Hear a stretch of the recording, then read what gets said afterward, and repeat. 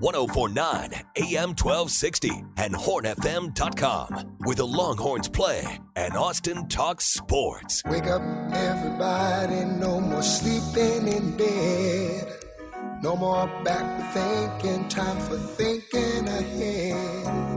The world has changed so very much from what it used to be. There's so much hatred, war and poverty.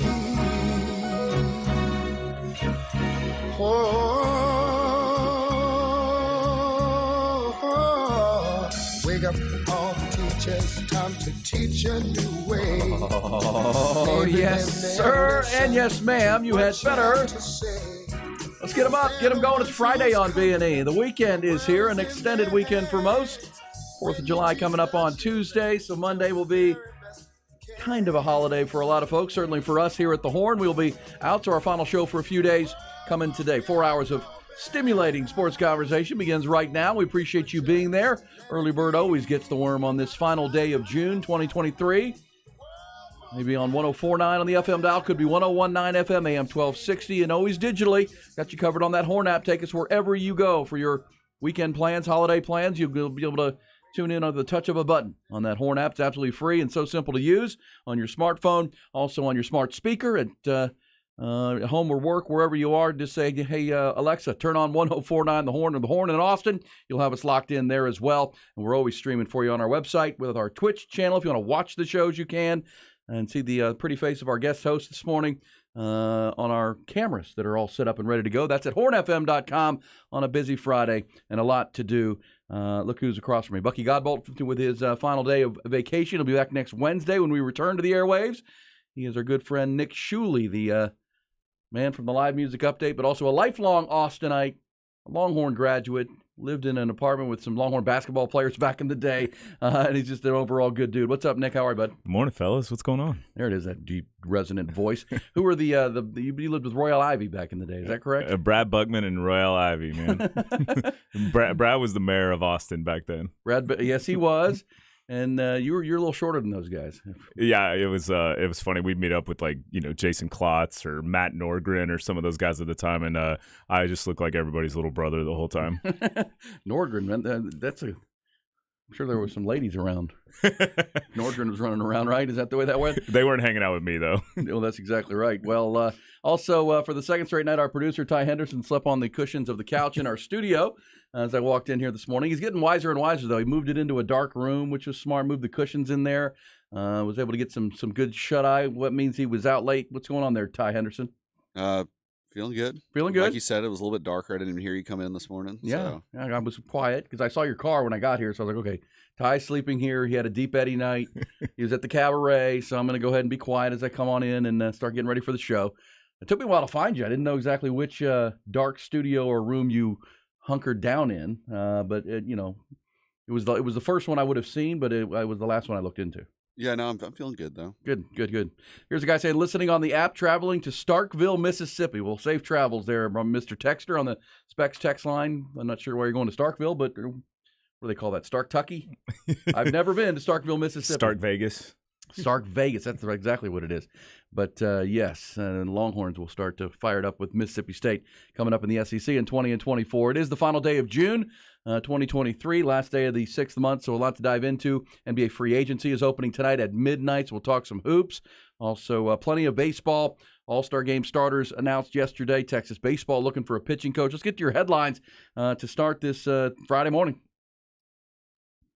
UBO Business Services brings it to you. Get you caught up on the news. Start with Texas baseball. It appears for the second straight summer, head coach David Pierce for the Longhorns will be on the search for a new pitching coach. D1Baseball.com and the Austin American-Statesman both reporting yesterday that Woody Williams will not return as the Longhorns pitching coach next season. 56-year-old hired just last summer to replace Sean Allen after he spent 7 seasons at San Jacinto Junior College. Before that, Texas pitchers finished 10th nationally with a 4.18 staff ERA. Junior ace Lucas Gordon was the best of the bunch. He was the Big 12's pitcher of the year on a Friday night. As a Friday night starter, LeBaron Johnson Jr., meanwhile, emerged as a frontline starter midway through the season, earned all-conference accolades. Not much consistency on the staff beyond that. But again, David Pierce on the search for a new coach, it appears. Major League Baseball, 3 of the starters for next month's All-Star Game in Seattle were announced yesterday. And the AL West leading Texas Rangers will have plenty of folks there. A record 4 starters for the Midsummer Classic will be Texas Rangers, most among any major league team. The entire infield will be Texas Rangers, minus the first base spot. Catcher Jonah Heim and rookie third baseman Josh Young have both been voted to their first All-Star games. Shortstop Corey Seager will make his 4th, and second baseman Marcus Semien his 2nd. All-Star pitchers and reserves will be named on Sunday. The All-Star game is July the 11th in Seattle. On the field yesterday, Rangers dropped the final game of their 4-game series with Detroit 8-5. The Astros, meanwhile, the All-Star starterless Astros won the rubber game of their series in St. Louis 14-0. Kyle Tucker homer, drove in 5. Alex Bregman hit his 3rd grand slam of the season. Houston pounded out a season-high 18 hits. Astros then flew to Arlington. Well, they'll open up a really fun 4-game wraparound series with Texas tonight. They'll go Friday to Monday. Rangers hold a 5-game lead over the defending world champs in the AL West. LA Angels are 6 games back. They dropped their series finale with Chicago last night 9-7, but the incredible Shohei Ohtani did break the all-time record for home runs in the month of June with his 14th. He leads the majors with 29 long balls. He's batting .309. In the NBA, league free agency period opens tonight at midnight, or 12:01. A flurry of activity expected into the 4th of July weekend. In Philadelphia yesterday, the 76ers guard James Harden did decide to pick up his $35.6 million player option for the upcoming season, but according to multiple reports now, he's going to work with the team on a trade out of Philadelphia. If and when he is moved, the 34-year-old will be on his 4th team in the last 3 years. In the NFL, league announced yesterday that Isaiah Rodgers and Rashad Berry of the Indianapolis Colts and free agent Demetrius Taylor have been suspended for at least the 2023 season for betting on NFL games last season. Rodgers and Berry were subsequently released by the Colts. Also yesterday, Tennessee Titans starting offensive tackle Nicholas Petit-Frere was suspended 6 games for betting on other sports while at the workplace. This segment brought to you by UBO Business Services. Great people, great service, endless possibilities. That's UBO Business Services. Visit them at ubeo.com. All right, so a lot there. We'll dive in, and I got to say that Ty Henderson's Texas Rangers and their fans did a good job of stuffing the ballot box for Texas Rangers in the All-Star game. I think for the entire starting infield minus first base, pretty good. I was surprised that it has to be the home crowd in Arlington voting for Jonah Heim and Josh Young. I don't know that there's like a national push for those two players, even though they've both had All-Star caliber years so far. Typically, it takes a little while for the national baseball voter to pick up and catch up on that. But Corey Seager and Marcus Semien certainly worthy of All-Star. I mean, Marcus Semien's been one of the best players in baseball this year so far. Seager missed a month with that groin injury, but he's worthy. But it was surprised to see both of those guys jumping into their first All-Star game. So the Ranger fans are fired up and doing their job on All-Star voting. Shohei Ohtani and Mike Trout both going to start in that game as well. So yeah, good times for the Texas Rangers, who are currently on pace for 98 wins. 98 wins on the season with Bruce Bochy. I think it's a fairly critical series this weekend with the Astros coming to town. Rangers could create some serious separation in the AL West, or the Astros, could certainly send a message that it's a long season. Don't forget about us. And the Astros did pick up their maybe that 8th inning rally the Astros had against St. Louis in the second game of that series may have jump-started their bats because they were down in that game. They're looking to lose the first 2 games of that series, but they rallied for 5 in the 8th in Game 2 on Wednesday night. Jose Altuve had a big 3-run homer, and then last night they pounded out 14 runs, scored 2 touchdowns, and they'll carry those what they hope are hot bats into Arlington to play the Rangers this weekend. But Ty, you said you if you could, you would have tried to get up there to some of those games this weekend, but you can't. No, I'll be house sitting at my dad's house. House sitting. It's my vacation. They go on vacation. I go on vacation at their house. They go on vacation. What does house sitting entail for you? They have a new my dad's bathroom. They have a new steam room. Okay, so I'll probably go hit that today. Well, are there any duties? Oh no, yeah, required? Water the plants. Okay, feed the dogs. Okay, I bring my dogs over there. Okay, it's 4 dogs for a few days, but it's way better in my house. So I enjoy it every time. Would you say they have a sauna? Yeah, well, no, steam it's like room. A steam room. It's like a steam shower. It's that's good for incredible. Wait, perfect for right now. Sweat out the deep eddy. Exactly. Yeah. Dude, between the steamer and the that cold tub, you'd get both of those things going, right? Cold tub and the steamer. The Jamie Fraser cold tub. Ooh, our friend Jamie Fraser from the High Ground on Saturday mornings. He's got that cold tub over in East Austin. I've been over there. I recorded a podcast in his studio there, which was pretty cool. Jamie Fraser, good dude right there. But yeah, house sitting for Ty. What do you have this weekend there, Nick Shuley? You have any big plans for the fourth weekend? I think I'm going to contemplate going out. I want to see Willie's Picnic at Q2. I know Ty says the sound's a little rough, but it's tough to miss Tyler Childers when he comes to town. Yeah, he's always such a great what a raw performer he is, Tyler Childers. I hope you have a box. Yeah, I doubt I will, but I also don't want to miss Willie, man. I take advantage of any chance to see him. He's 90 years old now. Just put out his latest album, his 120-something album this past week. He's still tearing it up, though, man. He is. And what's pretty cool to see is that his son Lucas is really on the rise, I think. I mean, Lucas Nelson is super talented and, on his own regard. I mean, he and the Promise of the Real, really enjoy seeing them. So, Willie. Yeah. Still doing his thing. That'll be Willie's Picnic. That's Tuesday, correct? Tuesday, yeah. And his daughter's actually playing tonight at the Saxon in Folk Uke, which is a pretty funny folk group that has Woody. I believe it's Woody Guthrie's granddaughter, yes. And Arlo Guthrie's daughter. I always screw up their names, but yeah, they're pretty fun to watch. So I might go see that at the Saxon as well. Saxon Pub, South Lamar, still there and still cranking it out. With Joe Abels and the crew there. So, live music. Also some sports this weekend, some heat this weekend. And we've also got Indiana Jones. The latest Indiana Jones movie will be out tonight if you're looking for the big blockbuster. Are we interested in this? This is so the first Indiana Jones, the Raiders of the Lost Ark, came out 42 years ago. I was 8 years old, and it was a game changer because at that point I was all in on Star Wars. I was a Star Wars dude for sure.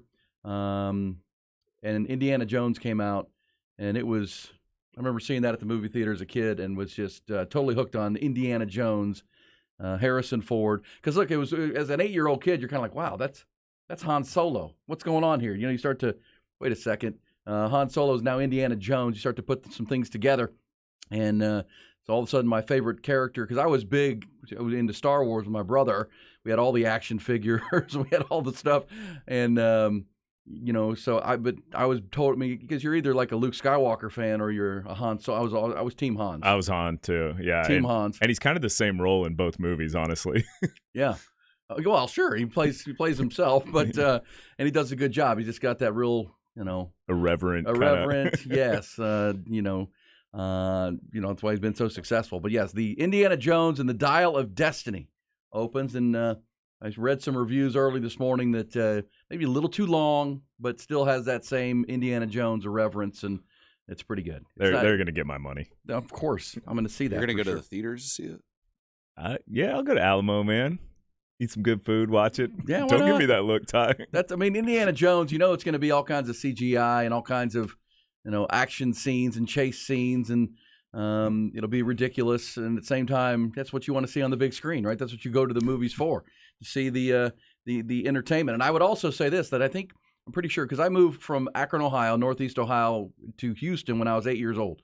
So it was, I believe that's the first movie I saw when we moved to Houston. We went to the movie theater and saw Indiana Jones. I was living in Houston and just moved there that summer. We moved there in March of that spring, and then went and saw Indiana Jones, and bang, I was in. So that starts tonight as well. Yeah, man. Did you ever see the Indiana Jones? Yes, of course. And then the first three were great, and then they made a fourth one that I don't think I even saw, but I heard that it was the Shia LaBeouf one. Yeah, Shia LaBeouf. Yeah, terrible. No, I saw that one in theaters. No. I can't even remember if I saw it, so that shows you what I thought about it. It was really and bad. I'm a huge fan of that series. I didn't. It was like aliens and such. It was. Yeah. Oh no. I didn't see. I know I saw the first three because they all kind of came out pretty rapidly, and then there was a fourth one made. I didn't even know Shia LaBeouf was in it until I read that this morning, which tells me I didn't see it. I didn't. Yeah. I don't remember. Did he play like his kid or something? Yeah, I think so. Okay. I guess that didn't transition to him being Indiana. Was that the idea? I think probably so. To. Probably handed off to him, but then Shia LaBeouf was too big of a mess. Could have been, but this is the only one that will open up on the 4th of July weekend. Raiders of the Lost Ark opened June 12th of 1981. So, yeah, I had lived in Houston. Yeah, so we had just gotten there. Indiana Jones and the Temple of Doom came out in 1984. The Last Crusade, 1989. Wasn't River Phoenix supposed to take over or something? Wasn't that before he passed away? Am I just making that up? Don't know that. I feel like I remember hearing that. So those three first ones came out within a 8-year period. Then the one that everyone hates came out 10 years later, 2008, or 20 years later. Yeah, that seems like a throwaway. They shouldn't even have done that. This one does have Harrison Ford back in it. All right, so there's some weekend plan news and conversation. We'll dive into there. Also on the Texas baseball side of things, certainly was surprised when the news came down. It was Kendall Rogers over at D1Baseball.com that first reported that Woody Williams would not be returning and parting ways with David Pierce and the Longhorns. Certainly surprised to see that news. On news of that, I saw that our buddy Mike Harge from the afternoon show, Ball Don't Lie, who's on vacation this week, much like Bucky and Isaiah and Craig Way, so many of the Horn staff off this week. He had a tweet that said, "I wouldn't be surprised if Troy Tulowitzki is back with the Horns in some capacity. Players and fans loved him. Still a free agent," is what he said. So, David Pierce is trying to get this coaching staff mix right. Last summer, coming home from the College World Series after a team that started the season preseason number 1, got to Omaha, but then went 0-2 in Omaha. David Pierce made the changes to his staff. Sean Allen, his longtime assistant and pitching coach, was let go. Philip Miller was moved to a different role, and then hired Woody Williams and Steve Rodriguez to be new coaches on his staff. It felt like Woody Williams was the right hire to me. I mean, he really, I thought, did a nice job in year 1. The former big league pitcher, of course, went to the University of Houston way back in the day, and San Jack as a coach. But obviously, David Pierce still on the look for the right person for that gig. It's an important one. I mean, you got to develop pitchers, and you also have to be able to recruit pitching. It's a huge component. As we talk about the shrinking of the amateur draft in Major League Baseball from 40 rounds down to 20. I mean, you got to be able to get in the high schools and both in the portal and high school players and recruit, and develop then top arms. I mean, I have no clue. I did send out some messages yesterday trying to get some intel on this. I have no clue what led to the one and done situation with Woody Williams. But we'll certainly dig on that through the 4th of July weekend. I know you were surprised by it too. Yeah, that's an interesting one. I thought I had low expectations coming into this season for the team when a team loses that much talent to the draft and the pros and graduation. And I thought this team played great and played way above their skis on this one. And and I think by the end of the year, the pitching staff finally kind of had its identity and came together. And it's an interesting thing. I did not expect that. Well, it could be mutual. I mean, it could be one of those things that just Woody Williams may have decided. I don't know. I mean, that's the stuff we're looking into to try to figure out. But and I do know I reached out to folks over at Texas Baseball. And because I was trying to set up a visit with David Pierce to kind of put a bow and wrap up the season this week, and was told he was out of town this week, and but maybe we'll set something up for next week. So we get back from the 4th of July. Hopefully we can talk to David Pierce and try to get some details on that. But Longhorns making a change again. And look, I mean, it's that time of year. We talked about Texas, having to increase, with the new NIL state law going into effect tomorrow. Here in the state of Texas, and how that conflicts with the NCAA rules. But we do know Texas baseball needs to step it up as far as the NIL opportunities to compete with the likes of LSU and some of these schools around the country. And so, it's as we've said many times, whether it's a basketball coach like Rodney Terry, David Pierce, being a coach is a difficult task these days with all that's going on. I mean, it's portals, it's NIL, it's transfers, and in that sport in particular, it's such a changing and evolving space with just coming out of COVID and extra years and everything that's happened. Major League Baseball making all of its rules changes, shrinking minor leagues. It's just there's a lot going on, and you're trying to rebuild rosters and keep your own players. You're trying to re-recruit your own team while you're looking for new players that are in the portal or in high school. It's a full-time operation. Yeah, my favorite quote from one of the coaches at UT was, with all the different responsibilities they have and all the things going on now, they just said, I don't plan on seeing my kids or grandkids. Yeah, I mean, it's you can imagine. And now David Pierce has added new pitching coach to the duties, and the Longhorns have already added a couple of portal transfers on the pitching mound. A kid from Baylor committed. They also had a left-hander from Duke who's transferring into Texas, left-hander who didn't play much as a freshman last year. He's from California. I think they have three young pitchers that have committed to come to Texas I'm not sure if the Woody Williams conversation was had or if that's going to come as a surprise to them as well. So we'll follow that story into your weekend. Our buddy Lamar on the text line says, I'm off to play the UT Golf Club. Compliments of the Mullet Open and our second place finish. So we must have finished second down at Bucky's golf tournament in May. Won some gift certificates to get out to the UT Golf Club. He's going to take advantage of that today. He also says, love to hear how Nick got involved in the cycling team he works for and what his role is. That guy does everything. You do a bit of everything. What is your role with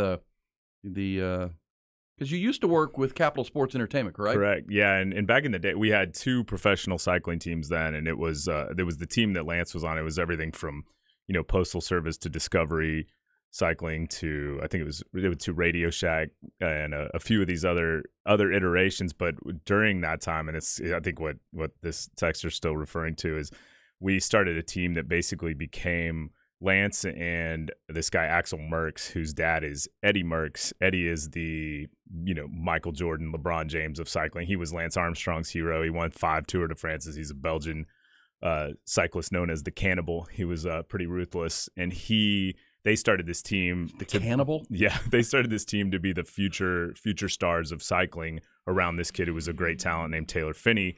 And so it really kind of turned into the Oak Hill Academy of cycling, where kids go there for a year or two and then go to the pros. And it's we're in the 15th year of this team, and I think over the 15 years we've had 108 riders, and 45 of them have gone on to the pro tour.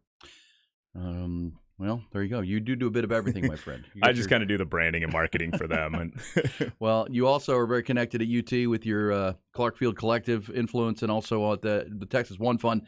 So we'll talk more about that coming up in the new law, how it changes. Chris Del Conte, Longhorn Athletic Director, did send a letter to all season ticket holders and donors trying to explain where Texas stands on this current situation, where the state laws are now in conflict with the NCAA rules and regulations, which the Longhorns are a part of. We'll get into that coming up.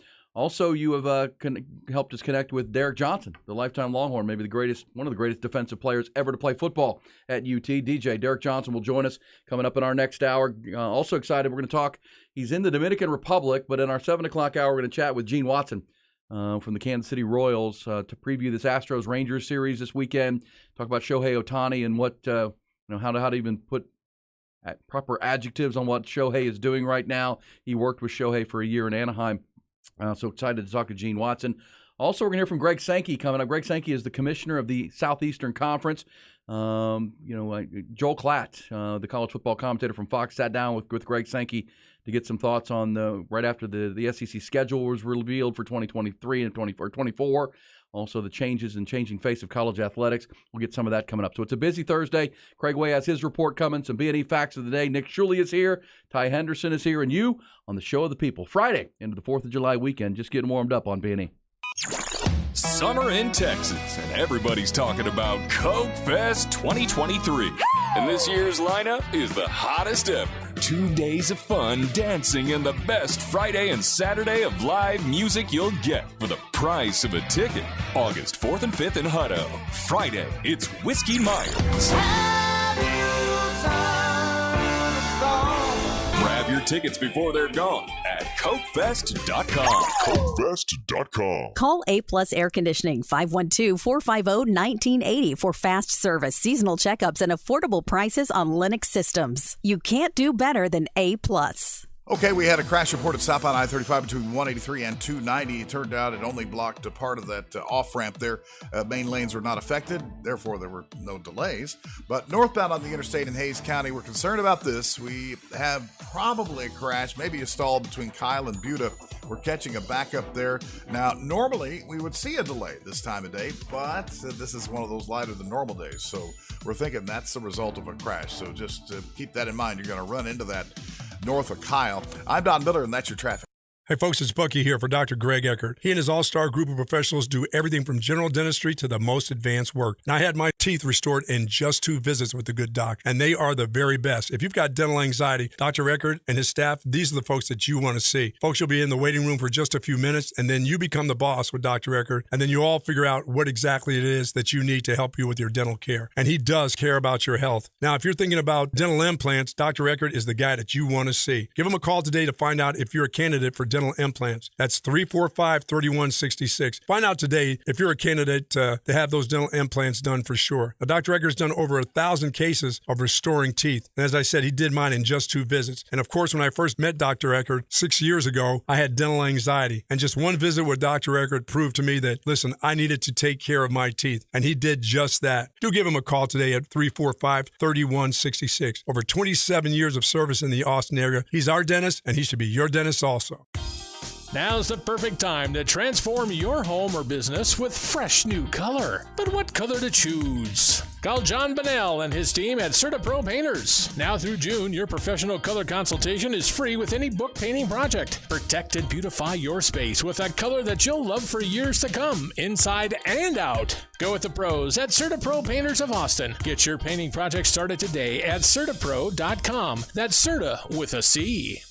I don't want to go to bed at night dreading waking up in the morning knowing that I'm going to feel like a rusty lawn chair getting out of bed and getting opened up and not being able to really move for a couple hours really throughout the day. For former college and pro football player Bobby Carpenter and those dealing with daily aches and pains, QC Kinetics regenerative pain treatments are a game changer, providing long-lasting relief. Go into a specific joint, a specific region, and then help promote that healing process using your own body's mechanisms to heal. I mean, that's been something that's pretty powerful, and there's no surgery, there's no downtime. QC Kinetics natural treatments help the body heal and restore itself. No more rusty lawn chair. It's no surprise to see people being willing to try this first, especially when it has such great results. Pain relief the natural way. QC Kinetics. Call today for your complimentary consultation. Find out if you're a good candidate for treatment. Call QC Kinetics, 512-593-4303. That's 512-593-4303. 512-593-4303. Don't miss the sizzling summer sale going on now at Crestview RV. Every new RV marked down for summer fun. Crestview RV in Buda, I-35 South, exit 220 next to Cabela's. And in Georgetown, I-35 North, exit 268. Online anytime at CrestviewRV.com. Hey, what's up, folks? This is your lifetime Longhorn Rod Babers. By now, everyone knows that my favorite new tequila is Hot Cat Tequila. Hot Cat Tequila is my go-to tequila. The cat stands for cinnamon, agave, and tequila, and the recipe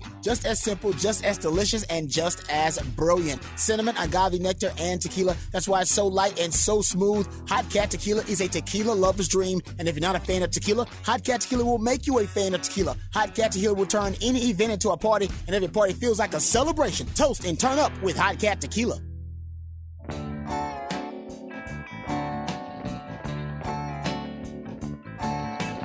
Shotgun Willie sits around in his underwear,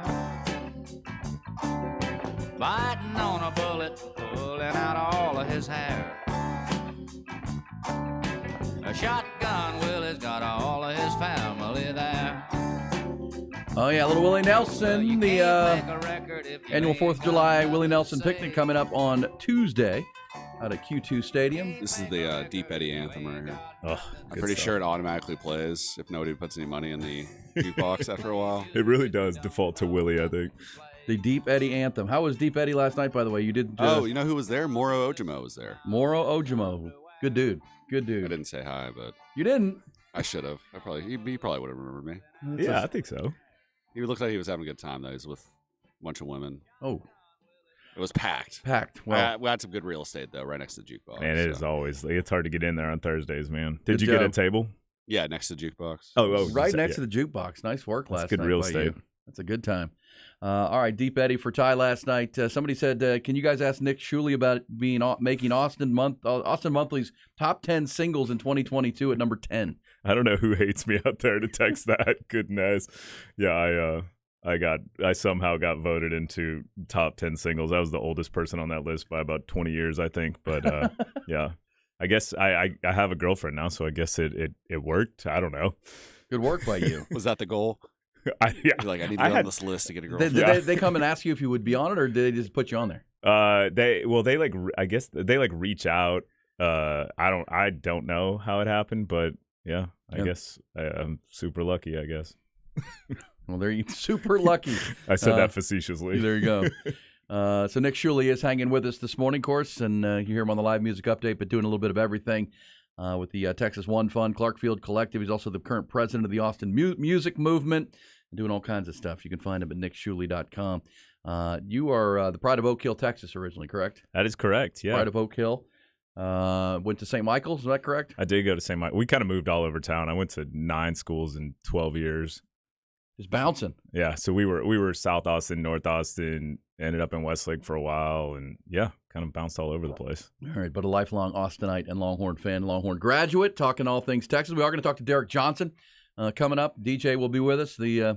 Where does he rank for you on all-time defensive players at Texas? That's pretty dang high. I mean, he's top 5 at least, I believe, top 10. I mean, I think 5. I mean, to Tommy Novus, when you think best defensive players ever to play football for the Longhorns, Tommy Novus probably the top, but he's certainly on the Mount Rushmore of defensive players at Texas. Man, he was a force. Oh, Remember, he ruined some people. I don't know that he would survive in college nowadays with how he played. He was mean. Well, obviously, and coming in from Waco, and then a hell of a pro player too with the Kansas City Chiefs. But one thing about Derek Johnson, doing great charitable work here in Central Texas, and we're going to talk with him coming up in our 7 o'clock hour. And as we also said, in 1 hour, we're going to talk to Gene Watson, talk some Major League Baseball with Gino. He's down in the Dominican Republic, but it's going to weigh in with this Ranger-Astro series this weekend, kind of at the midway point. All-Star break is coming up in 11 or 12 days. Shohei Ohtani is just unbelievable. So we'll talk some baseball with Gino as well. All right, so something we've talked about all week long is Texas House Bill 2804, which goes into state law tomorrow, into effect, signed by Greg Abbott earlier this month.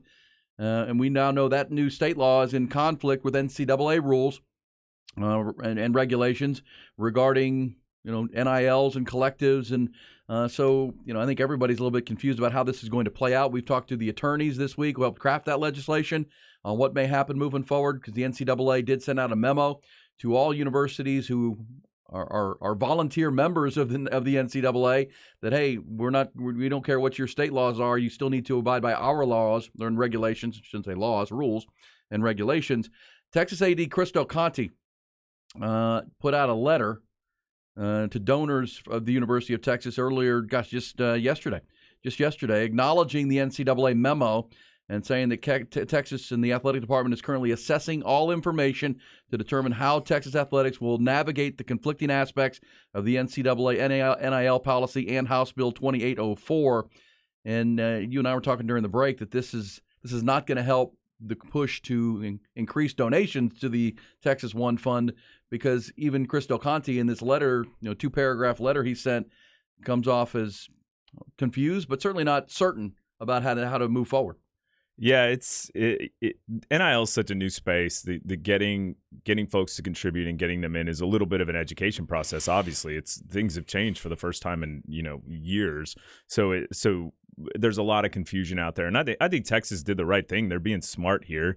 That Texas is not a tiny school. There's a big spotlight on everything that they do. So they've got to be smart and navigate this, and probably not be the first mover in the space. And I think they'll, if I had my guess, they'll watch and wait and see what other schools do and how hard they push it. And we'll see. A&M's been pushed. They've pushed this whole NIL thing pretty hard, and have kind of just said we're doing what we're doing. And they had their 12th man foundation aligned in their NIL early, which was one of the first iterations of actually kind of involving it in your school.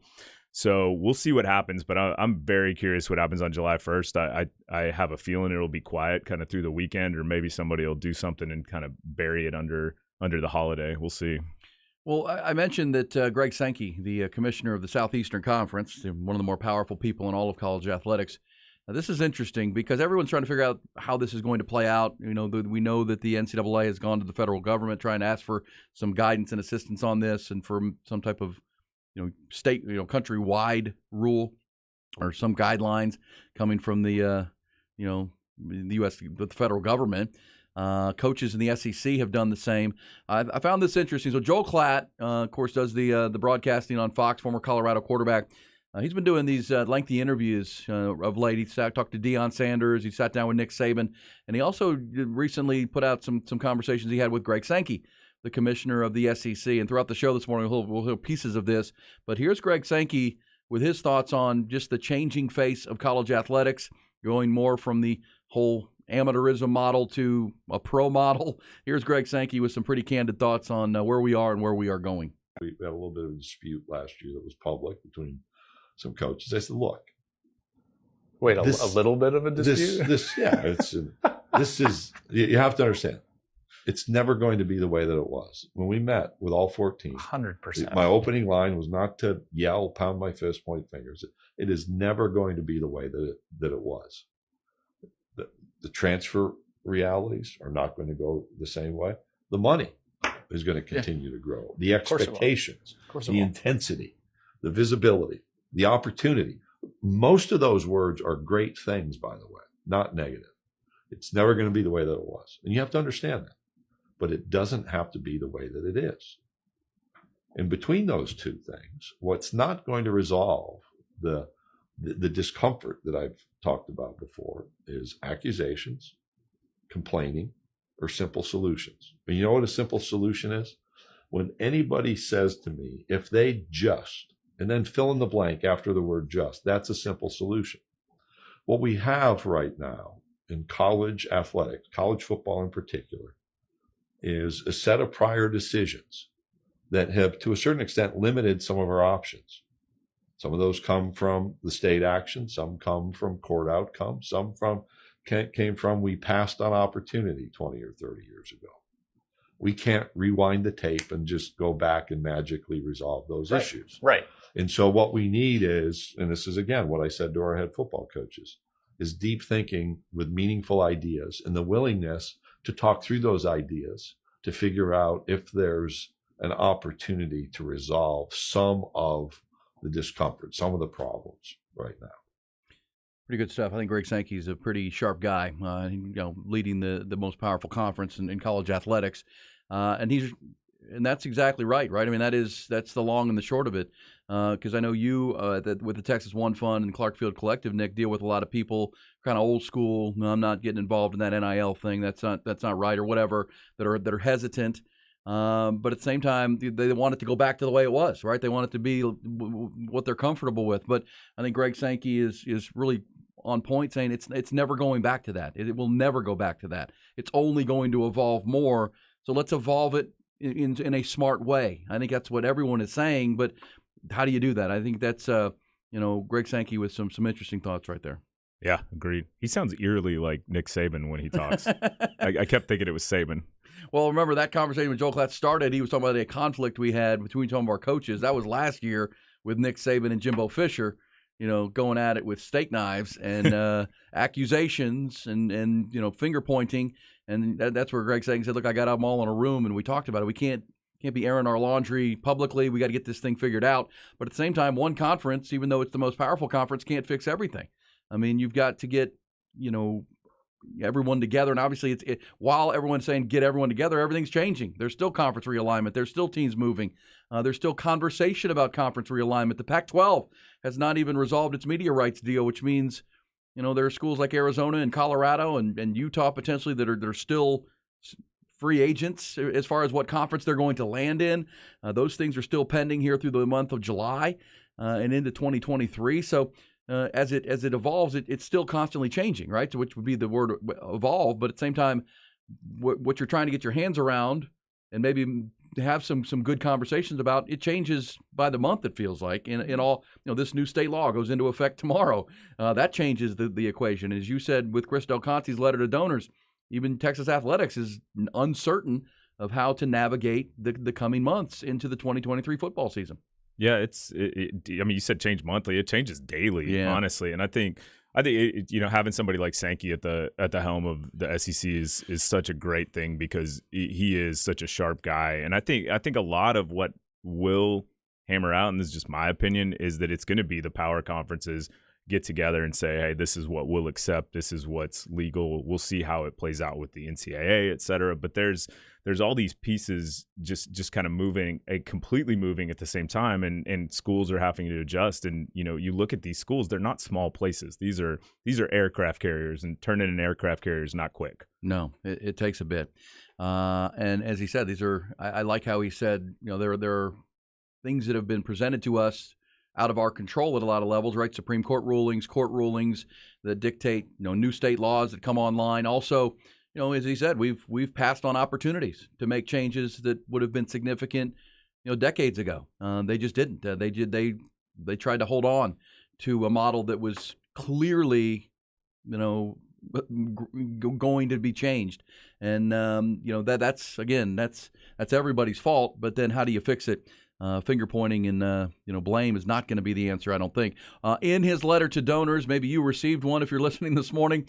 Chris Del Conte said one important component of the new state law, House Bill 2804, is that contributions made to the Texas One Fund after tomorrow, July 1st, the Longhorn Foundation, current Longhorn Foundation donors will receive loyalty points for contributions made to the Texas One Fund. They're allowed to under law. He says, however, in the letter, the NCAA issued a policy update on June 27th that state schools must adhere to the NCAA legislative policy when it conflicts with permissive state laws. The policy prohibits some of what is permissive in HB 2804, as well as many other state-specific NIL bills. We are currently assessing all information to determine how Texas athletics will navigate the conflicting aspects of the NIL policy and HB 2804, which basically says we're not sure either. Yeah. When I read that letter, I was like, well, if I received that letter, I'd be more confused than I was before. You sent a letter that really has no, we'll let you know. we're gonna take our time with this too, which you say is you're trying to raise NIL funds. That makes it challenging because people who are on the fence in the first place are going to stay on the fence. Yeah, well, and I think, look, if you care about the future of your programs, you need to be giving to the Texas One Fund. And I'm not officially part of the One Fund. I just work with them on a lot of stuff, so this isn't me hammering for them trying to raise funds. But it is important for the future of the school. Look, this is, just like when coaches used to sell facilities and, all the things we used to hear about on the recruiting trail. Look, NIL is a big piece of it. The kids know what's going on out there, and they know what schools are doing it right. And Texas definitely is doing it right. And thank goodness you guys talked to Trenton Halfley and the Alston Bird folks. They did a great job of setting up everything legally, making sure the 501c3 stuff was legit. So the homework's been done here, and everything's been done in a Texas way to the best of everyone's abilities, and I can vouch for that. But it's tough when things are changing, and raising funds in a changing atmosphere like that is hard. But no matter what happens, it is key for the future of the school and the athletics program. NIL is important, and if you don't have players, you're not gonna have people watching. Correct, because you're not going to win a lot, right? Yeah. You may have people watching, it just won't be fun. Look, I mean, it's, I think everybody's kind of got their hands up. I mean, I know, let's go down at Texas State, right? I mean, Texas State, if you're at a program of that size, they're still trying to raise funds from donors to build facilities, right? That they want to build we know that the former coach there, Jake Spavital, was a good friend of the show. He was having to take his team to lift weights at the San Marcos High School for weightlifting. They couldn't get their entire football team in their weight room at one time. They had to do it in 3 stages to get their weightlifting in. They need, if they're going to move to the size of a program they want to be, they need facilities. But so you're asking your donors to donate for those, but then, we also need NIL funds. I mean, it's Texas is having the same challenge, but Texas has more donors and more money and more opportunity. But everyone is dealing with this changing face, and it's not an easy answer at any spot. But it certainly is intriguing. And as we said with Ty Harrington earlier this week with college baseball, the college baseball ratings for baseball, the game on Monday night was the most watched college baseball game of all time. Even though it was an 18-4 blowout, more people watched that game. I think it was 3.7 million people tuned in for that ball game. So the ratings were through the roof for what went on in Omaha. So the ratings have been great for March Madness. I mean, the Final Four got some down ratings because the teams weren't real flashy, but the tournament itself for 3 weeks leading up to the Final Four and the final game were through the roof. I mean, college football. So amid all of the controversy and problems, people are still buying tickets, going to games, and tuning in at the higher rate than they ever have, which is what Greg Sankey is saying. I mean, we've got a lot of good problems too. People care. People are in. How do we then, as leaders, navigate this to get this thing to where there are some guardrails, there is some guidance for people, and we can move this thing forward, as smoothly as possible, I think would be the way to put it. All right, so we'll pick that up on the other side. We've got some B&E facts of the day. As we mentioned, Derek Johnson, one of the greatest players in Texas football history, will join this show and what he's up to these days. Also, Gene Watson, some B&E facts of the day. But first, the final Craig Way report for a little bit. It's time for the Craig Way Sports Report. Now, here's Craig Way. Our final morning report for this 2022-2023 academic and athletic school year begins with a reminder.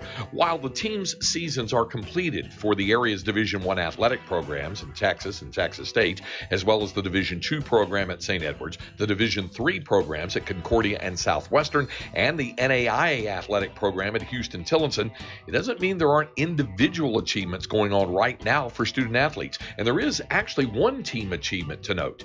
Texas Rowing, which finished 4th in the NCAA National Regatta last month, is competing in Great Britain at the Henley Royal Regatta in Henley-on-Thames, England, advancing in the Island Open Cup division to the quarterfinals, as well as the Varsity 8 boat competing in the Reninum Challenge Cup. The regatta began on Tuesday and is comprised of some 300 races over 6 days. It's an outstanding test for Texas Rowing, even if only an international exhibition. In men's swimming, NCAA 200 and 500-yard freestyle champion Luke Hobson took gold this week at the Phillips 66 National Championships in Indianapolis. Carson Foster also won a national title, taking gold in the 200-meter butterfly. And a reminder that we're still giving away copies of the brand new 2023 edition of Dave Campbell's Texas Football Magazine every day this month and next on Light the Tower from 10 a.m. to noon on the Horn 104.9 and AM 1260. Coming up this afternoon, our final report of this 2022-2023 academic and athletic school year. I'm Craig Way. The Craig Way Sports Report, brought to you by Bud Light.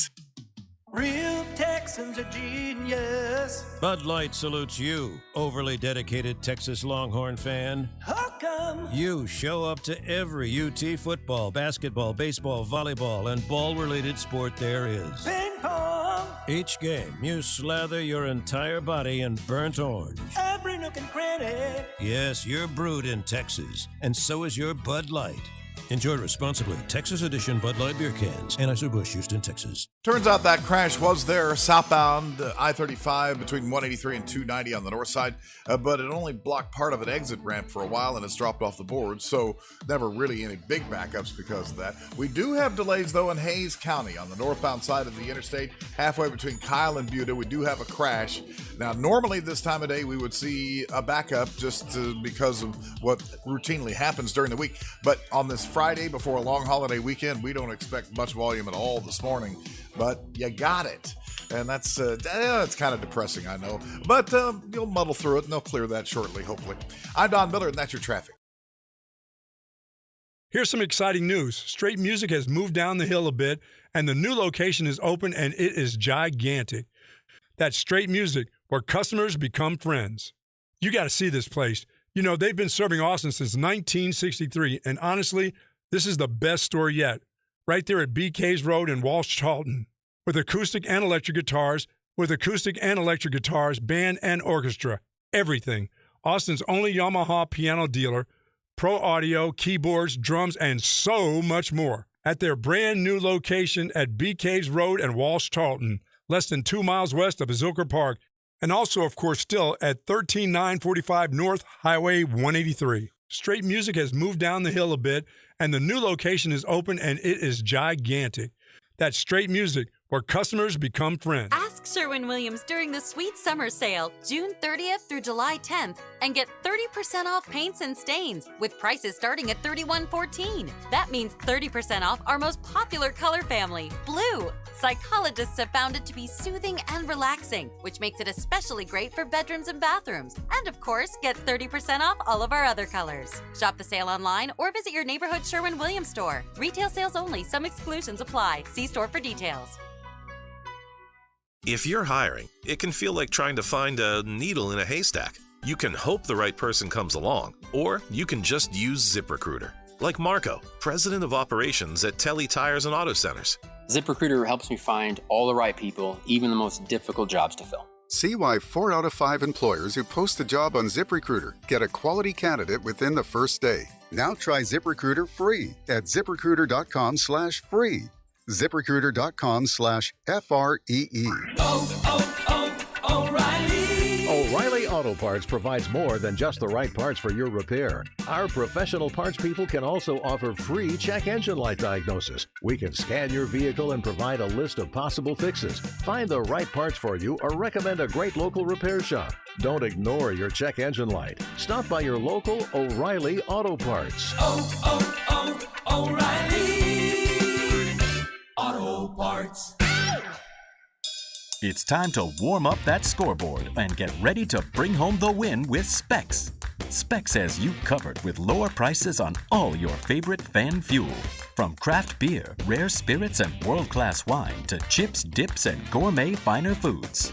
And with same-day delivery when you order online or through the app, Specs is your MVP for the biggest score of the game.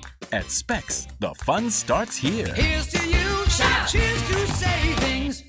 Seeking specialized patient-focused orthopedic care? Contact the experts at Texas Orthopedics. Our physicians offer comprehensive surgical and non-surgical orthopedic care for children and adults. Spine care, sports medicine, trauma care, joint replacement, rheumatology, and more. Whether it's a mobility or movement issue or a traumatic injury, our goal is to get you back to good health and quality of life. Visit us at txortho.com to learn more and to schedule an appointment. Texas Orthopedics, the largest independent orthopedic practice in Central Texas.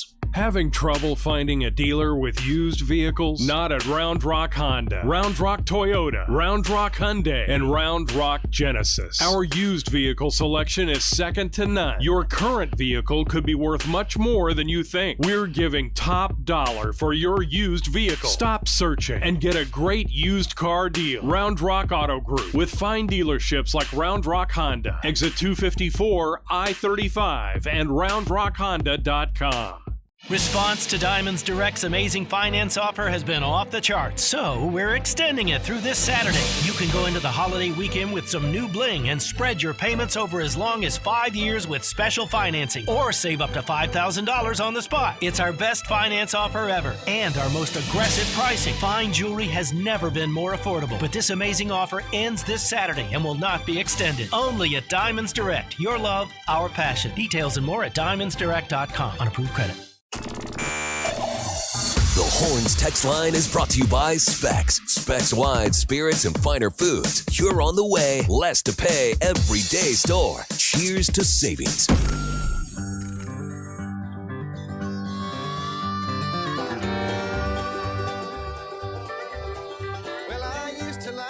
Friday on the Horn. It's a holiday Friday for a lot, as 4th of July coming up on Tuesday, meaning most or a lot of people will be off on Monday. If your boss is kind enough, or you're the boss and you just want to take the day, we will be out on Monday and Tuesday of next week celebrating our nation's independence and Independence Day. So we'll be back on Wednesday. So the final show for a little bit. Bucky will be back on Wednesday as well. Nick Shuley is with us this morning. Good stuff right there. Also, Ty Henderson through the glass.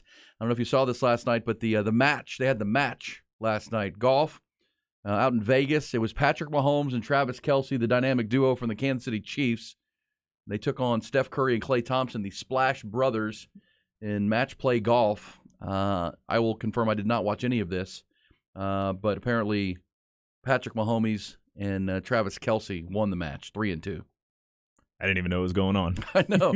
Well, and there was a pretty special moment last night on the broadcast that we'll play for you here coming up. But I thought this is an interesting note from our texter, Lucas, who says, because we're talking about Chris Del Conte's letter to Texas donors about how to navigate the new state bill and state law versus the NCAA rules.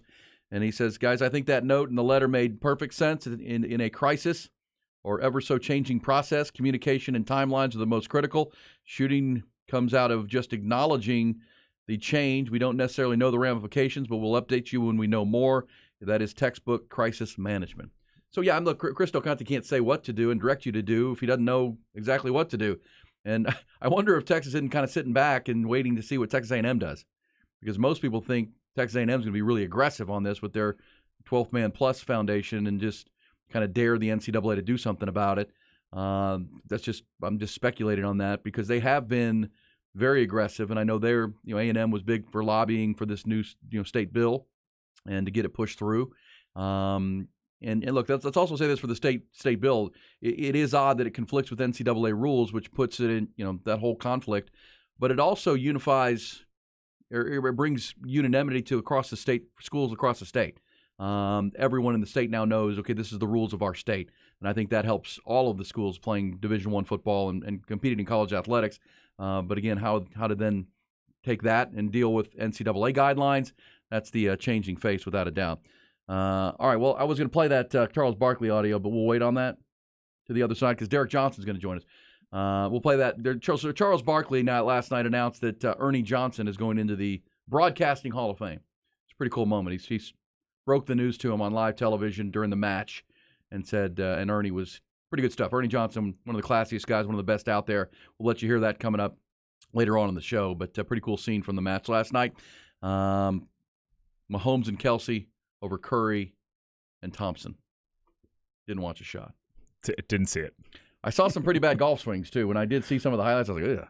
I do like watching Kelsey, though. He's entertaining. He was shotgunning beers.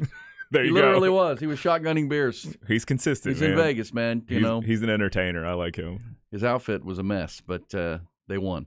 It's like they won the Super Bowl. We'll come back. Derek Johnson will join us. We'll talk Texas football, what DJ's up to these days, doing great work in our community, but one of the greatest to ever do it for the Texas Longhorns will be with us. Also, Gene Watson next hour, that Charles Barkley audio, and more. It's B&E on the Horn.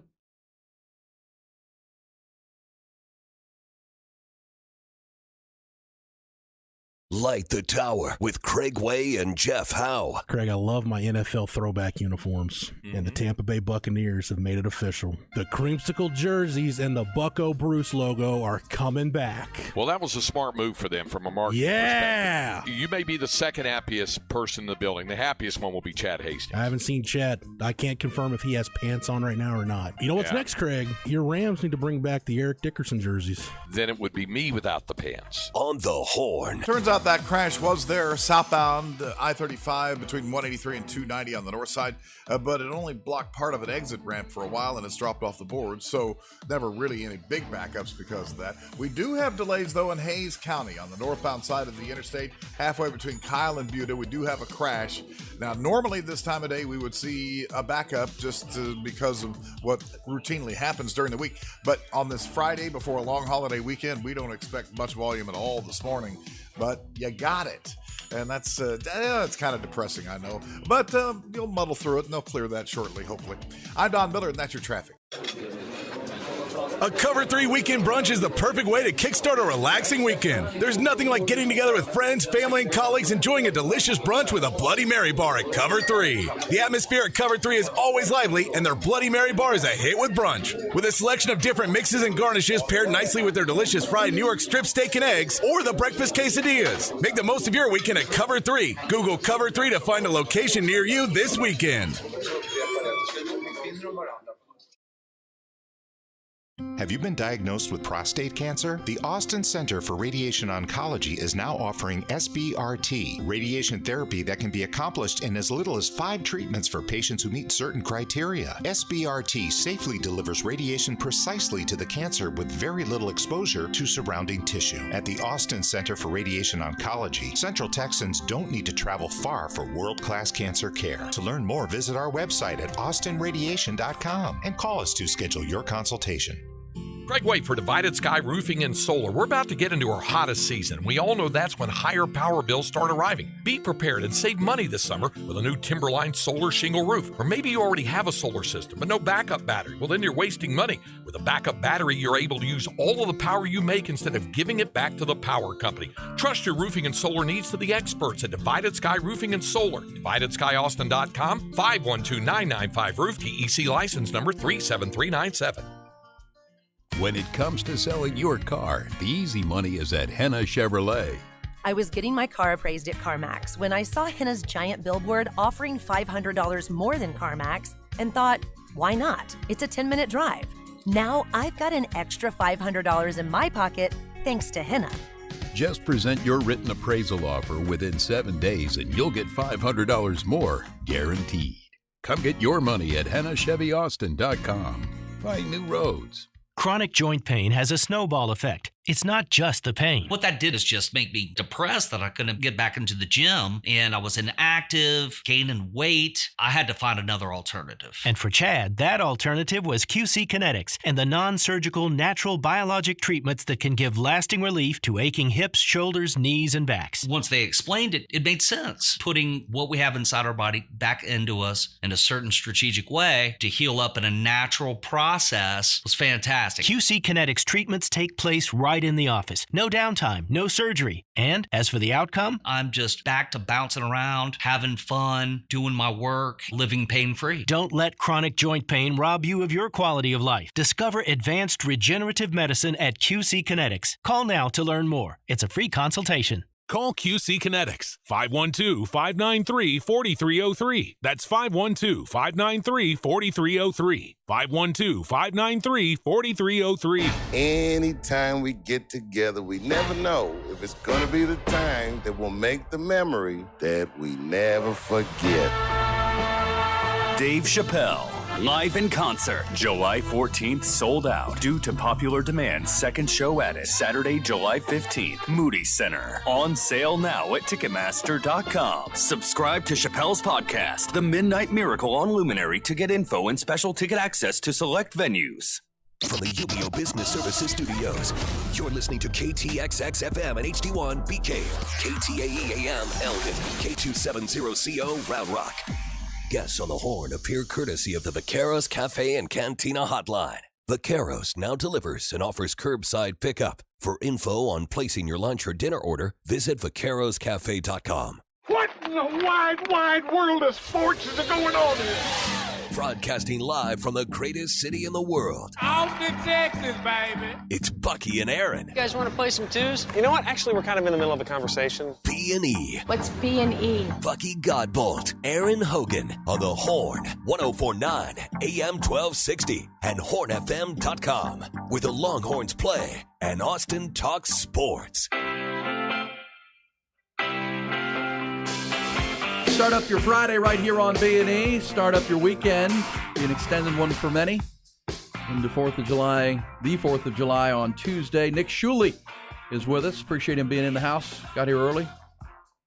You're right on time, my friend. You're a punctual guy. I was trying. I was trying to make sure I wasn't late. Doing good stuff. Also, Ty Henderson is here, who for the second consecutive night slept on the couch cushions of our studio after a night at Deep Eddy Cabaret. He's looking good, though. Feeling good. He always looks good, man. I think that's pretty wise. If you have the ability, just come here, just get an extra time sleeping, and I'll wake you up when I get here. Yeah, I got like 3 hours. Man. A solid 3. Solid 3. Really refreshing. Oh, not enough. All right, so a lot to do. We're going to talk to Gene Watson, talk some Major League Baseball at the bottom of the hour. All-Star Game starters were announced. The Rangers have a record 4 starters for that All-Star Game on July the 11th. Astros and Rangers with a big weekend series opening tonight on the AL West. That should be fun. Also talk with him about what Shohei Ohtani is doing in Major League Baseball. He worked with Shohei for a year in Anaheim. Get some thoughts from Gino coming up. Also, the Coach's Corner, some hot or not topics. So right now, let's go straight to the Vaqueros Cafe and Cantina Hotline and bring to the airwaves one of the best to ever do it at the University of Texas and now back in Austin. Of course, a great NFL player as well. He was 3 times a first-team All-Big 12 player, a 2-time consensus All-American, and after his senior season in 2004, won the Nagurski, Lambert, and Butkus Awards as the nation's top defensive player and linebacker. He is our good friend Derek Johnson. Derek, how are you, bud? I'm doing well. Thank you. Appreciate you doing this. How are things? I know you're busy with a lot of kids. What are you, up to 5 kids now? 6 actually, but 6. Oh wow! Counting, but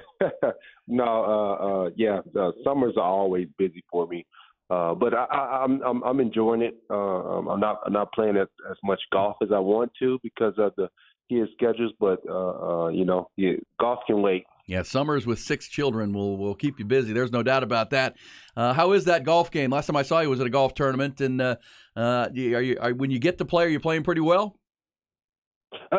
I'm getting better. You know, with golf, golf is a bad habit now. I'm mad I picked it up. I mean, it's so fun and addicting, but it's frustrating at times because that little ball is just sitting there, and it's just like it's all you. You know, nobody else can mess it up, and it's been going pretty good, up and down, but I enjoy it. I enjoy it at the end of the day. He's also one of the greatest Kansas City Chiefs that's ever been, playing defense there in the NFL. Derek, the Chiefs won the Super Bowl this past year. I'm assuming you were at least a part of that and cheering for Patrick Mahomes and the guys to win another one? Yeah, absolutely. I'm a Chief at heart. Played for him for 13 years, so I bleed red and happy for Andy Reid because I played 5 years with him. Best head coach I've had. And I tell you what, man, he's just been killing it. I mean, I think it helps to have Pat Mahomes. He actually was a rookie my last year at the Chiefs, so he was our scout team quarterback. He used to kill us in practice. So I was like, man, this guy's pretty good. This guy's pretty good. You faced a lot of quarterbacks in your day. Their consensus right now is that Patrick Mahomes is the best quarterback in the league and on his way to being one of the best of all time. What do you see from him when you watch him, either as you said when he was a scout team quarterback or now, in his sixth year, that makes him different? What separates him from other quarterbacks at that position?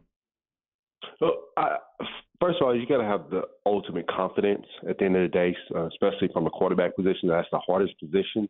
That's the most valuable position at that too. But just being very consistent and confident. That's exactly what Patrick is. And I tell you what, he's just getting better. You would think like, man, a couple of years ago, you're like, man, he couldn't get better, and he just keeps getting better. Doesn't matter what team that they assemble, put together. You bring in guys, bring guys out, acquisitions here and there through the off season. But if you remain consistent at that one position, at the quarterback position, Pat Mahomes is they're gonna win a lot of games for until he's done. So it's pretty fun. It's fun to be a Chief right now. I wish I was a little bit younger, or Pat was a little bit older. Somehow we overlapped a lot, but it is what it is. Derek Johnson is with us, living back here in Austin, doing great work. And we want to talk about your charitable efforts here coming up, but also on these Longhorns, because you bleed red with the Chiefs, but you bleed burnt orange with the Longhorns. And a lot of optimism here coming into the 2023 season, the final in the Big 12, that Steve Sarkisian and this staff has put something together and pretty special that can be quite an end to their run in the Big 12 conference. Yeah, I definitely, I'm glad you said that. I said I bleed red, I bleed burnt orange too, definitely. That's exactly why I'm here, stationed in Austin, and being able to be around the 40 acres, and being able to be around just excellence and the tradition of the Longhorns. But the football team, man, we high hopes every year, regardless of what happened the year before. I'm excited about this year, honestly. I'm a Sark fan. I'm a Coach Sark fan, so I think he knows what he wants, and he's building a culture here that's going to last, and bringing the right recruits in. That's really, really going to help them prolong everything. But we're turning the corner. We're turning the corner, and hopefully this year and the following year will be the year. But I'm excited about it. I mean, I go up at times and watch the guys practice, being able to mentor some of the guys when I'm up there, just because of my status, what I did at UT. They really appreciate, the young guys are really just soaking up knowledge. So whenever I'm around there, it's pretty cool to be involved and be in the locker room with those guys. It's interesting because, Derek, I've been doing this show and been on the radio in Austin since you were playing way back. And this current team for Texas, and where Steve Sarkisian has the program, kind of reminds me of kind of the year you got here, the 2001. Mac had been here 3 years, and you could tell the recruiting classes were starting to stack up. Mac was building that culture. Fans were still antsy and wanted more, but you could kind of see where it was going. Did you sense a little similarities there between when you got here in 2001, 2003, 2004, kind of what you're seeing right now with Texas? Yeah, absolutely. And in college, it's a little, a little different. You gotta recruit well. And when you do that, these guys are here for 3 or 4 years at a time. So you really gotta make sure you're accurate with the recruiting and getting the right guys. It was the reason we won a lot of games back in the day is because we had some guys that were a little bit better than everybody else. You have a few guys like that. It's just it helps your program. It helps other people raise their game, and it's a good look. So I think we're trading in the right direction, and I'm excited about this year. There's no way, if you're a Longhorn fan, you can't be excited about what they're doing and just the potential that we have. Have you gotten to spend any time with a guy like Jalen Ford and then the freshman Anthony Hill and those linebackers? There's some people saying that Anthony Hill, the 5-star kid from Denton, kind of reminds them of you a little bit when you got here out of Waco. They're putting some talent at that position as well, and Jalen Ford coming back is big because he's the center of that defense. Absolutely, man. Whenever I'm up there to talking with the linebackers or even watching practice, man, you see a guy like Anthony Hill. You say, wow, this. Of course, he's going to get better mentally and figure the game out because he's a young guy. But he's just a specimen. If you look at him, just a freak of an athlete. And mindset-wise, he's already there. Like he's a killer at mindset. So that's the kind of people that we want on defense, and being able to for him to play this year, coming in and out, and however he shapes out, that's going to be well. He's definitely going to play this year. Yeah, that's the guy that, regardless of if he's young or not, you got to put this guy on the field. And Jalen Ford, I mean, what a job, well done from him. Just coming out of nowhere, really. Nobody's like, man, who is 41? Who is Jalen Ford? And he's just stacking good games after good games, and become a premier player, a special player, honestly. And he's getting better and better. He's a guy that I've talked to, sat down and watched film with, which is pretty cool to see how humble he is, but he's hungry at the same time. So I'm excited, man. I'm a defensive. I'm a football head, but I'm a defensive at heart, defensive minded at heart. So the offense, I know they have some things that they're doing on the offense side of the ball, but I'm all defense. So I'm all like geared towards defense and what they have going on. And I can't wait, man. It's gonna be a pretty special season. So I can't wait. Yeah, Derek, and I know this is Nick. What's going on, man? I know we met through the charitable side of what you do, and I wanted to give you the chance to talk about the Defend the Dream Foundation and all the things you're doing in the community, and providing opportunities and resources to the young kids. It sounds like you're doing it, obviously with the younger football kids, but also I wanted you to get a chance to talk about that and all the amazing things that are happening. Oh, absolutely, man. Everything I do, I try to serve. Serving my family, with the 6 kiddos, the wifey, being able to serve UT football athletics, being able to put my knowledge out there, and being able to serve the community to where I live, trying to make a difference, trying to influence in a great manner people that are less fortunate than me. So my foundation, Defend the Dream, helps inner city kids through education.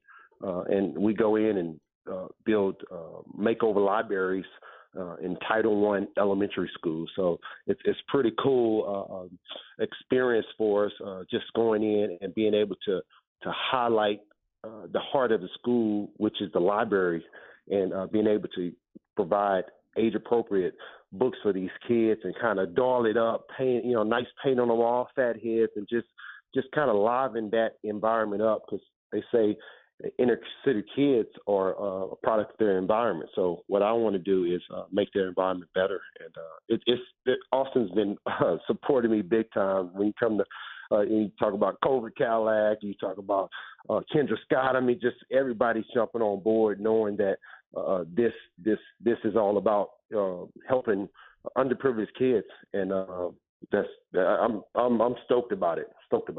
Rightfully so. And this is a charitable event organization you started when you were in Kansas City, still playing for the Chiefs, Derek. And I mean, literacy, reading, libraries. I mean, this is it's the heartbeat of a school for sure, is the way you said it. I like the way you put that. And obviously, a child can't succeed in any realm if they can't, read. And I know you're the son. You're the son of educators, so I know literacy and reading and education is really, really important. You've got 6 kids of your own. It's huge, and we appreciate what you're doing for this community. But how did it work in Kansas City? And as you said, how is it picking up here in Austin? Man, yeah, I really, really appreciate that compliment. But yeah, I started it in Kansas City. I've done a lot of things throughout the years, and I just needed something. About 2013 to 14, I needed something where I say, man, I want to make a bigger impact. I didn't want to something that I'm really, really passionate about. Don't get me wrong. There's a lot of different charitable things that I've done over the, before I had my foundation, but I wanted something that hit home for me, and that was an extension of me. And my mom's a school teacher for over 40 years, so being a son of a teacher, of educator, I know how important education is for kids, especially inner city kids, because that's the way out. If they want to change their circumstance, they want to do something great, education has to be the key. It doesn't matter what they want to be in life. Education has to come first. So being able to jump behind literacy and being able to provide resources that help them to, reach their full potential at the end of the day is what I'm all about. So being able to retire and I was off for about a year or so, and then I was like, man, I got to pick my foundation back up because it was in Kansas City, but now it's here in Austin and doing bigger and better things. Everything in Texas is bigger and better, so I'm pretty excited about it. Well, it's such a great cause, and we'd love seeing the former Longhorns come back, set down roots here, and do great things like you are. Derek, thanks so much, and let us know if we can do anything for the foundation. We're always here to get some words out and talk about it and let you express what's going on down there, because it is such a great thing for our community, and certainly you're glad to have you back as part of this community after your playing days in the National Football League. Derek, we appreciate it, my friend. All right, thank you so much. All right, there's Derek Johnson. That's good stuff right there. And that is, one of the best to ever do it. When we talk about Longhorn Mount Rushmores, right, of great players, you certainly stay on the defensive side of the ball. There's no doubt. He's right there with Tommy Novus. Actually, it's a short list, but it's a good. I mean, there have been some great defensive players play football for the University of Texas, and he is certainly way high. He set a standard. He's big time. And optimistic about this year. It does remind me, because Mac Brown got here in 1998, and his third year was 2000, and then 2001 was his fourth, and that's when Derek Johnson rolled in. And it was, the winning wasn't where you could see it coming, I guess is what you would say. And for Steve Sarkisian and the Longhorns, Nick, you haven't seen the wins yet. 8 last year after a 5-year first year where they kind of cleaned out some things, and it does feel like Sark is building something. We talked with Diamante Tucker Dorsey earlier this week, and he talked about the culture of the team, the camaraderie of the team, the coaching staff. Derek Johnson's been down watching, and it's not just us, getting excited about what this team can be this year. I think a lot of folks who've been close to it feel like something special can happen in 2023. Yeah, and it definitely feels different being around a lot of the kids at these events and just hearing them talk and the way they carry themselves, the way they're talking about the season, the way they're talking about how practice has been going. I would call it's more business-like than it's ever been, and they just think you can tell the mentality's there, and they're expecting to win, and I think that's that feeling that we had around the program a long time ago, or in the mid 2005, 2006, sure, like all the way to 2010, like it just felt like that, or 2009. Well, and one other thing I'll say for Coach Sark, and by the way, let's dive into our Coach's Corner at this point. It's right after 7:15, after a conversation with Derek Johnson. Let's dive into that Coach's Corner. Audio-visual consultations and Tom McKay, the really smart guys who never make you feel stupid. Okay, so on the coaching side, one of the things that's similar, I think Mac Brown had a dynamic personality when he got here. Steve Sarkisian has a pretty dynamic personality, and they're about this. They're similar age that when Mac got here in 1998 to when Sark got here, 3 seasons ago now. And the other thing I see as a parallel is staff continuity. Sark is big on keeping the staff together, and one of the things Diamante Tucker Dorsey told us earlier in the week is it's amazing how close the coaches are, because he talked about that one of the things he loved, because remember, Tuck played at James Madison and then transferred here. So he said, because we asked him the difference, the culture here versus the culture there, and he said a lot different here. He said he'd never been around a coach who's so genuine and open and vulnerable. He used a word that Sark will tell you his story. He'll tell you where his downs and his ups and his ride to get where he's at. And it's an everyday challenge for him. But then I asked him about the other coaches. Are they as vulnerable and open? He said they all are. I mean, they all. It's amazing how close they get along with one another as a staff, which that's similar to what Mac Brown built here at Texas, where the staff was together and united. Everyone knew their role. Also, similar to Mac Brown is the talent acquisition. Mac could recruit with anybody, and Steve Sarkisian certainly has upgraded with his staff the talent at almost every position on the board, which is why the combination of culture and, as Derek Johnson I think appropriately put it, some guys that are just better than the other guys, right? Some guys who are just better than you, and Derek Johnson was that immediately, and I think the Longhorns feel like they have some of those guys on both sides of the ball who just they're just better than the guys you have. Yeah, and they're stacking with younger players and young talent, which drives the competition up and makes it so everybody gets better, and you can feel that happening. You got people breathing down your neck if you're not doing what you're supposed to be doing. This says Longhorn Mount Rushmore: Derek Johnson, Kenneth Sims, Tommy Nobis, Jerry Gray. Pretty good. I'll go with that. There'll be some people arguing, but I can't argue with that. But just defensive players. That's just the Longhorn. Defensive. I feel like Earl might be. If you go total. I think we're just going Texas football Mount Rushmore. I'm going. Would you go Darrell Royal, Earl Campbell, Vince Young? I put Tommy Novus. Oh, are we just doing defense? Was that? You're doing the entire program. Oh, gotcha. And do you Coach Royal or Coach Mack? I mean, Coach Brown. Yeah. I mean, you one of the two. But then do Coach maybe Ricky, Vince. Oh yeah, Ricky won a Heisman. Yeah. Well, so we need more than 4. And the defense, you might put Earl Thomas too. The other Earl. Oh man, that whole defense that went to the National Football League from 05 into 06 and beyond. I mean, they were unbelievable. Okay, so wanted to play this piece of audio. And we're going to talk to Gene Watson coming up at the bottom of the hour. Talk Major League Baseball, Astros, Rangers this weekend. His thoughts on the first half of the baseball season, how active the trade deadline may be. Of course, end of July, so you got about a month. Well, that'll heat up. Also got the Shohei Ohtani story. But so earlier, I don't know if you heard this. The national radio guy Colin Cowherd had a commentary recently about he fears that Oklahoma, in their move to the Southeastern Conference, he's concerned that they could become like Nebraska, where Nebraska moved to the Big Ten and they became irrelevant. They lost their recruiting base. They're not on TV much. They just become a mediocre program. And I think Colin was accurate when he said, in his lifetime, there's only been one program that went from powerhouse to off the radar, and that was Nebraska, right? And they have. He opined that maybe Oklahoma could be headed to a similar path in the SEC. Well, yesterday, Bob Stoops was on the radio up in Norman and wanted to disagree with our man Colin Cowherd, saying, no. Oklahoma in the SEC is the perfect fit. Here's Bob Stoops yesterday here in our Coach's Corner. Those people aren't thinking properly. Where's Nebraska located? I heard Colin Cowherd talking about it because of recruiting. And he said, well, Oklahoma in-state, we only signed 3 or 4 guys. Well, we're not just Oklahoma. All the way down into Dallas is home territory for us, as much as it is anybody else. And that's what they're not taking into account. Nebraska, geographically, is removed, a good ways from any real strong, fertile recruiting area. We're not. And that's a big difference. And, we fit in the SEC perfectly. And I believe it's going to help us recruit. And, I believe we'll handle it just fine. And you can't compare it to it's the off season. They're just filling up airtime. There's Bob Stoops. By the way, the XFL Coach of the Year, or champion coach. Is that what he was? He won the XFL? Bob Stoops? I stopped paying attention after week 2. Can I ask a question? Yeah, they did win the championship, though. The Dallas, whatever the heck they're called. No. Whatever. Yeah. They won the championship. Like this offseason, when coaching hires are going to need to be made, there's some talk that if A&M doesn't get it done, Jimbo could be, in peril. There's always going to be a coaching cycle. Is someone going to call Bob Stoops? Well, Bob Stoops, he's only 58 years old. He certainly still wants to be around the game. He just coached in the XFL.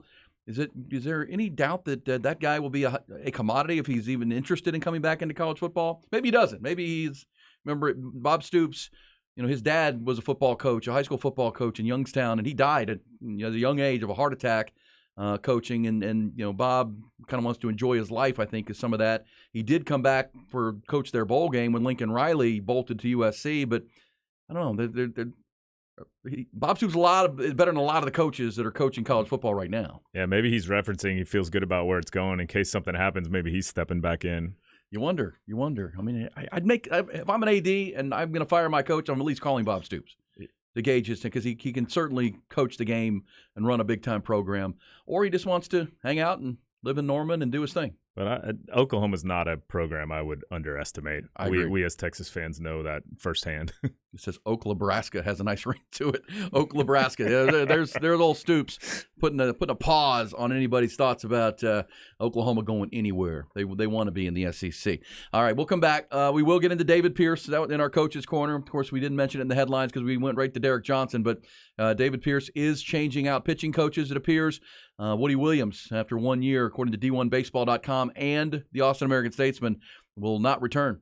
And we'll certainly talk about that coming up. Also, the hot or not topics and Gene Watson. First quick timeout. We're coming right back on a Friday. Coke Fest 2023 is almost here, and we're celebrating with a 4th of July ticket blowout. July 1st through midnight July 4th. 40% off 2 tickets, 50% off 4 tickets, and a whopping 60% off 6 tickets. Discount codes available on our socials and CokeFM.com. August 4th and 5th in Hutto, Texas, just outside Austin. 2 days, 12 bands, 1 talent-filled stage. John Party, Whiskey Myers, Riley Green, Sammy Kershaw, Colby Cooper, and much more. Details at CokeFest.com. Cedar Park Overhead Doors has an opening that you can help them close. Apply today at cedarparkgaragedoors.com. That's cedarparkgaragedoors.com. Here at Vanguard Volkswagen in North Austin, we treat every customer just like family. We will always be honest with our customers and totally transparent. Another great thing about Vanguard Volkswagen is we offer our customers a lifetime powertrain warranty. And when you come to Vanguard Volkswagen of North Austin, in addition to the peace of mind you get with our lifetime powertrain warranty, where you never have to worry about expensive repairs on your new Volkswagen again, choose from one of the largest selections in all of Central Texas, all with some of our biggest savings this year. So why buy anywhere else when you can buy with confidence and never have to worry about expensive repairs again? With Vanguard Volkswagen's lifetime powertrain warranty, you won't get from Toyota, Honda, Nissan, or even Mazda. For more, please visit VanguardVW.com or just come on by 6900 Burnett Road in North Austin. Well, the good news is the crash between Kyle and Butte on the northbound side of I-35 has pretty much been moved off the road. We still have some residual delays. Now we are kicking in with a few coming up from William Cannon to Stasty, then Riverside to Cesar Chavez. Southbound on the interstate, again, some Round Rock backups, not too bad, but from 290 to the decks, it is going to be a little bit slow. So we're not completely dry when it comes to these backups that we normally see this time of day, but it's a lot less than normal. That is for sure. And on the south side, Carl Road and Old Lockhart Road, a collision and an injury wreck just came in moments ago. This is going to be northbound on the frontage of Toll 130 at FM 685. I'm Don Miller, and that's your traffic. Like sports, business is about winning. Championship decisions are business decisions based on what it takes to help your company win. And that's why there's UBO Business Services, specializing in helping you win every day by streamlining workflow and allowing you to better communicate within your organization and with your customers. Make your championship decision with UBO Business Services. Visit them at ubeo.com. Great people, great service, endless possibilities. One of America's top golf destinations is at Horseshoe Bay Resort with the famed Texas Triangle of Slick, Apple, and Ramrock golf courses. Play Slick Rock's famous $1 million hole over 2 waterfalls. In pristine shape every day, the Slick Rock course plays along the shores of LBJ. Enjoy championship golf with scenic hill country terrain and panoramic vistas of Lake LBJ at Horseshoe Bay Resort's Slick Rock. Book the Robert Trent Jones Unlimited Golf Package now at hsbresort.com. Summer's insane. You need relief, and so does your plumbing. Especially your water heater. Hi, it's Rita from my friends at Hambone Plumbing. Well, you know, Rita, flushing and draining that water heater can save you tons of stress and money later on down the line. Amen. And Hambone can help. Plus plumbing repairs and service, new plumbing installations, water heaters, and water softeners. And coming soon, Hambone Plumbing is excited to announce Hambone Septic Pumping. Same great company now offering even more services. So call Hambone 512-388-7030, HambonePlumbing.com. License number M12470. It's time to warm up that scoreboard and get ready to bring home the win with Specs. Specs has you covered with lower prices on all your favorite fan fuel. From craft beer, rare spirits, and world-class wine to chips, dips, and gourmet finer foods. And with same-day delivery when you order online or through the app, Specs is your MVP for the biggest score of the game. At Specs, the fun starts here. Here's to you, shout. Cheers to saving. Well, Begin commercial now! Celebrate Independence Day in style with the City of Hutto's free 4th of July celebration Tuesday, July 4th at the Brushy Creek Amphitheater from 5 to 9:30. Enjoy great live music, delicious local food trucks, free kids activities, and of course, the biggest fireworks show in Hutto. Stay tuned for the live music lineup announcement. Bring your blankets and lawn chairs to the Brushy Creek Amphitheater for the 4th of July celebration. Visit HuttoTX.gov for more info, and we'll see you there. Steel Hyundai in Kyle is growing, and we need to clear out inventory during Steel's construction event. Our mess is your gain with over 100 new Hyundais discounted to move. Hurry in before construction ends and take $3,000 off our entire inventory of award-winning 2023 Santa Cruz pickups. All backed by America's best warranty with a 10-year, 100,000-mile limited powertrain warranty and owner assurance. Come get a real deal at Steel Hyundai in Kyle.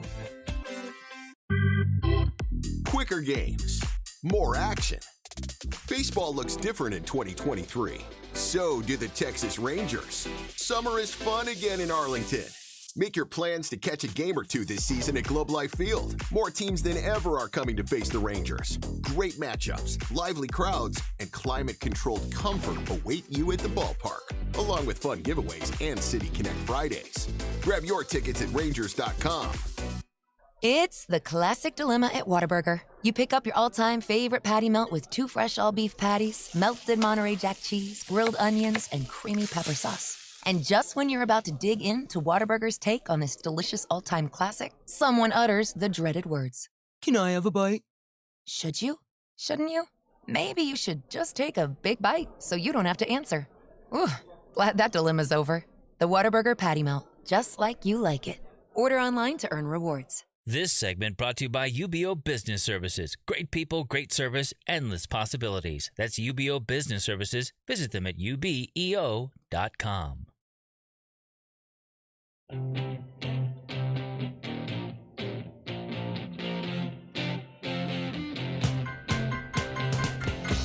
Appreciate Derek Johnson, a Longhorn legend, joining us, doing great work in our community. Inner city kids learning to keeping on the reading path with libraries. That's pretty cool. I was looking at some of the website pictures. It's pretty cool. They take the library and make it look like a place every kid would want to be, right? Big fat heads on the wall, and just, as he said, make it, not just this dull, sterile, scary library kind of thing with all these books, but make it an appealing place to hang out and be, and a place kids want to go. Pretty smart, pretty sharp, and I know you have been around Derek Johnson. That's an impressive guy. Yeah, he's great. I love what he's done and tied back to what his mom does into his charity. Yeah, what a great player, too. Derek Johnson with the Kansas City Chiefs and, of course, a lifetime Longhorn. We're going to talk to Gene Watson here in a moment. He's down in the Dominican Republic. We'll find out why, but he's also our go-to when it's time to talk some baseball. Speaking of it, we're talking about the growth of college baseball. How about ESPN is preparing to broadcast the MLB draft? And normally the MLB draft is kind of a afterthought it airs on the MLB network. And if you got to be a real seamhead to find it and watch it.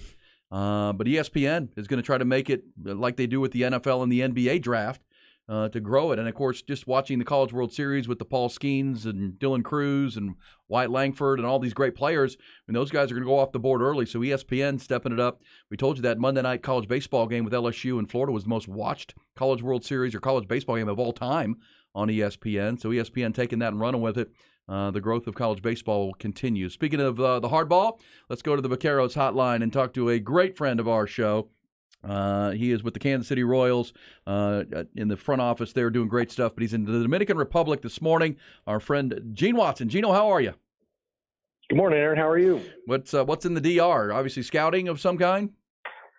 Yeah, this is the first year of a program we launched where we bring our entire professional scouting staff to the Dominican Republic, and we basically disperse each morning and hit the camps and watch games and gather as much info as you can. And it's been a really, really productive and amazing trip.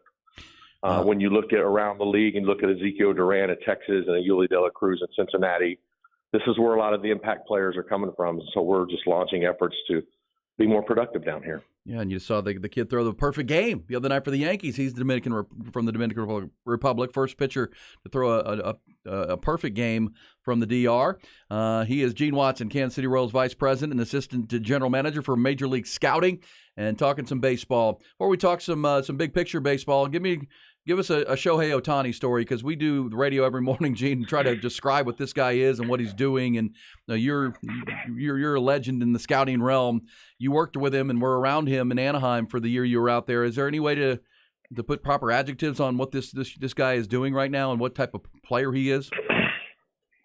Erin, there really isn't. I mean, I've never seen anything like it in my time in the game. It was such a blessing to be able to work with him for a year, and just the way he goes about his business, the pressure of having an entire country watch you every night, every time you step out of your car, hotel room, whatever it is, an entire country is watching you. And one of the things that we focused on when we got to LA was just do what you do, but be a part of the 26-man roster. And he was all about it. He's done an amazing job. And what people don't realize is he's a little practical joker. He likes to have fun with his teammates, and truly one of the greatest talents that I've ever seen in my time in the game. Yeah, maybe the best. When it's all said and done, we'll see. But he's only 28 years old, and as you point out accurately, I mean, he's got an entire country. I mean, he's got his own media throng that follows him, and LA's a big market for everybody, but at the same time, he's got his own country following his every move, and he's living up to it.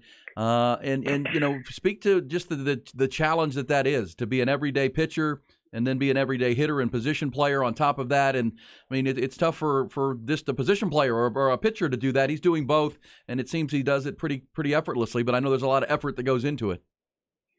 You're literally, your time is not of your own from the moment you wake up. I mean, I've heard great stories about Alex Rodriguez and Derek Jeter, and I was fortunate enough to work with Nolan Ryan for 4 years, and just the regimen that they have and the schedule that they keep, just to, your workout, your diet, everything that goes into one day. Think about doing that on both sides of the ball. And it's an incredibly daunting task as far as a work management, time management, and Epi, his translator and personal aide, does an amazing job of keeping him focused, keeping him, making sure he's being a part of the 26-man roster and interacting with his teammates, and just the media demands. It's unbelievable what he has to go through from a media standpoint. Now you couple in, you got a team that's fighting for a playoff spot, and he's arguably going to be the most sought after free agent in the game's history. So you're just adding a lot of more onto the plate that's already there for a guy that goes on both sides of the ball and is incredibly gifted on both sides. Gene, Gene Watson is with us. Is there any way to put a value on what he does? I mean, that's going to be the next step. And I think everybody that loves baseball hopes Shohei and the Angels make the playoffs so we can see him in some primetime October games. But he is a pending free agent. Is there any? I mean, how do you even put a value on what he does? I don't think you can. And the bigger part with free agency for me personally is it's not what they've been, it's what they're going to be for your team. And, he's 30 years old. He's got 5-6 good years. But there is going to come a time where, he does age, that the injuries may start to take a factor, and he's going to have to, pick one side of the ball more than the other as the contract moves forward. So I think as a team that's talking about spending $300, $400, $500 million on him, I think you can get wrapped up into the hype or the storyline of it all, and you're certainly going to do an amazing thing with your fan base and generating dollars for your fan base. But the on-field performance, I think you've really got to really examine not what he's been, but what he's going to be for your team for the next 5-6 years and how it fits into your roster present. Astros Rangers this weekend, Gene. Is it, it's rough to say as an Astros fan that a 4-game series in early July is a critical series, but it feels like it is for Houston. The Rangers, got the 4 starters at All-Star game announced yesterday. They've got a tremendous roster. Even with the Jacob deGrom injury, they seem like they're built to make a strong run this year. Astros just feel like they're trying to hold on here through some injuries and get Yordan Alvarez back in the lineup. This one, if the Astros don't play well this weekend in Arlington, they could be way behind coming in out of the 4th of July. Well, I don't think there's any panic in the organization. They're a half game out of the wild card, and you nailed it when you talk about the injuries. And the way the schedule is working this year, it's so unique in the fact that one team will go through a really 7 to 10 day stretch of a really brutal schedule, and another team will have a little lapse where they feel like, hey, if we can just beat the teams we're supposed to beat, we can gather some ground. But that also flips for each opponent. So the balanced schedule has been unbelievable. Sure. And I think it's created a lot of great storylines this year. But I don't think there's any, because, once you get in, if you're healthy in September, October, once you get in, it's anybody's guess. And they're so experienced and they've just been there so many times that I don't think there's any panic to it. I do believe Texas is one of the best offenses I've seen. I mean, when you're 7-hole hitters hitting over 300, that really speaks a lot to your offense. And they sent a message from day one in spring training that they are in it to win it. And they've got a great system, and I would look forward to them making some moves to improve the team. But right now you got 15 teams that are still in playoff contention. And some of those markets are in fan bases that, they haven't really had a lot of winning when you look at Cincinnati. And so I think that's going to affect the market and the way teams go about it at the trade deadline. But I think it's going to be a super second half for baseball. 483 runs already for the Texas Rangers, highest scoring team in baseball. And it's amazing how the pitching staff, they've allowed 326. The Astros 321. Astros have had the best pitching staff this year, even with the injuries. But Rangers, man, playing really well on both sides of the ball at 49 and 32. Bruce Bochy's been a great leader for that locker room. And you mentioned it, their farm system, because they brought in so many players from the outside, Gene, pitching staff, Seager and Simeon, and, making those trades for Jonah Heim. There's been kind of a cap on their minor leagues, a ceiling for players, which means they've got some really top prospects if they need to go make some moves to fill some holes here. How active do you think they will be? How active of a July do you think we're going to have up to the trade deadline at the end of the month? I think we're going to have a very active deadline. I think it's going to be one of the more active deadlines we've had in a while, but I think what it's going to be is need-based with very talented players. I think there's going to be some situations where, hey, we've got pitching and you've got offense. Let's flip some players. That way I think there will be bad money deals where organizations attach a bad contract to it and maybe pay a little more in prospect to give themselves some flexibility in trading for a rental and then locking that rental up. But you nailed it. I mean, the Rangers system, when you talk about Owen White, Jack Leiter, Takoa Roby, Kamar Rocker, Cole Winn, Evan Carter, I mean, they've Acuna, who's in Frisco, they've really got a tremendous system and a chance to really do a lot of damage, not only in 2023, but for years to come. Yeah, and they also have the 4th pick in that amateur draft we were talking about coming up July the 11th. They're going to have a top 5 selection there as well to add another top prospect and piece to what they're doing on the farm. Somebody asked about the Atlanta Braves, Gene. Do you think, when you're talking about teams that are in it to win it, how active do you think they will be in this month? And look at the Cincinnati Reds over there doing unbelievable things. It's great to get that city and that market back invested because that's as fun a young team as we've seen come along in a while. The interesting thing is in talking to clubs, the one thing that everybody needs is starting pitching, and not necessarily that high impact guy like a Marcus Stroman or a Lance Lynn, but somebody to get you in, somebody to just chew up innings, because there's been so many injuries at the major league level this year that teams are really scrambling for length. I mean, you ultimately want 6 starters to give you 1,000 innings over the course of 162 games. And there have been so many injuries at the major league level that if you don't have those innings coming from your system, it can be very paralyzing. And as we move into July and August and September, the volume of number of arms that can just give you length 4, 5, 6 inning games decreases. And so I think a lot of teams are getting out in front right now, trying to find those starters that might be able to just get you there because we have the team once we get in to have a chance to win. So it's going to be interesting with the supply and demand aspect of starting pitching around the league. I think you're going to have teams calling other teams and saying, hey, would you move this guy? And there'll be guys that the organization didn't necessarily plan on trading, but the return that they can get back for the future of the organization is just too much to pass by. So look for some interesting trades to be coming up on teams, those teams that are like 4 and 5 games out of the wild card that have a good starter with a little bit of control, and maybe they can impact their organization with a bigger deal in July. Always the best. He is Gene Watson, Kansas City Royals Vice President, Assistant General Manager for Scouting. Is also been honored with the Legends in Scouting Award, which rightful for all the work he's done over 25, 30 years in the ball game. Gene, appreciate it as always. I know you're busy down there in the Dominican Republic doing some scouting. Thanks for taking some time this morning to preview the weekend and talk some baseball. All right, Aaron. Thanks a lot. Talk to you soon. Bye-bye. There's Gene Watson, always available to us. That's good stuff right there. Yeah, he's great. That's the guy who's on the phone right now in front offices and knowing what's coming. His team's in last place, but they'll get back because after they won 2 World Series with Gene being there, they kind of tore down that Royals team, and now they're trying to rebuild it in Kansas City. But Shohei Ohtani, you forget about that, Nick, the media stress he has because he's got an entire Japanese media throng that follows him wherever they go, and certainly you're following the Angels, but you're also specifically him. Yeah, his life must just be nonstop. I think about off the ball. He's so busy on the ball, like practicing and staying in form, and then having to deal with that off the ball. It's just it seems like it never stops for him. All right, coming up, we'll hit the hot or not topics. Ty, who had a nice night at the Deep Eddy Cabaret last night, we'll get some updates on that. Also, it looks like, what is it, Ocean Gate? Looks like they need to update their website. Might want to do that. We'll also, after the top of the hour, reset our headlines, get into this Woody Williams, David Pierce conversation. Also, we'll hear from Greg Sankey, the commissioner of the Southeastern Conference, on the state of the SEC, with Texas and Oklahoma joining. Also, the state of college athletics in general. That's coming all on a busy Friday here on B&E. On the northbound side of I-35, again through Hayes County, the crash reported between Kyle and Buda is done. We still have some residual delays and a few of those usual delays that we have this time of day. I put that in quotes because it is lighter than normal on this Friday before a long holiday weekend.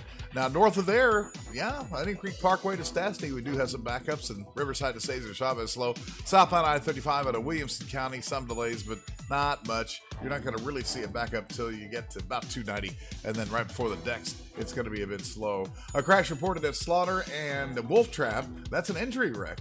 And here's one also northbound on Toll 130. This is going to be right there at FM 685. I'm Don Miller, and that's your traffic.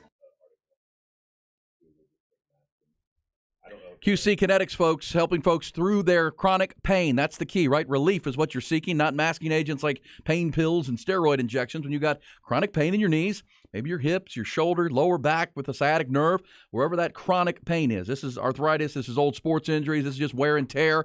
And you kind of resign yourself at some level that this is how it's going to be.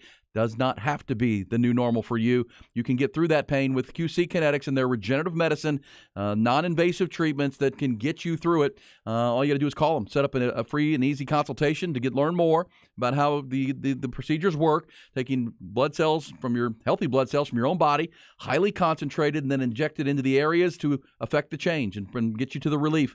Rebuilding some tissue, the healing that you need to get you there. Your body will heal itself, but you have to make it, essentially, and that's what they do for you to get through the pain. But man, the success stories and the testimonials are across the board. So many folks in Central Texas and across the country getting finally the relief that they've been seeking without undergoing long-term surgeries and what goes on there. All you have to do is call them 593-4303 at QC Kinetics. That's 512-593-4303. They've got a location in Austin and in Round Rock. It's a simple phone call, 593-4303 at QC Kinetics. If the price you see is the price you want to pay, come see Henna Chevrolet. I went to sign the papers for a new Tahoe and saw the price jumped almost $4,000. I thought it was a typo, but turns out it's for overpriced add-ons like tint and floor mats. So I called Henna, got a price, brought a check, and left with a Tahoe. For a lower price made clear, find new roads at HennaChevyAustin.com.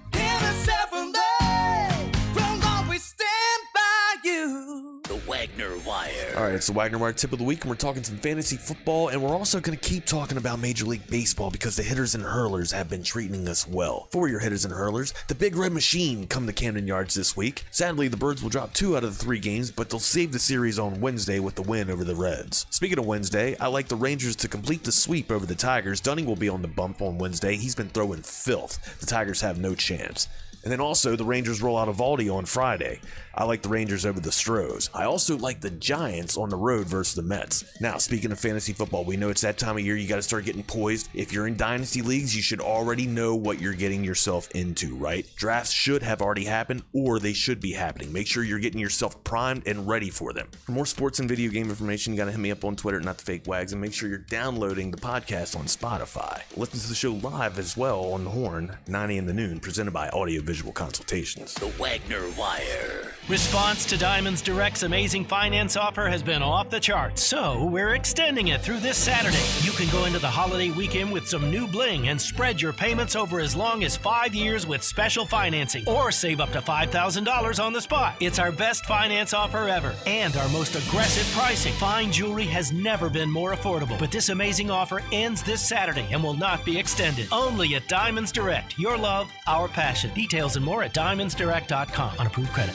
Seeking specialized patient-focused orthopedic care? Contact the experts at Texas Orthopedics. Our physicians offer comprehensive surgical and non-surgical orthopedic care for children and adults, spine care, sports medicine, trauma care, joint replacement, rheumatology, and more. Whether it's a mobility or movement issue or a traumatic injury, our goal is to get you back to good health and quality of life. Visit us at txortho.com to learn more and to schedule an appointment. Texas Orthopedics, the largest independent orthopedic practice in Central Texas. Greg White for Divided Sky Roofing and Solar. We're about to get into our hottest season. We all know that's when higher power bills start arriving. Be prepared and save money this summer with a new Timberline solar shingle roof. Or maybe you already have a solar system but no backup battery. Well, then you're wasting money. With a backup battery, you're able to use all of the power you make instead of giving it back to the power company. Trust your roofing and solar needs to the experts at Divided Sky Roofing and Solar. DividedSkyAustin.com, 512-995-ROOF, TEC license number 37397. What's Hot, What's Not is brought to you by Texas Orthopedics, the largest independent orthopedic practice in Central Texas. Visit us at txortho.com to learn more and to schedule an appointment. The Horns text line is brought to you by Specs, a Texas-sized selection of wines, spirits, finer foods, and specialty beers. Cheers to savings.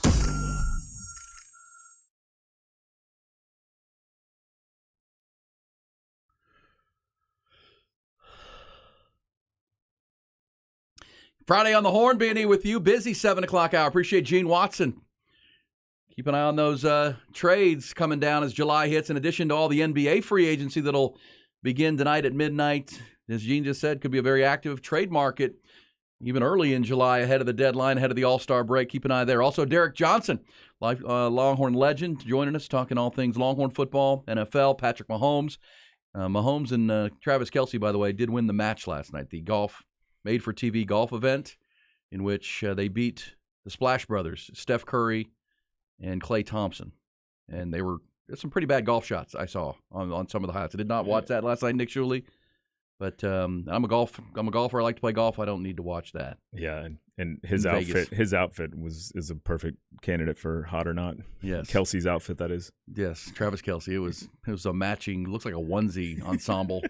But can you play this, Ty? This is Charles Barkley making a special announcement last night, which I thought was really cool. The highlight of the night, I guess, because outside of Mahomes and Kelce winning again, after their Super Bowl championship back in February, here was Charles Barkley breaking some news to Ernie Johnson. Hey guys, can I say something, Ernie? I think you already are. Okay.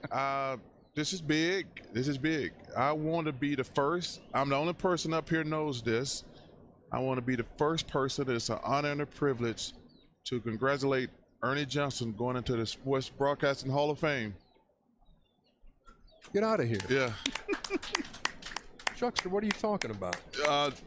They told me, and they said, would you do this? I said, it'd be an honor. It's an honor and a privilege to tell you, Ernie Johnson, congratulations, brother. Yeah. Man, that is awesome. Thank you so much. And you know what? I'm taking the rest of the day off. Thank you, guys. And whoever is responsible for that, whoever votes on that, I am humbled beyond words. So thank you so much. Means the world to me. I've been at this for 34 years at the same place. Been over 40 years in broadcasting, and I'm stunned. So thank you so much. I appreciate that very much. Pretty cool. So going into the Broadcasting Hall of Fame, and rightfully so, one of the best, one of the more humble guys out there, does a great job navigating that circus on the NBA pre- and post-game show with Shaq and Barkley and Kenny the Jet. Also on the broadcasting side, J.J. Watt, the greatest Houston Texan ever. It was announced yesterday he's going to be working with CBS Sports with a studio gig, doing some broadcasting. So done with football, J.J. on his way to the Hall of Fame, now going to be working for CBS. I think he'll do a pretty good job. Yeah, he's great. He'll do a good job. I don't know. He's a little Jason Whitney to me. Jason Whitney? Yeah, that's fair. He's got more personality than Witten did. He does. Same kind. I agree personality, with that though. too. Well, you got to have some personality when you get into it. I agree He's with pretty both white. of you. He's pretty white. Well, he's pretty damn good, by the way. At football. We'll see if he's good at broadcast. We'll see. And, of course, you're a Dallas homer, so you hate all things Houston. I know that. He's a good guy. I know that. He's a bit corny, in my opinion. Real quick, you brought this to my attention. Ocean Gate with the submersible implosion cost 5 people their lives. It turns out on their website, you can still book future voyages to the Titanic wreckage. They might want to update that, right? I mean, yeah, I'm sure there's not a rush. In the story I read, it said they were grieved. The employees are grieving still. So that's fair. Even though that would take probably the site down. But yeah, I would just take that site down. Yikes! Yeah, it said there are two expeditions with I believe 8 spots available on each expedition. So if you're a gambling person, that might be a fun one. Do they have a backup? Yeah, that's a hard no. I'm out. I'm out. I don't think the one that they used last time is well, and we said this earlier in the week, Nick, but the show Mythbusters apparently did an episode in 2009 that actually enacted what an implosion of that magnitude would have been on a human body. They actually made a fake person out of pig parts and submersed it and blew it. Imploded it, and just to put it on camera, what would actually happen to the human body. And now there's it's gone viral. Everybody wants to go back and watch this episode from 15 years ago. I have no interest in seeing it. I can imagine. None of what you just said interests me at all. No interest at all to see it. I mean, I grew up as a kid watching these videotapes Ty called Faces of Death. Do you ever remember these? Oh my these gosh. videos and people Is that the thing you had to watch during driver's ed? No. No, that was I didn't show these in schools. These were like bootlegs. That was red concrete, I think. Every once in a while you could find a Blockbuster that would rent them or something. But yeah, they were just VCR. Or you put them in your VCR and they're like horrible, gruesome deaths. And I know you can do that now online, and you can just watch it digitally and watch it on YouTube or whatever. Yeah, but I don't need to see that. There's not something I need to see. Somebody who's my age will remind me about the Faces of Death series. Oh man. Yeah, no thanks. Yeah, my buddies would get together and say, I got one. My brother gave me the tape. Come over and watch it. I'm like, I'm out. I don't need to watch that at all. So yes, not hot on that. My childhood was full of more grosser videos than anything else. Oh, you the gross ones? Yeah. I'm down. Also hot on the I don't new. know if you would be. I am hot on the new Indiana Jones coming out tonight. In theaters today, as they say. It is Indiana Jones and the Dial of Destiny. 80-year-old Harrison Ford is back as Indy. Dr. Jones. I'm in. Are you going to the premiere tonight? No. I might go see it this weekend, honestly, maybe. if I got some downtime. Maybe. I guess we are off for a few days. I'll be pretty bored. What do you have for us on Hot or Not there, T.Y.? A little update on the Elon Musk Zuckerberg situation. Ooh, fight of the century. The Minister of Culture in Italy has offered for the fight to take place in the Colosseum. The Roman Colosseum? Yes. Isn't it in ruins? No. Is it set up to fight? Paul McCartney performed there in 2003. Did he really? Yeah. Man, I feel like I was there last year, and it did not look tourism ready. I don't know. I mean, I've never been. So Zuckerberg. Zuckerberg, this is a global event, right? Elon Musk, Mark Zuckerberg, these are global figures. Doesn't have to be in the United States. Roman Colosseum. Take it to a different level. That'd be awesome. I think it'd be pretty cool. Like the gladiators. Yeah. Except not. Except not. It's not Maximus. You know what I'm saying? The Titans of Tech. The Titans of Tech. All right. Yeah, Indiana Jones coming out tonight. I was, 8 or 9 years old when the first one came out, and it was one of those movies that kind of stopped time for me. I was like, oh, man. I thought I was a Star Wars freak. I thought I really liked Han Solo and Harrison Ford's role of that. Man, I was sold on Dr. Jones. Yeah, all in. All in. Of course, everybody wanted a bullwhip then. We had to get their bullwhip. We'll be back. B&E on the Horn. The Wagner Wire. Every Sunday morning from 9 a.m. to noon, you're invited to a party on the Horn with Wags. It's the Wagner Wire, the #1 fantasy sports show in all the land and the ultimate party. I break down the latest in fantasy trends and all the top stories in sports. Whether it's season-long fantasy leagues or daily fantasy leagues, the Wagner Wire has you covered. You'll probably hear me geek out about video games and pop culture references too. Remember, There are no breaks in fantasy sports. The Wagner Wire, 9 a.m. to noon on the Horn. Stop putting off LASIK. Sharp Vision Modern LASIK is now offering LASIK starting at $4.95 per eye and guaranteed financing approval. Call 512-596-2020 or go online to schedule your free consultation today. Sharp Vision Modern LASIK, official LASIK provider of Austin FC. Well, we do have those delays on northbound I-35 from Kyle to Buda. The crash that was there earlier has cleared, but traffic has certainly caught up with itself. We do have stop and go coming up from Onion Creek to Stastny, Riverside to Cesar Chavez. I was kind of surprised by that. I thought we wouldn't have hardly any at all this morning, but we've got them. 290 to the next, southbound slow on the interstate.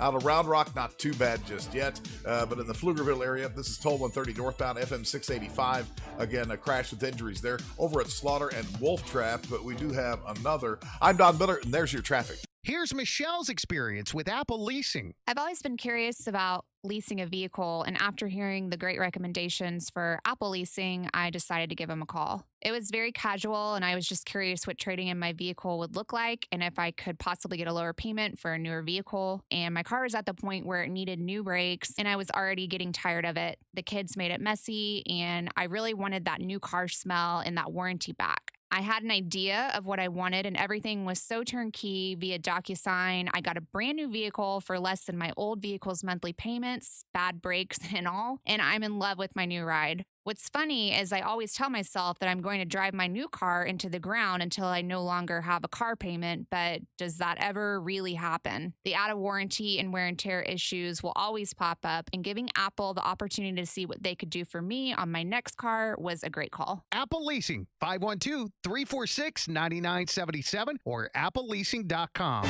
Anytime we get together, we never know if it's gonna be the time that will make the memory that we never forget. Dave Chappelle, live in concert, July 14th, sold out. Due to popular demand, second show added, Saturday, July 15th, Moody Center. On sale now at Ticketmaster.com. Subscribe to Chappelle's podcast, The Midnight Miracle on Luminary, to get info and special ticket access to select venues. Oh, summer's insane. You need relief, and so does your plumbing. Especially your water heater. Hi, it's Rita from my friends at Hambone Plumbing. Well, you know, Rita, flushing and draining that water heater can save you tons of stress and money later on down the line. Amen. And Hambone can help. Plus plumbing repairs and service, new plumbing installations, water heaters, and water softeners. And coming soon, Hambone Plumbing is excited to announce Hambone Septic Pumping. Same great company now offering even more services. So call Hambone 512-388-7030, HambonePlumbing.com. License number M12470. It's time to warm up that scoreboard and get ready to bring home the win with Specs.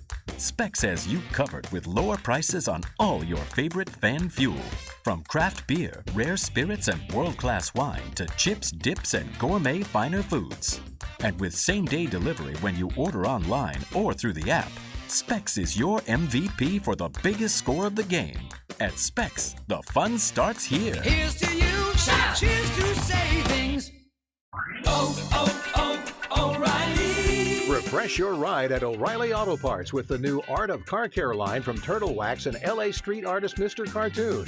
Whether it's a detailer to give your paint that extra shine or wheel and tire products to keep them spinning in style. Plus, get 2 times O-Rewards points. Get Turtle Wax and Mr. Cartoon's The Art of Car Care exclusively at O'Reilly Auto Parts.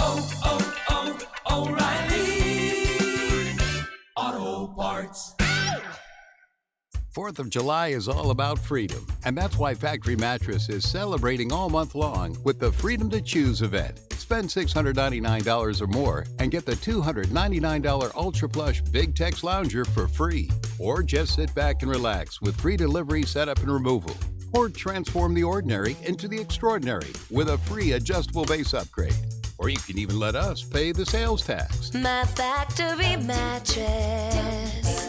Hurry in for buy one, get one free on select mattresses. And give your guests a great night's sleep, too. Plus, take 50% off Tempur-Pedic floor model closeouts. For no taxes, buy one, get one specials. Huge Tempur savings, adjustable base upgrades, or free delivery. Make the choice to save during the Freedom to Choose event. Going on now at Factory Mattress, where we have sleep down to a science. My Factory Mattress. from the UBO Business Services Studios.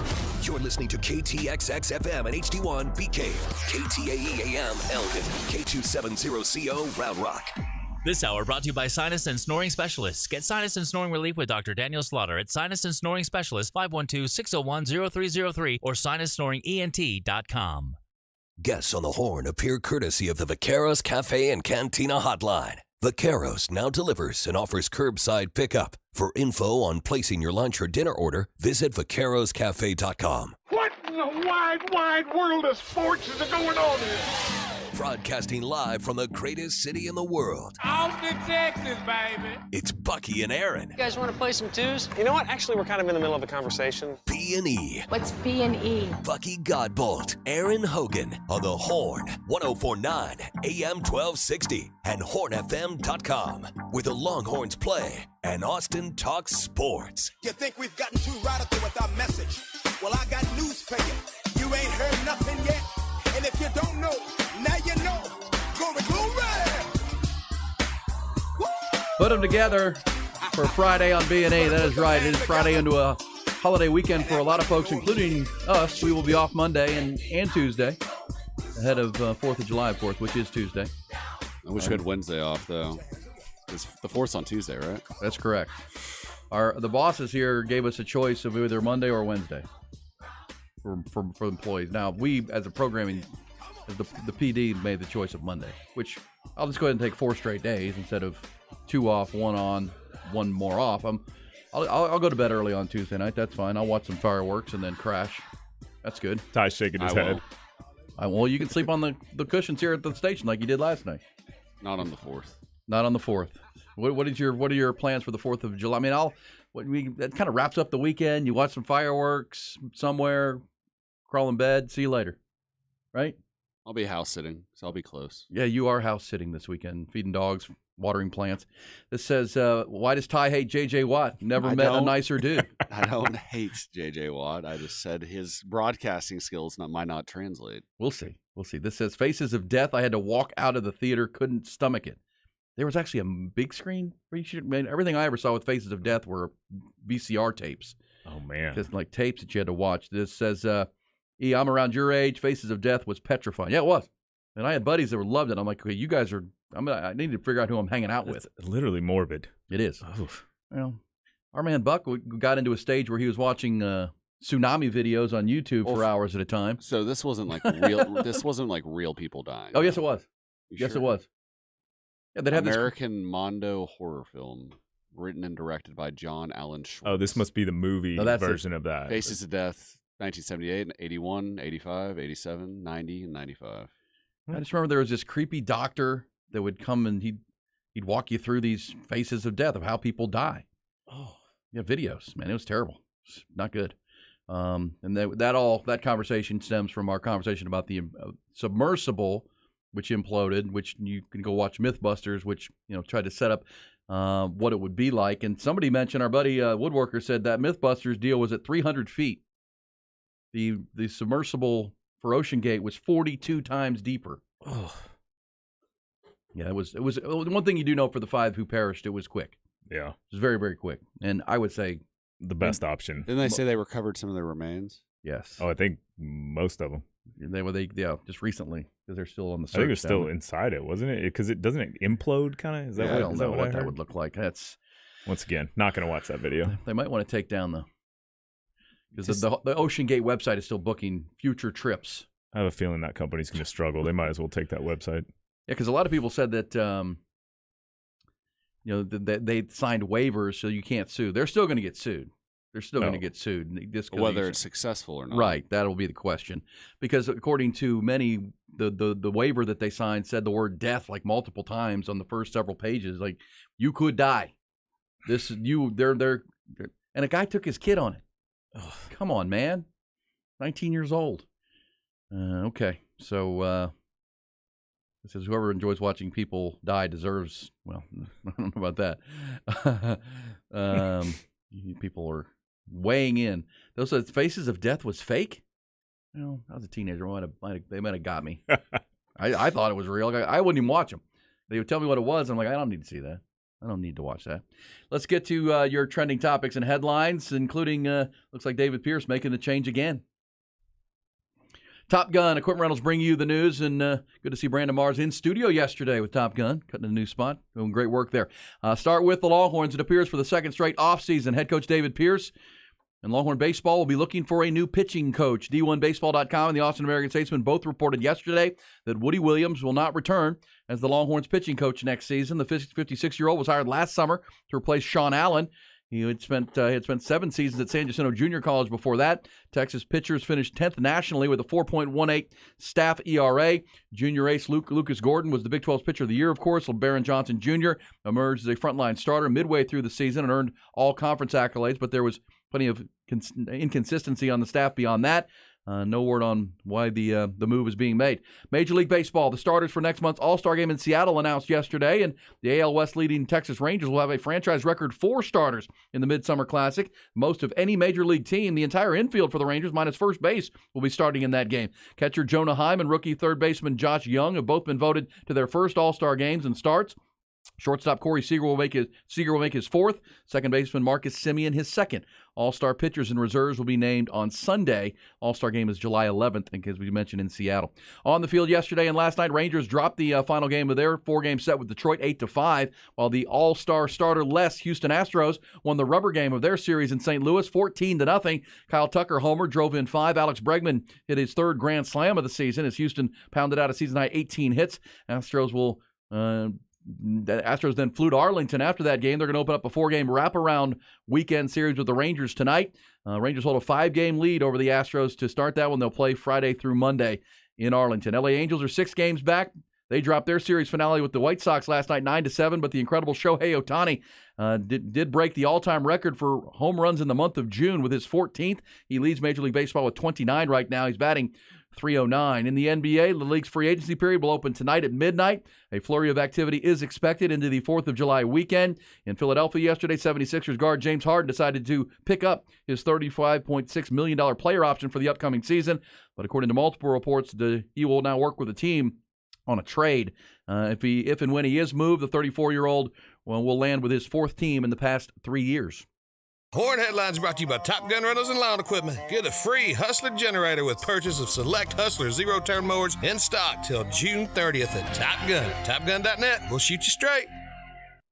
It says they're booking trips to the Titanic remains half off. Half off in case it's one way. We're being morbid now. Big summer blowout.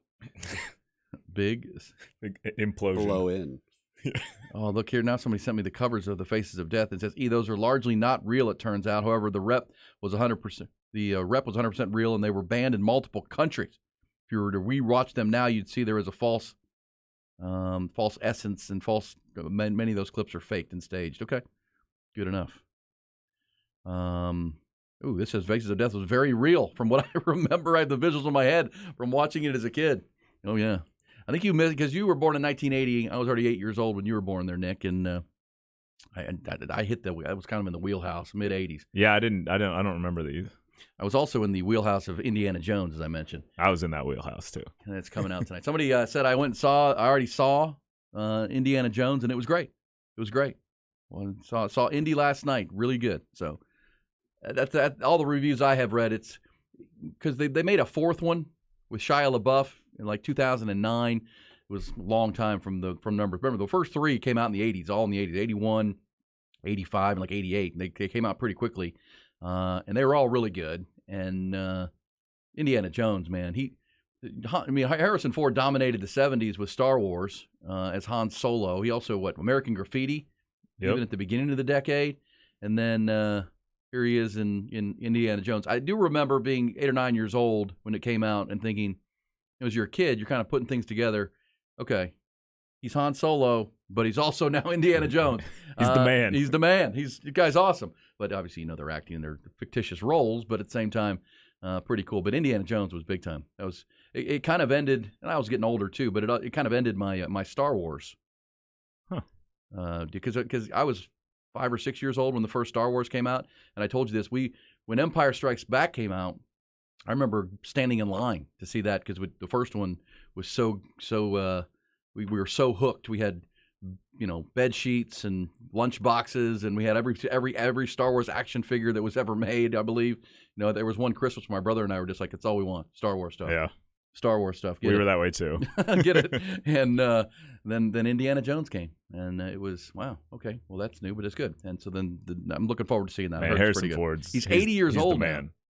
Did you watch Shrinking on Apple? We watched a couple of those episodes. We haven't gone back to it yet, but it was good. He's fantastic in it. He plays himself as always, just kind of curmudgeon-y, grumpy. Yeah. He's very good at that role, obviously. Yeah. And he's 80 years old, so and he's survived like 3 plane crashes. So anybody that can do that, doesn't he keep crashing his own plane? Couple, yeah, but he survives. Maybe he is a superhero. Hey, I don't know. I mean, somebody can give me the research on that. How many plane crashes Harrison Ford has survived? But it's a good number. It's a good number. You want to survive all of them. Yes, you do. That's absolutely right. Okay, so a lot of people asking about the Woody Williams decision. And I'll be honest with you, I haven't gotten a lot of intel on this. I did text Ty Harrington yesterday when I saw the news and saw the report from Kendall Rogers at D1 Baseball that the Texas and Woody Williams were parting ways. Ty said he had heard about it, but didn't have much intel. So, it's one of those things we just don't know. Was this Woody Williams that didn't want to return for another season? Was it David Pierce who wanted to make a change? Is there somebody that David Pierce is eyeing that he thinks would even be an upgrade here that maybe he couldn't get last offseason? And, those are all factors here that we don't know. But in the end, it's another change. And the Longhorns have already added, 3 or 4 commitments through the portal. Pitcher from Baylor, pitcher from Duke. A left-handed pitcher from Duke has already committed to Texas. I think there's 3 or 4 pitchers that have already committed to Texas for next season through that portal. Again, I don't know how this Woody Williams news, which has not been made official by the school, just been reported by Kendall Rogers and then confirmed by the Austin American-Statesman. It's one of those things, did these recruits know about that? Maybe they did. Well, and I wonder how it affects the returning guys, too, or the possible returning guys. I know Lucas and I think LeBaron are up for the draft. I wonder how that impacts them. Yeah, I mean, it's the draft is coming up too. So the draft is coming up the All-Star weekend, and I give baseball credit. They're now combining their amateur draft with the All-Star break, which is pretty cool. Like the All-Star game is on a Tuesday night, but the draft itself will be Sunday night, Monday night, and then by Tuesday they'll focus solely on the All-Star game. I believe that's how that's going to play out for Major League Baseball. And we told you earlier that it's being reported that ESPN plans to carry the amateur draft for the first time. It's always been on MLB Network, and there was little interest in the MLB draft. But ESPN trying to strike while it's hot here, that there's all these top picks that everybody just watched at the College World Series who are going to go off the board early. A lot of times when the amateur draft is on, you don't know any of the picks. You're like, oh, who's this high school kid? Who's this guy? This year. And maybe, and as we talked about the growth of college baseball because Major League Baseball shrunk their draft in half down to 20 rounds, there are going to be more high school players going to college and more developing in college. Plus, with the NIL opportunities that you have now in college baseball, you're going to see more and more star players staying and playing in college instead of trying to make their way through the minor leagues because they can get an education and make money and play for great coaches. So ESPN, I think, sees that coming. And, much like people tune in for the NBA draft and certainly the NFL draft, one of the things that made the NFL draft so popular, it's the confluence of college and pro football. So these are college stars that you've gotten to know, and where are they going to go and where are they going to be drafted? Who's your favorite team going to play? You could see a time starting this year that baseball's a lot like that, Nick, that these guys. Yeah. And that they're getting drafted high in drafts. And, look, I think there's a part of Major League Baseball that's looking at this saying, yeah, instead, we've shrunk down our minor league system. We've cut our draft in half. We'll let you, the schools, develop these players, market these players, and they can go to school and they can make some NIL dollars. And then when they're, it almost protects Major League Baseball teams from themselves, from taking an 18-year-old kid that's just not ready and it isn't what he appears to be in high school. That they're going to get vetted through the college ranks, and then we'll wait till they're 21. And have played for some really good coaches, and then we'll decide where we want to draft them. I think that's all part of this, but I think it spells, a boom time coming from college baseball. Yeah, and I think we as Texas fans need to pay attention. We've got a lot of guys. It's it's not like last year where I think we have a bunch of high round projections. So I think it could, there's going to be a lot of decisions for guys like Lucas and LeBaron and Dylan. Dylan Campbell and a lot of those guys. So it's going to greatly affect our team next year and how it looks, and Tanner Witt too, and all those guys. The projections I've seen, actually, David Pierce even talked to Kirk Bowles of the Statesman about this recently, that he kind of the program kind of projects that LeBaron Johnson Jr. probably in the third round, in that range, maybe Lucas Gordon, maybe Dylan Campbell in the sixth, maybe fifth, sixth round kind of thing. But you're right. I mean, those guys are watching what's going on here, and these top players that start out, they're going to go 1, 2, 3, 4, 5 in this draft. You come back. If you're a sixth round pick and ninth round pick, and in that realm, you have a decision to make. But you can come back and try to get this team to Omaha. And if there was a chance where Lucas Gordon and LBJ and Dylan Campbell were to return to Texas, wow! I mean, that's the foundation of one heck of a team with Jalen Flores and Jared Thomas and those young pieces that are in place. I mean, that's what you're talking about, and that's what LSU had, right? LSU had the best player in college baseball. They added the best pitcher in college baseball through the portal, and they added another their leading home run hitter they brought in from NC State, Tyler White, and that's how you win a national championship. You bring in great players, and that's what LSU did. So obviously we'll have to wait and see. But if you're David Pierce, you can't count on it, right? The draft's not for another 10, 11 days. You're going to have to wait and see, and then they're going to have to make a decision from there. You just have to keep doing your thing. This says, I played college ball with Woody Williams. He was always a bit of a hothead. I'm guessing he and DP didn't mesh well. Well, I mean, look, that's part of it too. I mean, David Pierce hired Woody Williams, and this was their first year working together. Maybe it didn't work, right? Maybe it's just, okay, you know what? And I'll give credit. If it's not the right fix, it's you guys spend a lot of time together.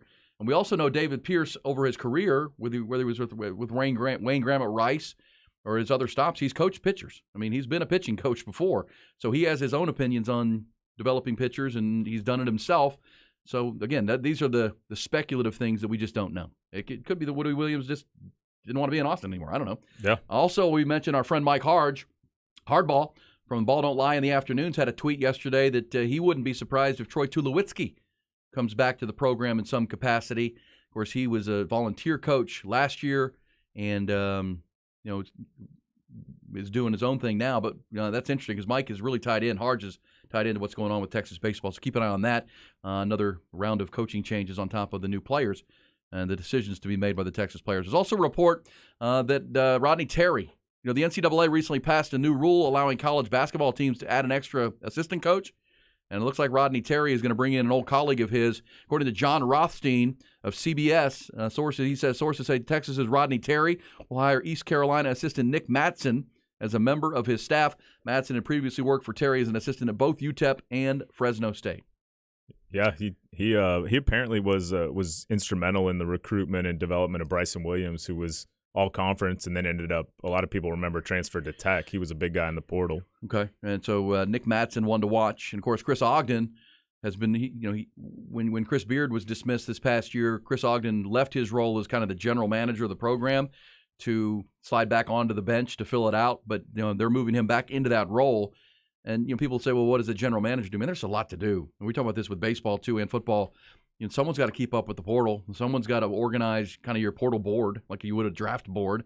And you got to recruit. You got a portal. You got to recruit your own players. I mean, there's a lot to be done. And a role like that with Chris Ogden, who you know very well. I mean, that's an important role right now in college basketball. Is you're going to be essentially rebuilding and re-recruiting your roster on a yearly basis. Yeah, I don't think people understand, and I think they underestimate how much Augie does and how good he is at what he does. I've known him since he was a player at Texas, but he handles, you name it, he oversees it, he's in charge of it, everything from all how the team looks to all the things you said, and plus having a accomplished head coach in that position too. It's never a bad thing to have another really good brain in that room, and we're lucky to have Augie. He's awesome. Yeah, Chris Ogden, of course, played at Texas for Rick Barnes and was the head coach at UT Arlington when he decided to come back and take this role with then Chris Beard. But now with Rodney Terry, so we know that Frank Haith was brought back to bring a guy with a lot of head coaching experience for Rodney Terry. I think that's a good move. Of course, Frank was with Rick Barnes and then had really successful stints at Missouri and Miami as a head coach. So, if you're Rodney Terry and you're taking over this program, on a full-time basis, you have someone like Frank next to you who you coached with before. Now Nick Matson, who you coached with before. There's you want that continuity. And Steve McClain, of course, the former coach at Illinois, Chicago, and Wyoming, also on a very experienced coaching staff. And they built the roster out. I mean, and they're not done.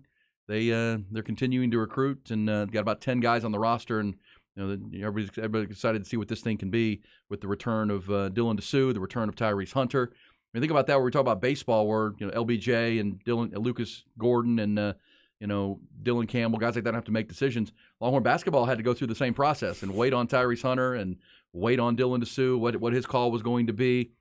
Dylan Mitchell, too. Dylan Mitchell returning, which was big. I mean, those three guys coming back all of a sudden gives you a lot of optimism, added with the portal players you brought in and the other recruits. I mean, this is now you got some experience to build around in the Texas basketball program. Yeah, I like where they're headed. I think they're still gonna, I'm pretty sure their roster is not fully rounded out, but they got a huge commitment pickup in Chris Johnson. I mean, he was one of Kansas's biggest recruits. He kind of almost did a swap with him and Arterio. So I like how this team's looking. You got a lot of experience coming back, and it's gonna be fun to watch. Agreed. And they of course, the big name is Max Asmus, the kid from Oral Roberts, Conference Player of the Year twice, and I've already seen some video of him working out down at UT. He is slick, man. He is people are going to really like this guy. He is a creative shot maker, quick release. He for his career in 4 years at Oral Roberts, shot over 40% from three-point land. He's a 90% foul shooter. He's just a great shooter. It's got that real quick release. He's not the biggest guy, but, man, is he smooth with the ball. He can play, run the point, or he can play off guard if he needs to. He and Tyrese Hunter are going to be interesting. Longhorn fans are hoping in his junior year that Tyrese, really takes a step forward. And I think Tyrese is going to benefit from getting in and meeting with the NBA people and finding out what they think of his game and what he needs to work on. We saw how much that helped Marcus Carr, right? Marcus Carr came back and had a great final season. Tyrese Hunter has that same opportunity now. And getting Dylan Mitchell back on top of Caden Shedrick, the Virginia transfer, the big man, this is going to be an athletic and pretty big front line for Texas on top of what they have in the backcourt. That's the right way to describe it. I think they're going to be more athletic this year, which is awesome to think about. And Royale calls Max Asmus, he just calls him a bucket. He said that kid he's a bucket every single time. A bucket, I like it. Yeah, Royale Ivey, your former roommate back in the day. And now, I didn't know this till you told me. Royale's now on the staff of the Houston Rockets. Yeah. I didn't know he moved. Yeah, Udoka brought him in on this new staff, and he's excited to get back almost to Austin. He's so close. But. Royale Ivey, a guy, we're not hoping anything but the best for Rodney Terry, but at some point you could see Royale Ivey as a coach of his alma mater down the road. I mean, that would be, and that's kind of where Royale's working towards, right? Yeah, well, I think he's working more on an NBA trajectory, but yeah, right? I think who knows what happens. I mean, obviously Rodney. I think Rodney's going to do really well, but it'd be awesome one day to see him pass the torch over to Roy, because Roy's Texas through and through. Texas believed in him, and he believed in Texas. Yeah, one of Rick Barnes' favorite all-time players for sure. All right, well, we'll come back and pick up these conversations. We are going to hear from Greg Sankey coming up. Greg Sankey is the commissioner of the Southeastern Conference. He had a sit-down with Fox's Joel Klatt. Pretty wide-ranging conversation. Good stuff on Texas and Oklahoma joining the conference. Should they do an 8 or a 9-game schedule? Obviously, the feud between Nick Saban and Jimbo Fisher of last year and where the SEC stands right now. Pretty good stuff coming up with Greg Sankey, the state of college athletics. Also, Craig Way with his report and your blitz before the end of the hour on a busy Friday. Do you love the shows, but they never seem to get around to your question or comment? Just tweet us your questions, comments, and concerns. If yours is chosen, we'll make your favorite host answer in a video so you can see and hear the responses. Tweet at @TheHornATX with a hashtag QCC. We'll even say your Twitter handle and get you a couple new followers. Questions, comments, and concerns on the Horn Twitter and YouTube page. Subscribe and follow youtube.com/The Horn Austin. Bud Light, folks, makes the good times great, the great times unforgettable every single time. And that's what Bud Light's all about. Only 4 great ingredients, brewed right here deep in the heart by Texans, for Texans, and dang proud of it. Those 4 simple ingredients is what gives you that crisp flavor. The colder the better on these blazing hot summer days in Austin, Texas. We know Bud Light is the official domestic beer partner of your Texas Longhorns, the Texas X's, and that Texas OU game, but also the official beer of good times in the summertime in Austin, Texas. And plenty coming this weekend through the 4th of July weekend. Whether you're getting to the coast, maybe getting out to the lake, cake, you're going to go see some fireworks, whatever you're doing, do it safely, do it smart, but do it with the ice-cold Bud Lights. Get those Coke Fest tickets as well, Koke Fest. They're having a big blowout, a ticket blowout this weekend starting today, or tomorrow, I should say, through the 4th of July. Make sure you go to kokefest.com and get your details there. That'll be a great Bud Light opportunity. And anytime you're consuming the icy cold Bud Lights, please be safe. Please be smart. Our friends at Brown Distributing always encourage you, decide to ride. Make a plan. You can't drive home intoxicated if you didn't drive to the event. Get a designated driver. Take a ride-share service. Just have a plan if you plan on enjoying the Bud Lights this weekend. I want to see you safe back here on Wednesday. The icy cold Bud Lights, folks, brewed deep in the heart by Texans for Texans, and dang proud of it. It's going to be in the Mustang Ridge area, northbound Toll 130, north of Highway 21. We got a backup there. A little suspicious of this. Could be a crash, so just watch out through there. Northbound I-35, Kyle to Buda. Yes, we still have that slow traffic. And north of there, Onion Creek to Stastny, Riverside to Cesar Chavez. That's going to be slow. 183 heading toward I-35 on the westbound side. Anderson to the interstate is backed up as well. Out of Georgetown, some delays toward Interspace Cavern southbound on the interstate, but that's going to be about it. Folks, as far as any of the other major thoroughfares, just a lot of clean and green here. Ridgeline at Lakeline, though, that intersection compromised because of a crash. And the access of I-35 northbound at Slaughter, you'll find a wreck there too. That's your traffic. When it comes to selling your car, the easy money is at Henna Chevrolet. I was getting my car appraised at CarMax when I saw Henna's giant billboard offering $500 more than CarMax and thought, why not? It's a 10-minute drive. Now I've got an extra $500 in my pocket thanks to Henna. Just present your written appraisal offer within 7 days and you'll get $500 more, guaranteed. Come get your money at HennaChevyAustin.com. Find new roads.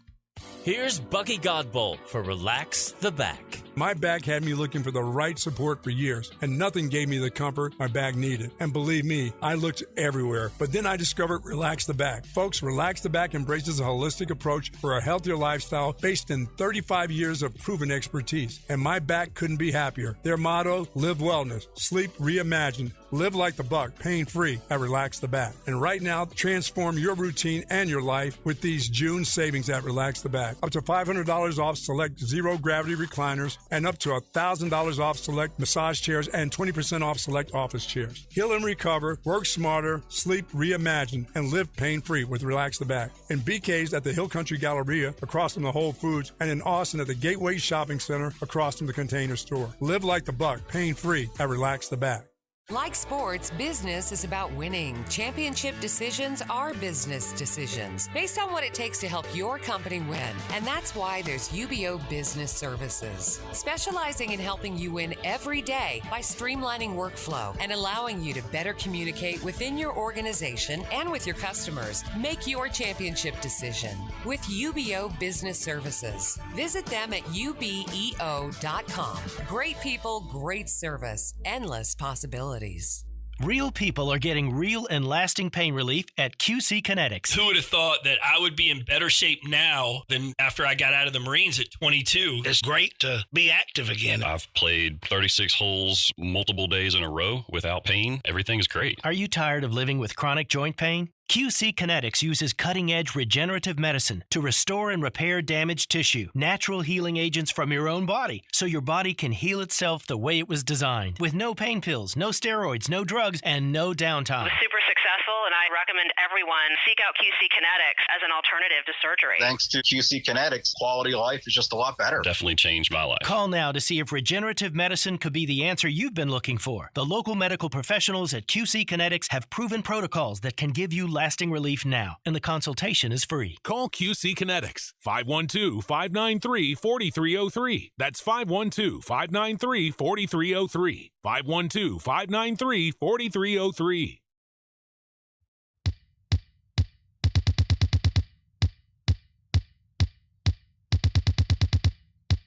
Now, getting good reviews already on the new Indiana Jones blockbuster, what drops tonight. I don't know, somebody already saw it last night. Maybe it was out last night. Man, I'm getting excited now. Yeah, I haven't gone to the movie theater in forever. I might have to. What was the last movie I saw in the theater? Well, I went to see The Ride. Remember with the Austin Gamblers, they did a preview of the 8-part docuseries on Prime Video, and so Alamo Draft House for that event, which is about an hour long. And by the way, caught up on 2 more of those episodes. I'm through 5 now. Really good, really compelling. You got 3 to go. It's a really good show. Again, as we said, if you don't know anything about bull riding, I promise you, if you just watch the first episode and into 2, you'll just be hooked on it because it's really compelling, high drama. And what you learn when you watch it is, and JJ Gotcha was with us on Tuesday as a special guest host. He talked about the deep-pocketed owners that are in this sport, and one of the reasons it's growing. The ownership group that owns the Austin Gamblers owns 18% of Manchester City in the Premier League. I mean, they've got deep pockets, and they're behind this thing to grow it. The TV ratings were pretty darn good in year 1. They're on CBS Sports Network and then on big CBS for their big Sunday event. So they see the growth of it. JJ talked about the expansion that's coming for PBR, going from an individual sport, professional bull riding, to a team sport. And last year was the inaugural year. Richard Childress, NASCAR, he owns the team in North Carolina, the Carolina Cowboys. Richard Childress Racing. I mean, one of the big episodes that I just watched, there was the weekend that they went to Carolina for their home event. Deep pockets, man. And I did not know this, but the NASCAR driver, Austin Dillon, is who is Richard Childress's grandson. He is the general manager of that team. Like he's in charge of the bull riders and gets invested. Pretty cool. So check that out if you got some time this weekend. If you're not watching Indiana Jones, or the Astros Rangers series is going to be a fun one this weekend. Got the NBA with its free agency. What's coming? On a scale of 1 to 10, Ty Henderson, how active do you expect this free agent period here between now and our next show on Wednesday? They'll expect a lot to go down starting at midnight tonight. I feel like that will probably be some of the biggest stories out of the break. Because normally goes pretty quick. I mean, because they've had all of June to kind of posture and get everything set and make their decisions and where they want to go. The tampering has already taken place. Tampering's already taken place, yes. Well, I saw a report yesterday that the Dallas Mavericks, who didn't seem to have much, many other suitors for Kyrie Irving, that he took a trip to Phoenix. We're good. They can only offer him like $12 million. Yeah, I hope he comes back. If a little inside source told me that Grant Williams is going to be offered a contract by the Mavericks, but the Celtics will have the opportunity to match that. He's a restricted free agent. I feel like every year we go through this with the Mavs, though, where it's like they're rumored to be in 100 different things, and then he's not really the prize of the free agency, though. He's probably a mid-level from the Celtics. Yeah, mid-level exception. This has got to be the year we actually do something. I hope. If you can re-sign Kyrie, I'm good with that. Yeah, we talked. Keep do a little more. keep building. Like, just fill out the roster. Like Keenan was saying yesterday when he came on, just like fill out the roster. Don't worry about getting that third star. Like that era. You need a good small forward, though. That's why I like the Grant Williams or somebody like that. Yeah, we just need some defensive stoppers. Because once they traded Dorian Finney-Smith and Spencer Dinwiddie away, there was no defense. Yeah, I thought the same. When we had Keenan Womack yesterday, draft expert and NBA expert, I thought he was on point that the Mavericks need to be aggressive, but they don't need to go for big fish. They need to build the roster around Luka, and they got to get Kyrie signed first if you're going there. And then to what y'all are talking about, the guts of the team, you need to build that. And if you're the Spurs and Rockets, I don't want to see the Rockets make a move for James Harden. And you have your Houston Rockets T-shirt on right now. It's reports that he might take a meeting with him as well. Well, I'm out on that, but I like the direction. I like Ime Udoka. I like the Royale Ivy is now part of that coaching staff. These are all positives for me. They're building young. Yeah, I like it. And I think they're drafting now. They wanted the Victor Wembanyama ping pong ball like everybody did, and they had an equal chance with the Spurs, but the Spurs got it. But I do think the Rockets with Amen Thompson and then getting the kid out of Villanova with the 20th pick, those are two, top 7, top 8 prospects and both ultra athletic. To go with Jalen Green. So you start to build something. I would like to see them tinker with the roster too, but I don't need a James Harden. I think really their word on the street is they're going to offer Kyle Kuzma a huge deal. The Rockets are? The Rockets are. Yeah, I don't hate that. Of course, was in Washington last year. Could use some shooting. I'm with you there. Okay, and we'll see. The Rockets, Spurs, Mavericks. I also saw that James Harden, now that he's opted into his contract, but he's going to be traded by Philadelphia, Clippers may be a team. He's from Los Angeles originally, on his way to Arizona State, and then to his NBA career with Oklahoma City, then Houston. But the Clippers, it's these superstars that want to play together.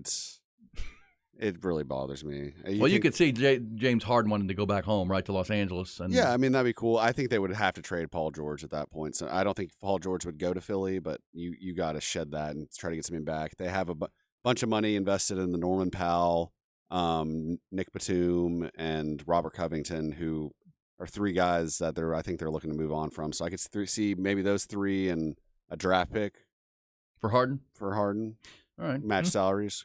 And then, of course, the Damian Lillard conversation. And Keenan Womack yesterday said, I thought he'd be traded by now. So the fact that he hasn't, you don't He's know. Staying. He wants to be like Dirk, Tim Duncan, one of those guys. We'll see what they can do because they drafted Scoot Henderson in the draft. And, they have a young, dynamic backcourt. For me, I think it was Colin Cowherd who I heard compare this, or I saw him the other day comparing Damian Lillard to Matt Stafford. That Matt Stafford, it was time for him to leave Detroit. When he did, they agreed to that, and they sent him to a place where he could win. Won his Super Bowl. The Rams needed a quarterback, and it worked out for Detroit too. It feels like because they got Jared Goff, they got high picks, and then they've rebuilt around that trade. And looks like Dan Campbell's building something there, especially on the offensive side. If their defense comes along, Detroit can be really good in the NFL. And the Rams, of course, won the Super Bowl, and now they're having to tear it all down. You could be a legend forever though if you stay in Portland and win. Well, that is true. He already owns that town. But see, I saw the press conference yesterday with Bradley Beal in Phoenix, and he talked about, man, it's going to be fun to be on TV. Right? I mean, Washington Wizards games aren't on television unless you have the NBA package. Bradley, people don't even realize how good Damian Lillard is because he's never on TV. Yeah. Are they going to be? He's at least had some like big time moments early in his career. Yeah, he did have some big playoff a few years ago. He hit like that. Yeah, well, that's a half. But you're right. He hasn't back. had a lot of airtime recently. Definitely. Well, that's what I'm talking about with Matt Stafford. Matt Stafford was a really good quarterback. They made the playoffs. I mean, they built their franchise around he and Calvin Johnson, and then Calvin Johnson retired, and Matt Stafford was there. He gets traded to L.A. where they needed a QB, and he put him over the top. If you put Dame Lillard in Milwaukee, where I've seen some trade talks, if you put Dame Lillard in Miami, they're over the top. I mean, and Dame Lillard's in mid-30s now. There's only a few more years for him to win some championships. It could be like a Matt Stafford situation, and Portland may benefit from it. If they can get enough for it with the young backcourt they have, then all of a sudden they're on a track to be good around young. And by the time those young guys get good, Damian Lillard's going to be leaving. It's so shaky in the NBA, especially when you're dealing with draft picks, though. It's compared to the NFL, the NBA draft is a complete crapshoot. Aside from maybe one to three guys, maybe. Yeah, I agree. It's not all home runs. It's not solid contributors all the time. That's why if you're Portland, you have probably the number one trade piece in the NBA right now in Damian Lillard. I'd hold on to it as long as you can until you can get like a bona fide young star and some draft compensation. But make sure you get a good young player back for him. Yeah, don't just get picks. That's the weekend, right? You got the 4th of July coming up on Tuesday. You've got baseball. That Ranger-Astros series should be a lot of fun.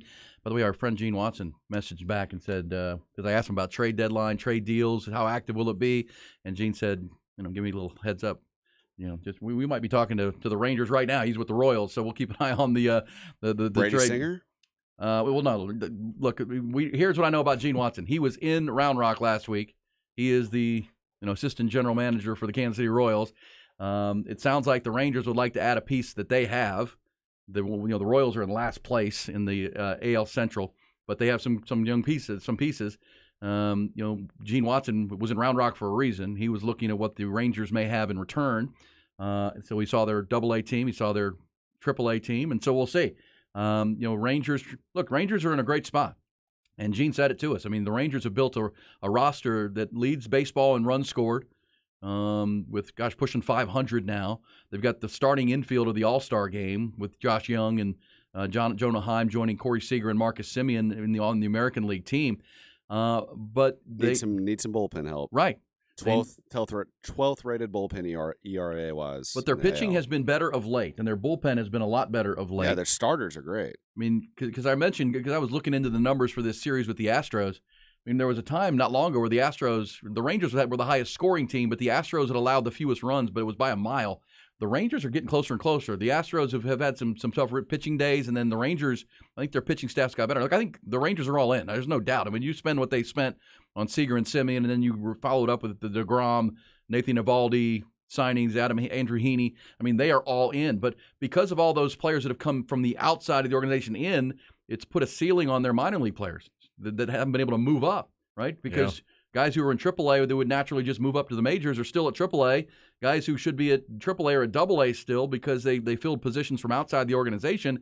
Well, those guys can be trade pieces, right? If you're the Rangers, you can use those. And if you have a young shortstop, if you got a young player in a key spot, well, Josh Young's not going anywhere. Marcus Semien, Corey, so you can trade those type of players. I don't think they would trade a Jack Leiter type player.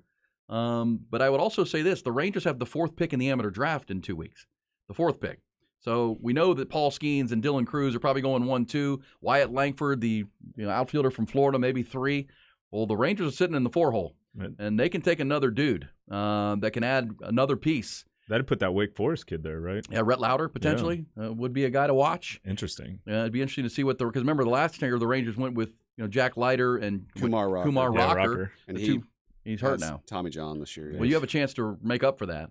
And they think Kumar Rocker, after having Tommy John, will come back and can still be a piece for them. But that's such a question mark now. But Leiter is on a fast track.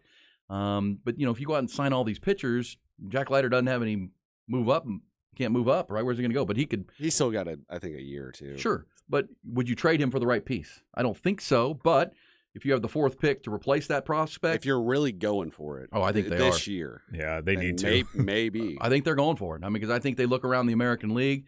No one's sure with Aaron Judge with the Yankees. He hurt his toe on that play in the outfield at Dodger Stadium. It's now been reported he's got a torn ligament in the big toe. And that's something that if it doesn't, will it heal? he's a big, heavy dude running around on a torn ligament in his big toe. That's a big injury potentially. It doesn't sound like a big injury, but I've big. Broken a toe on my foot, and you can't walk. Right. You don't realize how much you use it till something happens. What does he weigh? 280? What's he? 260? 250? Aaron Judge. That's a lot of weight, and of course he's running, playing center field. He's in the batter's box, and that's a big factor. And he's gotten 2 PRP shots already to try to promote the healing and get this thing going. But if you're the Rangers and you're looking around the American League, the Rays are the best team. Well, you're right there. You're right there. The Astros are battling injuries. It's a team that if they can just get in the playoffs, I think they're going to be something to deal with their experience. But at the same time, the Rangers in every category are a better ball club than the Astros right now. They just are. Their offense is better. Their defense. Do you know that the Texas Rangers are the number 1 defense in all of Major League Baseball? Yeah. I don't think there's a spot in the field where that I would trade a Jack Leiter type of prospect for. I don't either. But bullpen arms, you can never have too many of them come postseason time. Do you think the Mets will try to blow up any of their roster? Well, that's something to watch for sure. Max because Scherzer, he's been pitching good as of late. Well, because Steve Cohen, the Mets owner, they've got the largest Major League payroll of all time, and they're 8 games under 500. Yes, that thing could get blown up.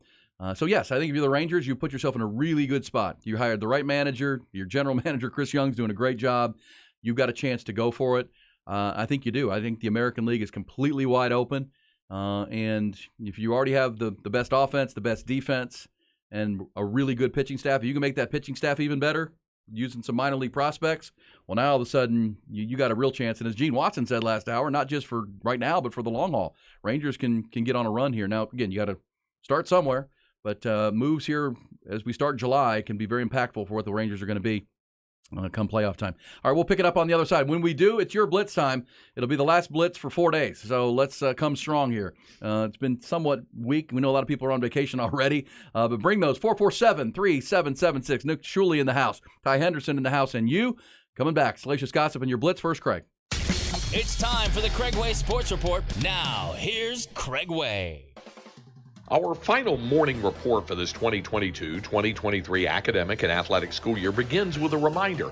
While the team's seasons are completed for the area's Division I athletic programs in Texas and Texas State, as well as the Division II program at St. Edwards, the Division III programs at Concordia and Southwestern, and the NAIA athletic program at Houston-Tillinson, it doesn't mean there aren't individual achievements going on right now for student athletes. And there is actually one team achievement to note.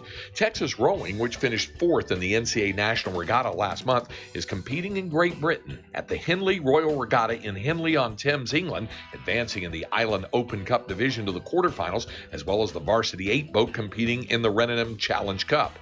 The regatta began on Tuesday and is comprised of some 300 races over 6 days. It's an outstanding test for Texas rowing, even if only an international exhibition. In men's swimming, NCAA 200 and 500-yard freestyle champion Luke Hobson took gold this week at the Phillips 66 National Championships in Indianapolis. Carson Foster also won a national title, taking gold in the 200-meter butterfly. And a reminder that we're still giving away copies of the brand new 2023 edition of Dave Campbell's Texas Football Magazine every day this month and next on Light the Tower from 10 a.m. to noon on the Horn 104.9 and AM 1260. Coming up this afternoon, our final report of this 2022-2023 academic and athletic school year. I'm Craig Way. The Craig Way Sports Report, brought to you by Bud Light. Real Texans are genius. Bud Light salutes you, overly dedicated Texas Longhorn fan. How come? You show up to every UT football, basketball, baseball, volleyball, and ball-related sport there is. Ping pong. Each game, you slather your entire body in burnt orange. Every nook and cranny. Yes, you're brewed in Texas, and so is your Bud Light. Enjoy responsibly. Texas Edition Bud Light beer cans. Anheuser-Busch, Houston, Texas.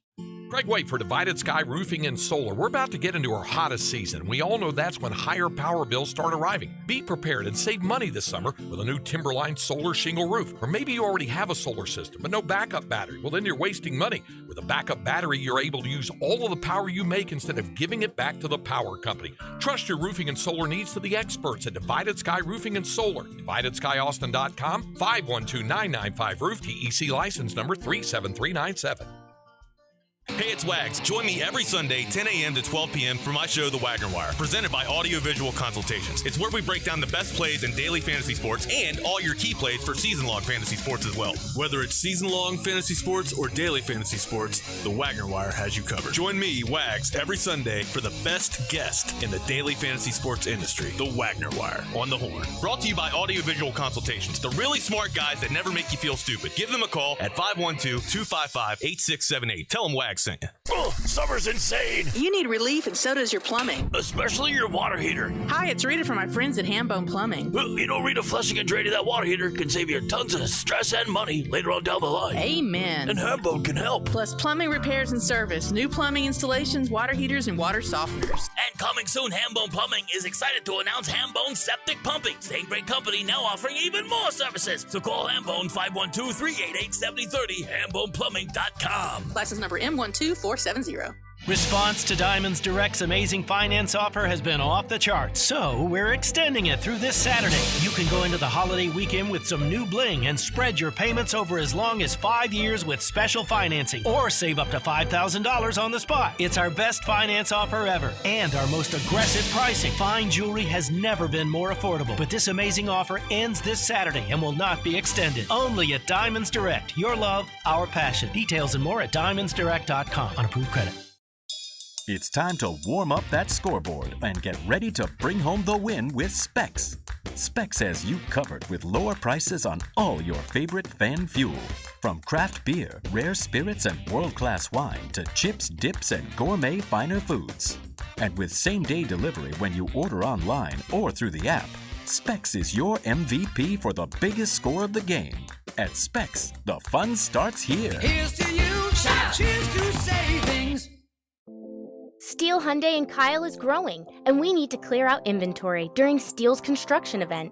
Our mess is your gain with over 100 new Hyundais discounted to move.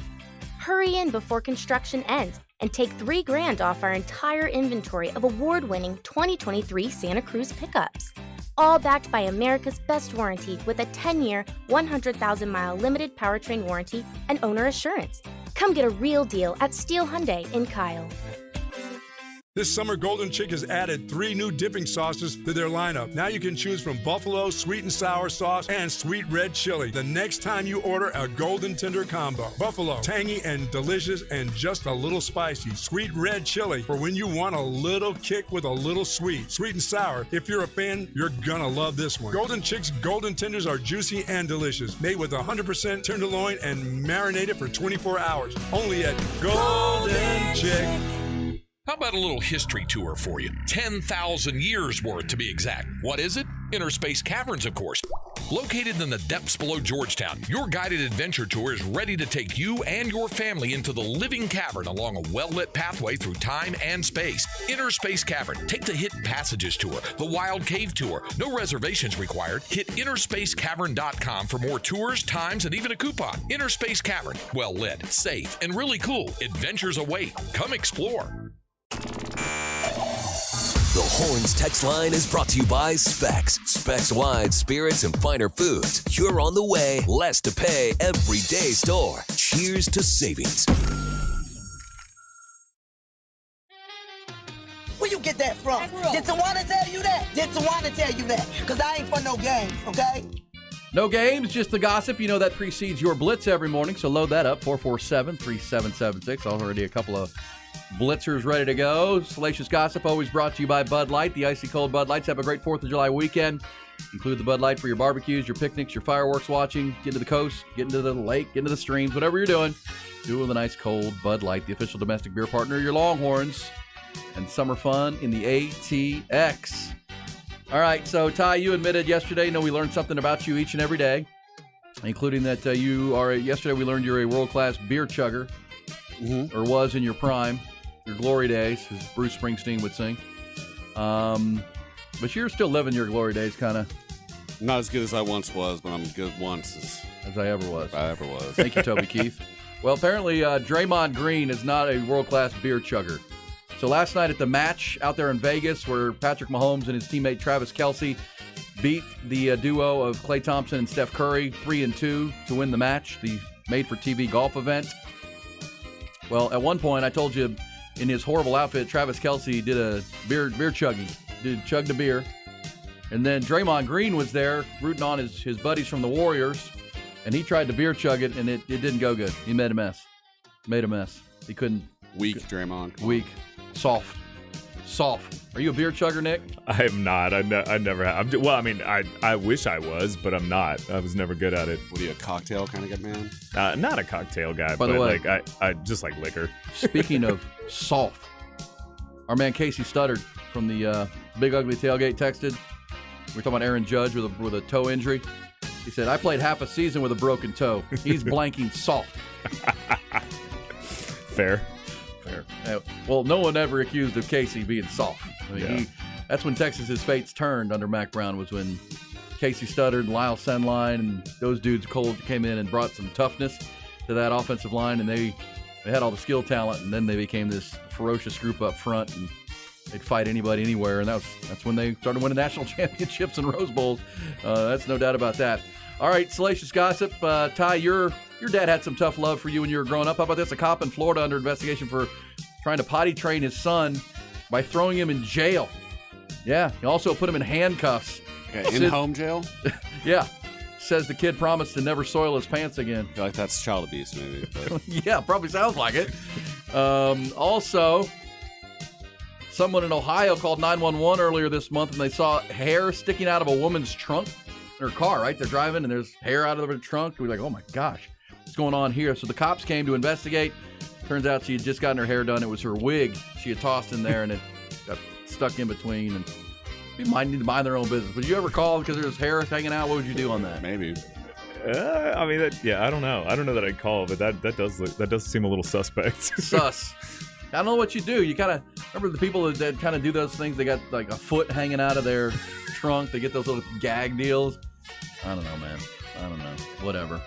But yes, we'll see if you would do that. It's also the opening of Indiana Jones tonight. I think you're planning to go see it this weekend. See if I end up in a movie theater watching this. I don't know. I think I am now. I think you guys basically talked me into it. I got kind of hyped. Everybody on the text line saying how good it was. And I don't know. I love those movies anyway. Raiders of the Lost Ark came out June 12th of 1981. I remember seeing it at the theater, man. It was a game changer. I was all in on Indy. Then Temple of Doom came out in 84. Last Crusade, 89. The very forgettable Kingdom of the Crystal Skull was out in 2008, but everybody hated that. Shia LaBeouf was in it. We don't want that. Yeah. But tonight's apparently is really good. And it's got the irreverent Indiana Jones, Harrison Ford back doing his thing. So enjoy that this weekend if you can. All right, let's go to your Blitz. There's some gossip. The Morning Blitz brought to you by Apple Leasing, where you only have to pay for the new half of the car or truck, the half under factory warranty, and any make, any model. Click appleleasing.com and see how easy it is. This guy says, I held the dorm record for 40-ounce malt liquor chugging. See? There you go. That's something. That's every guy to have a talent. Says, I can put down a fine Guinness Irish car bomb faster than Ty can hit the dump button. See? I don't know about that. I don't know about that. This guy says, I watched The Last Dance last night. NBA players are soft. Jordan and the Bulls never wore ski goggles in the post-game party when the champagne was flowing. I don't know if I'd call that soft. I think it's pretty smart to wear the ski goggles. That champagne will sting your eyes, and you can avoid it. Why not? Let's go to your first Blitzer. You're up. You know what's soft? You guys taking Monday off. That's pretty soft. Hey, but Aaron, you're going to be proud of me, man. I scored. I went on Groupon, and I was able to get some tickets for Submersible Exploration. Digger, your book for July 23rd. Get you and 4 of your clansmen, and you're good to go. There you go. Groupon. Is that still a thing? Groupon? I haven't heard that in a long time. Me either. But I guess it's still out there. Next Blitzer, you're up. Hear me now, see me later. It's 120 degrees. Get to the chopper. Do it now. That was good. That's what a Friday Blitz can be sometimes. Next Blitzer, you're up. You sure as heck need some dang-gum malt. Listen to Rod Stewart. God, I hate Rod Stewart. He sucks. Thank you. See, let's get it off your chest. There we go. There's your Blitz for the week. Shut it down! Nick Shuley, live music correspondent. Where are you on Rod Stewart? Man, my mom used to listen to Rod Stewart. I went as Rod Stewart for Halloween. How'd that go over? I looked good.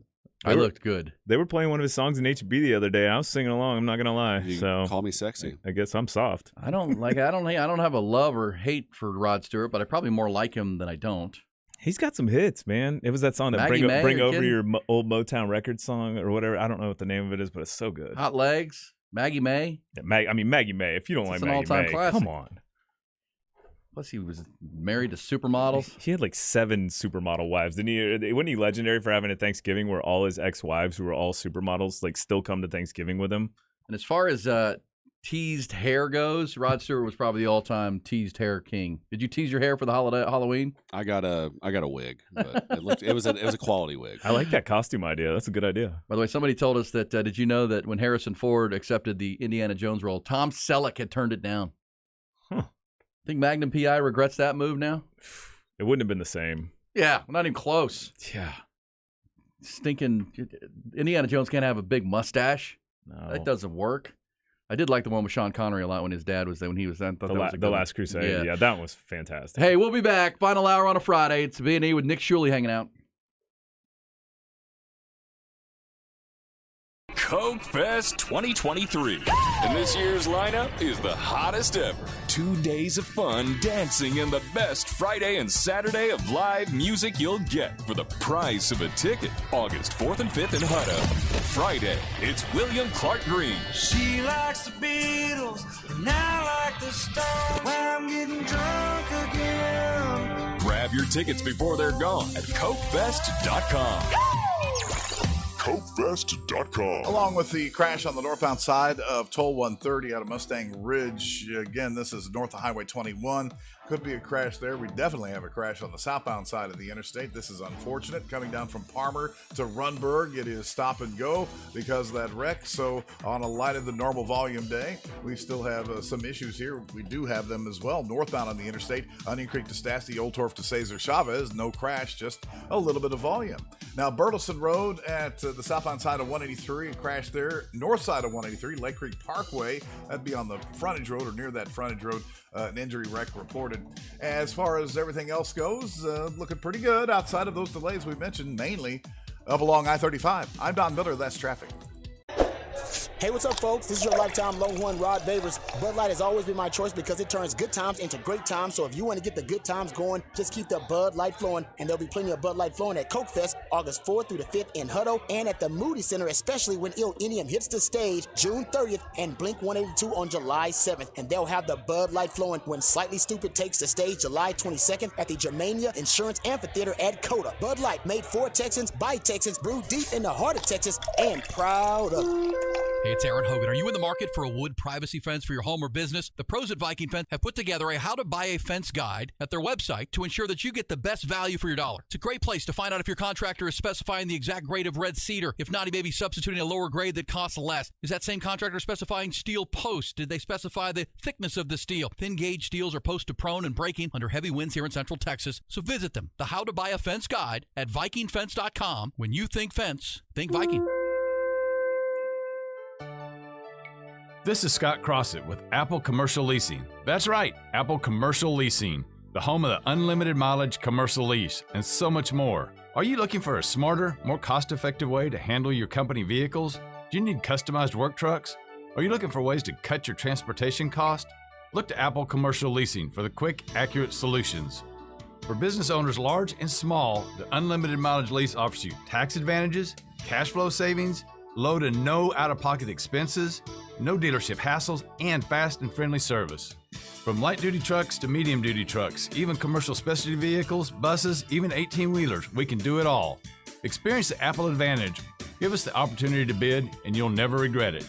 Call for free quotes at 335-3273, 33Lease, or click 33lease.com.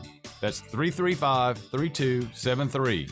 We will save you and your company time and money. This is Chad with Dr. Slaughter from Sinus and Snoring Specialist. Dr. Slaughter, let's talk about why people snore. It can be really confusing. How can you guys help?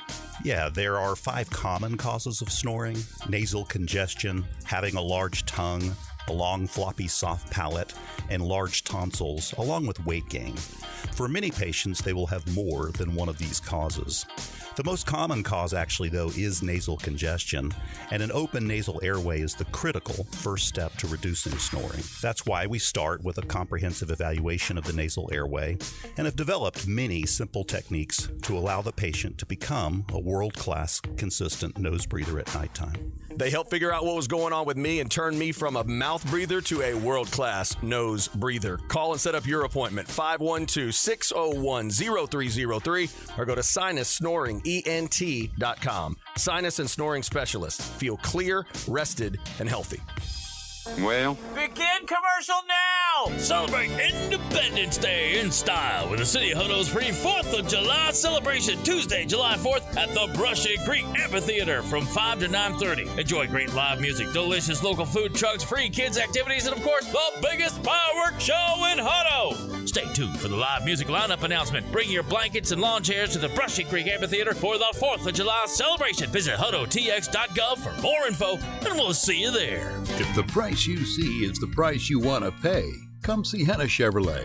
I went to sign the papers for a new Tahoe and saw the price jumped almost $4,000. I thought it was a typo, but turns out it's for overpriced add-ons like tint and floor mats. So I called Henna, got a price, brought a check, and left with a Tahoe. For a lower price made clear, find new roads at HennaChevyAustin.com.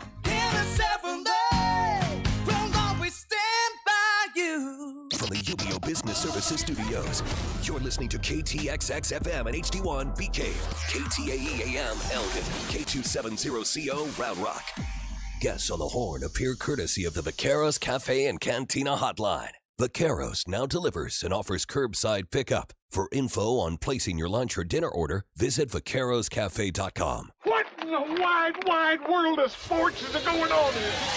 Broadcasting live from the greatest city in the world. Austin, Texas, baby. It's Bucky and Erin. You guys want to play some twos? You know what? Actually, we're kind of in the middle of a conversation. B&E. What's B&E? Bucky Godbolt, Erin Hogan on the Horn, 104.9 AM 1260 and hornfm.com, where the Longhorns play and Austin talks sports.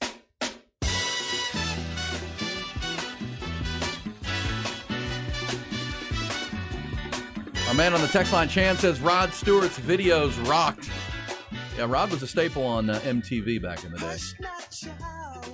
I don't know why everything's taking me back to the 80s today. Maybe it's this Indiana Jones thing, but you an MTV guy? Oh yeah, Nick, nonstop. Yeah. I used to videotape MTV so I could watch my favorite videos. Is that right? Yeah, I'd record 120 minutes. I'd record just like everything. I always complained because when I was a kid, we didn't have cable at all. So, I always say the first time where I lived, I had cable was when I got to St. Edwards and lived in the dorm, and I could watch ESPN. So I didn't have it. All my buddies did, so we'd watch MTV at their house. But that's why no one ever wanted to come to my house. Yeah. The only reason anybody came to my house because my mom made good brownies, and we'd play tennis, ball, baseball between the houses. But then we'd leave because we couldn't watch games and we couldn't watch stuff on cable. But MTV was. I used to watch something because we had over-the-air television. On Friday nights, there'd be something called Friday Night Videos. Remember that? Uh-huh. Yeah. So I would watch that. That's where I would get all the big videos because I didn't have the cable TV. But Friday Night Videos was a cool show. I think it was on NBC, one of those. And I think that was I remember the first time I saw ZZ Top's Eliminator. Remember with the red red classic car? I was like blown away. I was like, oh my gosh, they crushed it on MTV. They did. They really did well with their image there too. It's pretty amazing the rock and roll folks that embrace that, and I mean obviously Michael Jackson and the Madonnas of the world. By the way, hope for Madonna. Apparently Madonna got really sick over the week. Did you see that? She had a severe bacterial infection, and probably from all that work she's been getting done. What work? Oh, her face. Just her new face. Yes. She has? Well, she has she was on a ventilator. It got so bad. Apparently. Oh, geez. So prayers for Madonna out there. Also, happy birthday to Casey Studdard. Somebody said Casey who texted in. His birthday is tomorrow. Our man CB is keeping up with that. He knows all the former Longhorns and lifetime Longhorns birthdays. He's got a birthday tomorrow. So happy birthday, Case. That must be a July 1 baby, which will be tomorrow. Tom Petty did great with MTV. Rod Stewart did good with MTV. You're a branding guy. You're a marketing guy, Shuley. I mean, that's what you got to do, man. Well, videos used to mean so much more for your career. Now I feel like they're almost like stickers or something. Like they're kind of throwaway for those. But that used to be everything because the albums wouldn't be out for a month or so, and so you'd have this time where you just keep watching this video and build up this. Oh man, I want this song. I want this song. I want this song, and then go buy the tape or CD. Yeah. Well, that's right. I mean, and the artists who embraced it, because there are a lot of people that, oh man, I don't know, make videos. I just put out records. That those who got involved with it, benefited from it without a doubt, because that's where all the kids, as they say, were watching their music and checking it out. Now, of course, over time it became they didn't even show videos. It became all reality TV shows and garbage. But when it was videos, it was cool. But Rod Stewart was a big part of that. That's how we got into that conversation. All right, so let's. It says, "Damn it, you guys mentioned Maggie May." So I break away from y'all to play it. Next thing I know, I'm getting pulled over for doing 125 on the toll road. Maggie May makes you speed. Don't blame us for your lead foot, my friend. But hopefully everybody's okay if you got pulled over. It says, "Hey, ZZ Top recording studio in the house about 15 minutes from where you lived in Houston and we lived in the 80s. Yeah, like Northwest Houston. I didn't know that. Man, I've gotten to spend some time with Billy Gibbons Is that right? a lot recently, and he is so cool. He is just, the guy has so much swagger, and he's just so cool, but he's also just the quietest, nicest guy. He looks the part, too. He's just cool. That is a cool thing. ZZ Top out of Houston, Texas. Yeah, this says, guys, White Snake with Tawny Katane, game changer. Oh, yeah? That's maybe the greatest use of MTV videos of all time, White Snake. Yeah. With Tawny Katane. Yep. Yeah, what was it? A Jaguar? She was dancing all on? over the hood. Yeah. I wonder where that, because you're branding, you're marketing, you come up with these ideas. I wonder where that. I doubt there was that much deep thought in that one. I'm sure they were like, "This girl's really attractive. Let's get her on this car." David Coverdale's like, okay, we got this. We got this fox. We got this car. We got this song. I mean, maybe it is genius. It was genius for me. Yeah. I was all in. Tawny Katane ended up getting married to the former California Angels pitcher Chuck Finley. That's right. I do remember Chuck that. Finley. Yeah. Back when they were the California Angels. And that guys like Wally Joyner and. Oh man, that was my brother's favorite player, Wally Joyner. Is that right? For some reason, yeah, I was a George Brett guy. I was George Brett too. Oh, he was my favorite of all time. George Brett. That's the only question I ever asked Bo Jackson about sports. I was like, just tell me this: is George Brett as cool as he seems? And Bo laughed and he goes, coolest man you'll ever talk to. And then he proceeded to call him right there and put me on the phone with George Brett, and I had nothing to say. I mean, like, what do you say in a situation? It was actually kind of awkward, but it was cool though. If you ever want to laugh hysterically, maybe you can do this today or this weekend. Just Google George Brett poop your pants. Oh my gosh, poop your pants it's video. so good. Have you ever seen that, Ty? Dude, no, I haven't. You of all you would people love have to this. see George Brett poop your pants video. He talks gotta about watch it the night before in Vegas. He did, and he talks about it. It's a fantastic. classic. I mowed lawns for forever to save up to buy George Brett's rookie card. Oh, cool! You still have it? I do, but I'm not sure. I'm not sure it's worth anything. But yeah, well, that's good stuff. Also, on the good stuff, let's get back on some sports conversations. College football. We've talked a lot of basketball with the NBA free agency period looming. Baseball with the Astros and Rangers series tonight. College baseball's growth with the amateur draft coming, and we told you that ESPN's planning to televise the amateur baseball draft for the first time, which is pretty cool. David Pierce making a change with his pitching coach again. Don't have a lot of details on why, but it's a second straight year they're looking for a new top pitching coach for the Longhorns. So we'll keep you posted on that story. Hopefully get some more. I'm going to do some digging on that story into the weekend and hopefully have more next week. Heck, there could be a new coach by Wednesday when we come back because, yes, we are soft and we will not be here on Monday. We're going to be back on Wednesday when the Buck returns. But some college football. One, I wanted to play this. We played this earlier, but it bears playing again because the Longhorns, of course, and Oklahoma are headed to the SEC. Longhorns have one more year in the Big 12. We talked to former Longhorn Derek Johnson earlier. He's excited. I think everybody's excited about what this year can be in 2023, but everybody's excited about the move to the SEC the following year. And the Longhorns are going. They feel like they're trending in a good direction. Earlier last week, or maybe earlier this week, it was Colin Cowherd, the radio host nationally, who opined that he's worried that maybe Oklahoma is going to go the way of Nebraska.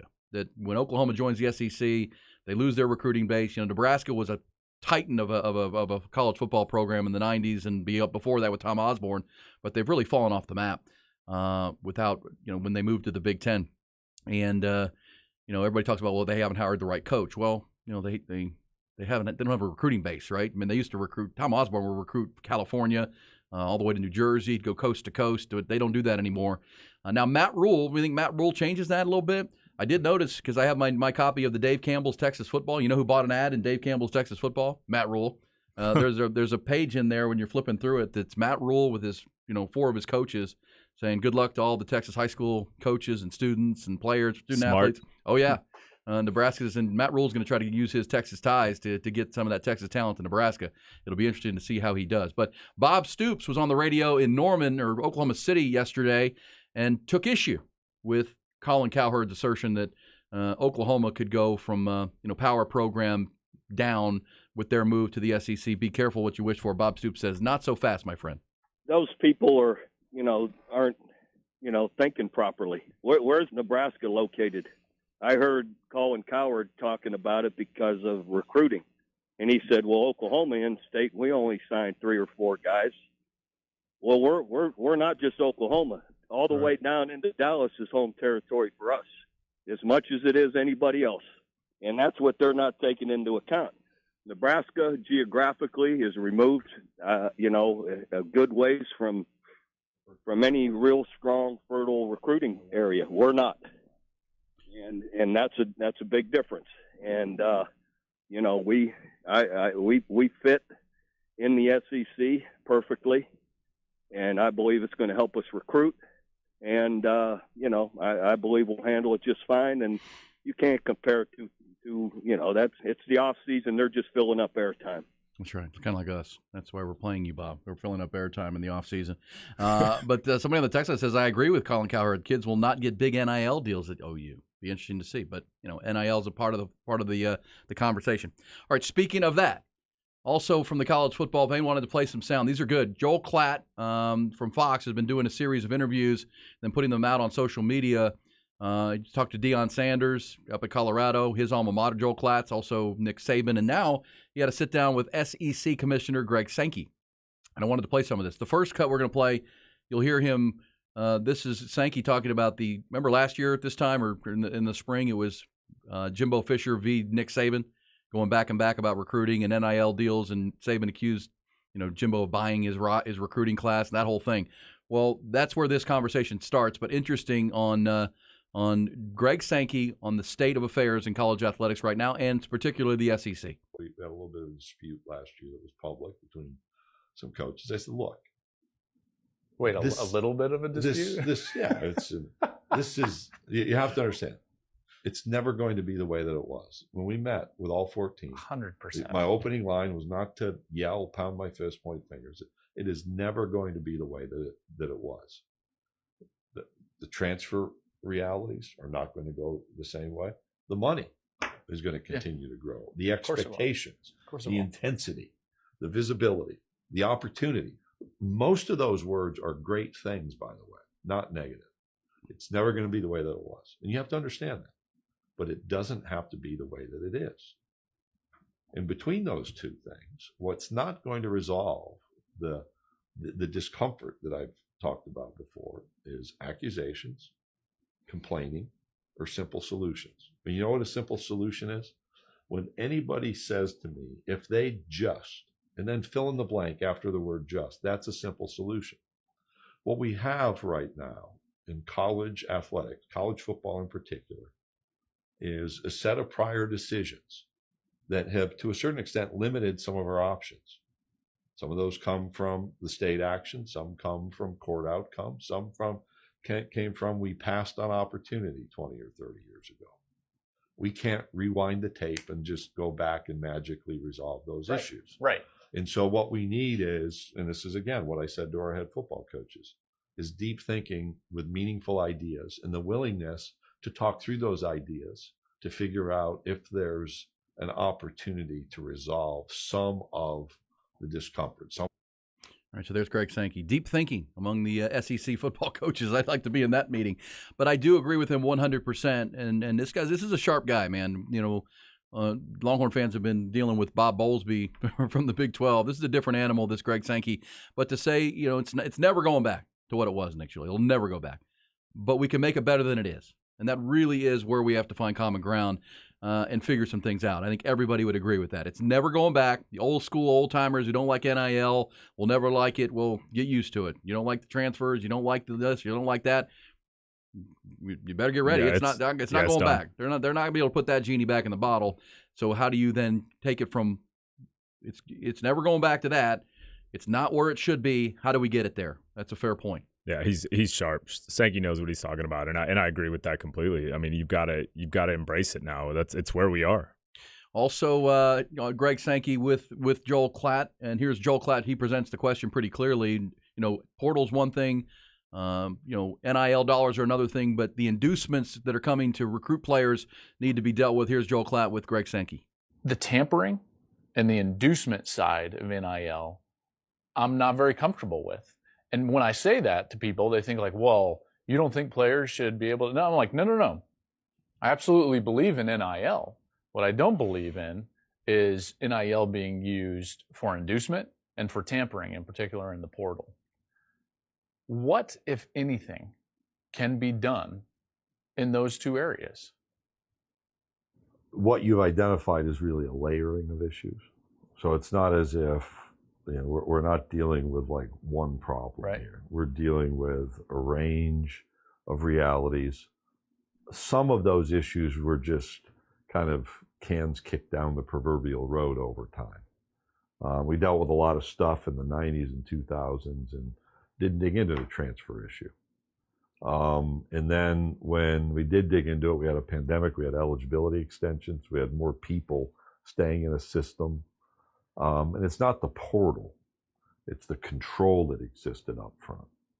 Control of communication, destination, and financial aid. Because remember, you had to ask permission to transfer. And in certain sports, you could transfer and play right away under what was called a one-time transfer exception. In other sports, you sat out a year. And then we had grad transfers with waivers. Then we had waivers for undergraduates. And it was as messy as could be. And then in football, we added the 4-game, don't use a season approach. And then starting game 5, we'd have mid-September, I'm leaving, I'm going to transfer. Okay, so let's see where we are on transfer. I'm going to try to sort these out. Sure. It's not the portal, it's that controlling set of rules behind the portal that are the issue. The portal's just the venue for raising one's hand to say, I'd like to leave. I think the health of what we've developed to say, you know what, coach shouldn't control all of that. I think that's the right kind of adjustment. Yeah, player autonomy. Sure. Yeah. If it came in isolation with the right kind of conversations and the normal 4 years of eligibility, we would have a different reality than we have now. We didn't have the luxury of the choice, as it turned out, because at the time those rules were changing. We had a pandemic. We shut down. We said in 2020, here's the opportunity to play, but it won't cost you a season. So we added that on. I read about somebody that's like in their 9th year of college enrollment. I don't know how that happens, by the way. We have second and third year NFL players younger than people playing in college right now. So the basket has been turned upside down. So let's just understand that. I think on the transfer issue, personally, we went from a 365-day portal to a 60-day portal. I think that football. was a great change. 45 days at the end of the year, of the end of the regular season, then 15 at the end of spring. So I think the portal opens up in now mid-April through. So we're going to have a little bit of discomfort, is the way I like to say it. Mm-hmm. And looking back at what we learned in December and January this year, I think we shortened that 45 days. Not everyone will like that. But what you saw was when the portal opened, the day after bowl placement, so every sport, the day after postseason selection is when the portal opens. The first week or two, it's the exact behavior anticipated. A bunch of people who said, I either don't want to be here, I want more playing time, I didn't make the right choice, I want to be closer on, whatever it is, raised their hand in the portal and said it's time to leave. After that 2 weeks, a lot of stories, anecdotal, admittedly, where you have influencers, if you will, third parties, agents, people that we don't know saying, hey, I got a deal for you if you leave. That's not name, image, and likeness. That's not. Some have described it as bribery. Some have described it as inducements. Yeah. That's not what it's supposed to be. All right, so there you go. Shortening the period, would that help if you had 2 weeks at the end of the regular season, 2 weeks at the end of spring? That's your portal time. Would that cut down on some of the inducement? And then there's the conversation, Nick Shuley, about what is inducement? I mean, is the head coach at LSU baseball, when he gets into the microphone at a press conference saying, if you're a ball player out there and you want to play for championships, get developed at the highest level, and playing within a very fertile NIL opportunity for college baseball players, is that inducement? Or is that just selling your program, right? I mean, that becomes the question. There's a gray area there. Now, if you sell a guy, we're going to give you $200,000 to play at our school, we would all agree that's inducement. Correct. But, for a coach or for a booster, is there plausible deniability to be able to say, no, we just said, look what we use examples. I can tell you right now that our starting quarterback has got deals doing this, and this, and it's worth this much money. We're not offering you that, but we're telling you what the opportunities are and what our current team are getting. That also becomes the big conversation around policing this whole thing, because what is inducement? Or just showing examples, selling your program. Obviously, bags of money is inducement, but I think there's enough gray area where it becomes really confusing. Yeah, anything factual is completely legal if you're using information of what's actually happened. But any time you get into the if you do this, then you'll get this kind of thing, that's where inducement starts. And it's a gray area, right? I mean, it's players want to know what they're walking into if they're coming, but at the same time, you're not supposed to be able to tell them, here's what we're going to give you. So yes, I mean, look, did Jimbo Fisher buy his recruiting class a year ago? Jimbo Fisher says I didn't, but there were a lot of stories that there were the collectives even before the new rules were, letting kids know what they were going to be making when they got there. Those kind of conversations have gone on. So, look, I agreed. It goes back to Greg Sankey's first point. It's not going to change. It's not going away, but we're not where we want to be. So how do we then get there? That becomes the question. We'll pick it up with Greg Sankey on our side, because he was asked by Joel Klatt about 8-game conference schedule versus 9-game conference schedule. That's something all Longhorn fans are interested in, because the Longhorns are playing, or I think most fans are for the 9-game conference schedule that keeps A&M and Oklahoma on the schedule every year. We'll hear Greg Sankey's thoughts on that coming up as we talk some college football on a Friday into the 4th of July weekend, last day of June 2023. Coming right back. We're taking the buck-ons and buck-offs to Twitter. Bucky and Erin are partnering with the Austin Gamblers, and we want your shout-outs. Follow at The Horn ATX on Twitter and use the hashtags buck-on or buck-off. Qualified tweets will put you in the running to win a pair of tickets to PBR Gambler Days at Moody Center in August. We're picking a winner weekly. Bucky and Erin's Buck-On and Buck-Offs, powered by the Austin Gamblers. Visit hornfm.com now for contest details. Straight Music has moved down the hill a bit, and the new location is now open, and it is absolutely gigantic. You know, they've been serving Austin since 1963, and this is the best store yet. BK's in Walsh Talton. With the acoustic and electric guitars, band and orchestra, Austin's only Yamaha piano dealer, pro audio, keyboards, drums, and so much more. At the brand new Straight Music, BK's Road in Walsh Talton, less than 2 miles west of Zilker Park, and also, of course, still at 13945 North Highway 183. Sunny days are ahead as Ironworkers Local 482 Union is hiring 3,000 people right now for a huge new project. Maximize your potential today by applying at ironworkers482.org. That's ironworkers482.org. Pair of issues we're dealing with here. One of them is going to be on the southbound side of I-35 at Runberg. We do have a crash at one point in time. 2 lanes were blocked off. We still have a big delay toward Palmer Lane. And over at South Congress at Cesar Chavez, just got word the signal lights are on the blink there, so treat them as stop signs until somebody can get on the scene and fix those.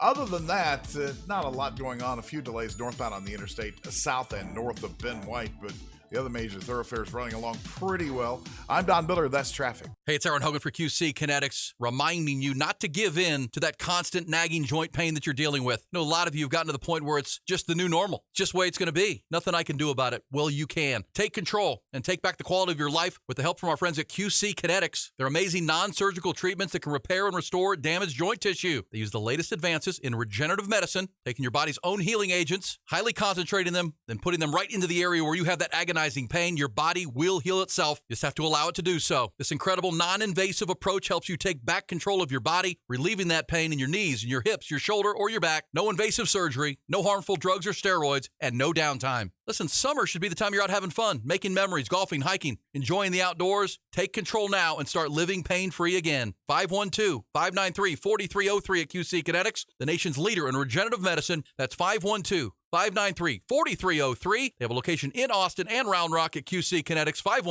512-593-4303. Hi, I'm Josh. I'm Stephanie. And I'm Greg. We're back to remind you to call A Plus Air Conditioning for same-day AC repairs or affordable prices on new Lennox systems. When you call A Plus for a new system, you get my dad, Greg, or my brother, Josh. And we're the same Austin family that started A Plus almost 50 years ago. Call A Plus Air Conditioning and Home Solutions for fast AC repairs or a free estimate on a Lennox system. That's 512-450-1980. License B5235C. Craig White for Divided Sky Roofing and Solar. We're about to get into our hottest season. We all know that's when higher power bills start arriving. Be prepared and save money this summer with a new Timberline solar shingle roof. Or maybe you already have a solar system but no backup battery. Well, then you're wasting money. With a backup battery, you're able to use all of the power you make instead of giving it back to the power company. Trust your roofing and solar needs to the experts at Divided Sky Roofing and Solar. DividedSkyAustin.com, 512-995-ROOF, TEC license number 37397. Don't miss the sizzling summer sale going on now at Crestview RV. Every new RV marked down for summer fun. Crestview RV in Buda, I-35 South, exit 220 next to Cabela's. And in Georgetown, I-35 North, exit 268. Online anytime at CrestviewRV.com. It's time to feel good again, but for our neighbors facing hunger, that's a tall order. The Central Texas Food Bank is still facing high demand at this time when increases in childcare costs and energy bills stretch budgets and put kids and families at greater risk of hunger. Donations made this summer will ensure that families have access to food when their need is greatest. So do your part to help hungry families feel good again this summer. Make your donation today at CentralTexasFoodBank.org. That's CentralTexasFoodBank.org.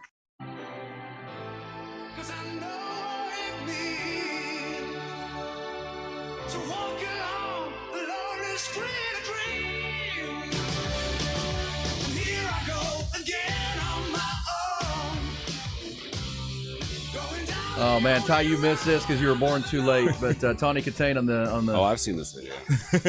but when you saw it for the first time, Oh man, that's a life changer right there. Like what? You grew up a lot. The reference in Talladega Nights when they're in the Applebee's, and he starts making out with the sister. He's like, "It's like that Whitesnake video." Tawny Katane, baby. That is awesome. Somebody said that Chuck Finley, who Tawny Katane married, was from Monroe, Louisiana. I used to see Tawny around town back in the 90s. That's not too bad. Yeah, two things that changed you because when you're like a pubescent teenager growing up, and that hits the TV. You're kind of like, whoa, that's different. And then I also, I know a lot of people. So for me, you got your TV crush, right? Because every kid my age loved Daisy Duke, right? And her Daisy Dukes on the Dukes of Hazzard. But it was Alyssa Milano. Alyssa Milano was on a show called Who's the Boss with Tony Danza. Yep. And it turns out she's the same age I am. So we were kind of the same age while she's on that show. And if you were watching, you got to see her kind of come of age, if they will. That was also what's that show that's on TNT in the morning sometimes? Charmed. She's still. That show's got some lookers. She's kind of a weirdo, but she looks good. So yeah, when you're a kid, it's Indiana Jones, it's Tawny Katane on a Jaguar, and Matt Lang texted you to say that Dire Straits' "Money for Nothing" was the game changer on MTV. That was a game changer. What a great song and video. Oh man, because we're talking about rock and roll artists. Rod Stewart being criticized on the Blitz led us to an 80s music conversation. But yeah, we're talking about a song that it starts off, "I Want My MTV." Yeah. And then Mark Knopfler, one of the great guitar players ever. This one, this was a staple on the MTV, obviously. Yeah. Did you ever see Dire Straits in concert? I didn't. I wish I would. I've seen Mark Knopfler in concert a couple times, but never seen him with Dire Straits. Oh man, what a guitar player! Yeah, my dad's a huge fan, so we definitely have gone to some of his shows. I would say my girl crush, the one that in your, the one like you were talking about, was Tiffany Amber Thiessen on Saved by the Bell. Oh yeah, Kelly Kapowski. Kelly Kapowski. I was a little older at that point, but yes, it's the one that's about like your age, and you're like, oh man, yeah. It was Alyssa Milano on Who's the Boss for me. And now Bucky tells me when he's here that he had a crush on her mom, or on the mom character in that film, the Judith Light.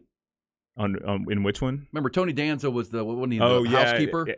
Angela. Wasn't that the mom? Yes. Yeah. But Bucky used to watch her on like Guiding Light or some soap opera that she was on that he watched and said, yeah, man, we loved her. She was good. Billie Jean Thriller. Oh, yeah, there were a ton. Nicole Eggert.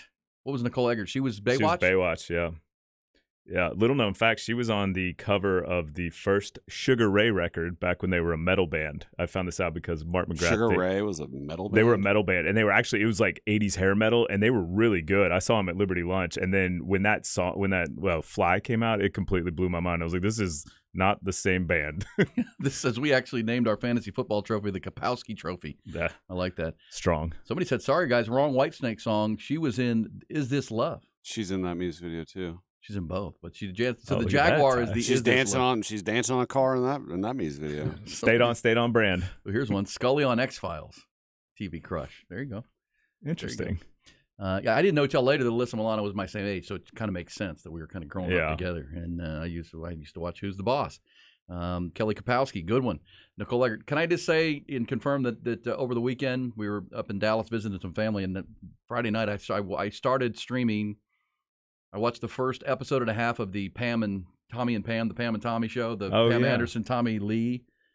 Dramatized drama, the remake thing. Whatever they call that, rockumentary, whatever. Real actors playing them, but the story of the videotape. I made it through the first episode and then the second, and I had to shut it down when Tommy Lee started talking to his penis. Who? And it was talking back to him. Who plays her? Yes. Is it Lily Collins? Yes. I don't know who plays her. She looks a lot like her though. She does a good job. But literally, he starts. I'm like, okay, I'm out. That's enough. Yeah, that's a little. That's enough for me. Much. I don't. It was as you would expect. It was out of control. It was Motley Crue because the other thing about the '80s and MTV is just the glam lead singers, right? I mean, if you're a kid my age, Ty, you were all into. So you had David Coverdale. Remember when David Coverdale did some? He got with Jimmy Page.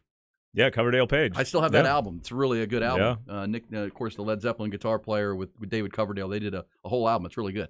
But so you had the who are the big front guys, right? You had Vince Neil with Motley Crue, David Lee Roth, and then Sammy Hagar with Van Halen. Yeah, were just these huge. I mean, David Lee Roth doing the acrobatics and all the stuff I was he a was big doing. David Lee Roth fan. Yeah, I mean, that's what it was all about right then, for sure. Van Halen, not Van Def Hagar. Leppard. Yeah, Def Leppard. Def Leppard, of course, and they had the glam It was going. an era of performers. And I believe, Oh, I believe, wasn't Kiss the ones that really started that, the whole glam makeup deal, or maybe somebody? Yeah, I mean, they definitely blew it up. Kind of stealing from the punk groups, and because Kiss had the full makeup and the characters, and I mean, we were all into that. When Yeah, I was a guess the kid. punk bands had the eyeliner, and Yeah, they did. This says Topanga from Boy Meets World. I'll give you that one. Okay. Jane Badler from V. The V. I don't know what the V is. I don't think I do either. It says Addicted to Love by Robert Palmer. Every guy loved that video. What a classic video. That's a good one. Valerie Bertinelli on One Day at a Time. There you go. Speaking of Eddie Van Halen, of course, married Valerie Bertinelli at one point, right? Of course, the late great Eddie Van Halen. Yeah, right. He did. Yeah, Yeah. I feel like that's right. All right, let's pick up the Greg Sankey sound because we have one more I wanted to play. Greg Sankey with Joel Klatt talking on the affairs of college football. And this one is closer to home for the Longhorns as far as moving to the SEC. And you'll hear, again, Joel Klatt does a good job of setting up the question he wants to ask about 8-game schedules, 9-game schedules, conference, what happens when Texas and Oklahoma join. We know, at least for 2024, it's an 8-game conference schedule. Here's the commissioner on the future. That each league decides to set up their conference schedule. And from the outside looking in, no dog in the fight, I would just say, regardless of number, it feels like from my seat, we should all be trying to play a similar schedule makeup. Would you agree with that, or do you disagree with that? When we add Oklahoma and Texas, I think we have 4 of the 5 historically most successful programs in the country. Mm-hmm. And there is a rigor here that doesn't exist. I can go ask football experts. No, I would agree with you. Who have no a lot of people think I affiliation. don't think that, by the way. They're like, oh, hey, But there's a rigor you're an there. SEC hater. Yeah. I'm not. You guys are the best, toughest, deepest conference in the country. So there's a depth. And we're going to have that debate as part of our expansion about the number. Now, what is interesting is naturally, you've seen a number of our programs that have been on the very successful end adding a 10th high quality opponent through non-conference scheduling. And on home and homes. And Alabama home and homes. is Yeah, doing that I think now. that's really exciting. You know, I did the just- Texas game last year, and it was Exactly. fantastic. That's it was where I was fantastic. headed. Was you and I spent time in Austin, and we think about the atmosphere. And I was asked at halftime by some of the Austin media, like, "Isn't this environment great?" I said, "Well, it's familiar," which I guess is my SEC arrogance, and it was, and that's I think what we can build. But our decisions about scheduling will have a lot of factors: non-conference game access, the number of conference games, how we place games and how we schedule within the conference context. While we try to spread conference games throughout the season, we're somewhat unique in that we start week 2 with really important games. And Yeah. if you're going to play in week 2, I think that it's been means really smart. you're going to have to fill some games out later in the season with non-conference foes. Yeah, but it gives me opportunity to take a shot. Yeah, it does. Right? You know, Isn't it? in November Yeah. when Mercer rolls in, I get That last game, as I recall, was 65-7, wasn't it? It was. I was there. So there's something different happening in the SEC. Listen, you guys. I will say, you know, the competition with Ohio State was phenomenal. I think Great game. we've got some Great game. games there scheduled, and you know we haven't played the Big Ten in the regular season. Those would be exciting, I think. All right, there's Greg Sankey, being super specific on the plan, but saying they will talk about the rigors, even in an 8-game schedule in the SEC. He also, you can see that whole video. It's Joel Klatt has social media, you know, where he puts it on TikTok and I'm sure Twitter, and Joel Klatt talking with Greg Sankey. It's good stuff. But, you know, Sankey talking about being in Austin, and we were all geeked up. And that, you know, familiar is a good answer. He sees those kind of environments all over the Southeastern Conference. That's what Longhorn fans and Oklahoma fans are fired up about, Nick. And then, you know, his point at the end there was, you know, I think the championship game was Georgia 65, TCU 7. We're you know, yes, we only played 8 games, and yes, we may have played Mercer, but we still are producing the best teams. And we want those teams. Now, look, you're going to 12 teams in the playoff, too. Let's not forget that. Sankey was also asked by Joel Klatt about that, and he talked about, look, we like it at 4 because we keep winning national championships, and we're good. We're going to get 1 to 2 every year between Georgia and Alabama, you know, LSU. You know, we've won a lot of national championships with just 4, but they'll be okay with 12 too. Yeah, I think they're going to be fine. I think we're in for an eye-opening experience when we go into a lot of these SEC environments. If you haven't been to some of these places, I had someone closely connected to one of the teams tell me they prepare for violence. Like it is, talking about getting hit by things. Yeah, but whenever they come here, they're like, "This is the craziest environment I've ever been in." And it's like, what? Well, I will remember. I don't buy that because I've been to some of those places in the SEC on game day, and it's Texas fans are nicer than they are nicer. Not if you sit next to me. Well, yeah, unless you get next to Ty with some booze in him. I would also say that it was Will Anderson, the Alabama pass rusher and now Houston Texan, who said, the environment in Austin last year was the loudest you ever played in front of. It was loud. And having, we do 4 hours of pregame, and that game was 11 o'clock in the morning. We got down there at 6:30 to start the 7 o'clock pregame. It was already packed. I mean, It was unbelievable. That environment was, and obviously it had years of build-up and excitement, and it was similar to the LSU game a few years previous with Joe Burrow. But this was even more because when Nick Saban and Alabama come to town, there's kind of the Beatles are rolling in or something, and that was a great day for sure. Now the Longhorns question is going to be can they match that intensity week to week? Right, that's really going to become Steve Sarkisian's challenge. I don't think they have. I think they have the talent and the roster to certainly this year in the Big 12, but you better learn how to do it, which is don't play down to your competition. This program still does that. This is a year. Heard from Casey Studd earlier this morning. He's got a birthday tomorrow. That was the great thing about those Texas teams. They didn't play down to anybody. They put you in the dirt, too. Yes, and they would put the game on cruise control by halftime. They were a dominant force, and I don't think Texas is close to that right now, but can they get there? Can they take this talent? And a lot of the talent that's playing at Texas right now still pretty young talent, young dudes. That's what you have to develop because the thing that Alabama knows, they're going to get it's everybody's Super Bowl when Alabama's in town. So they've created that.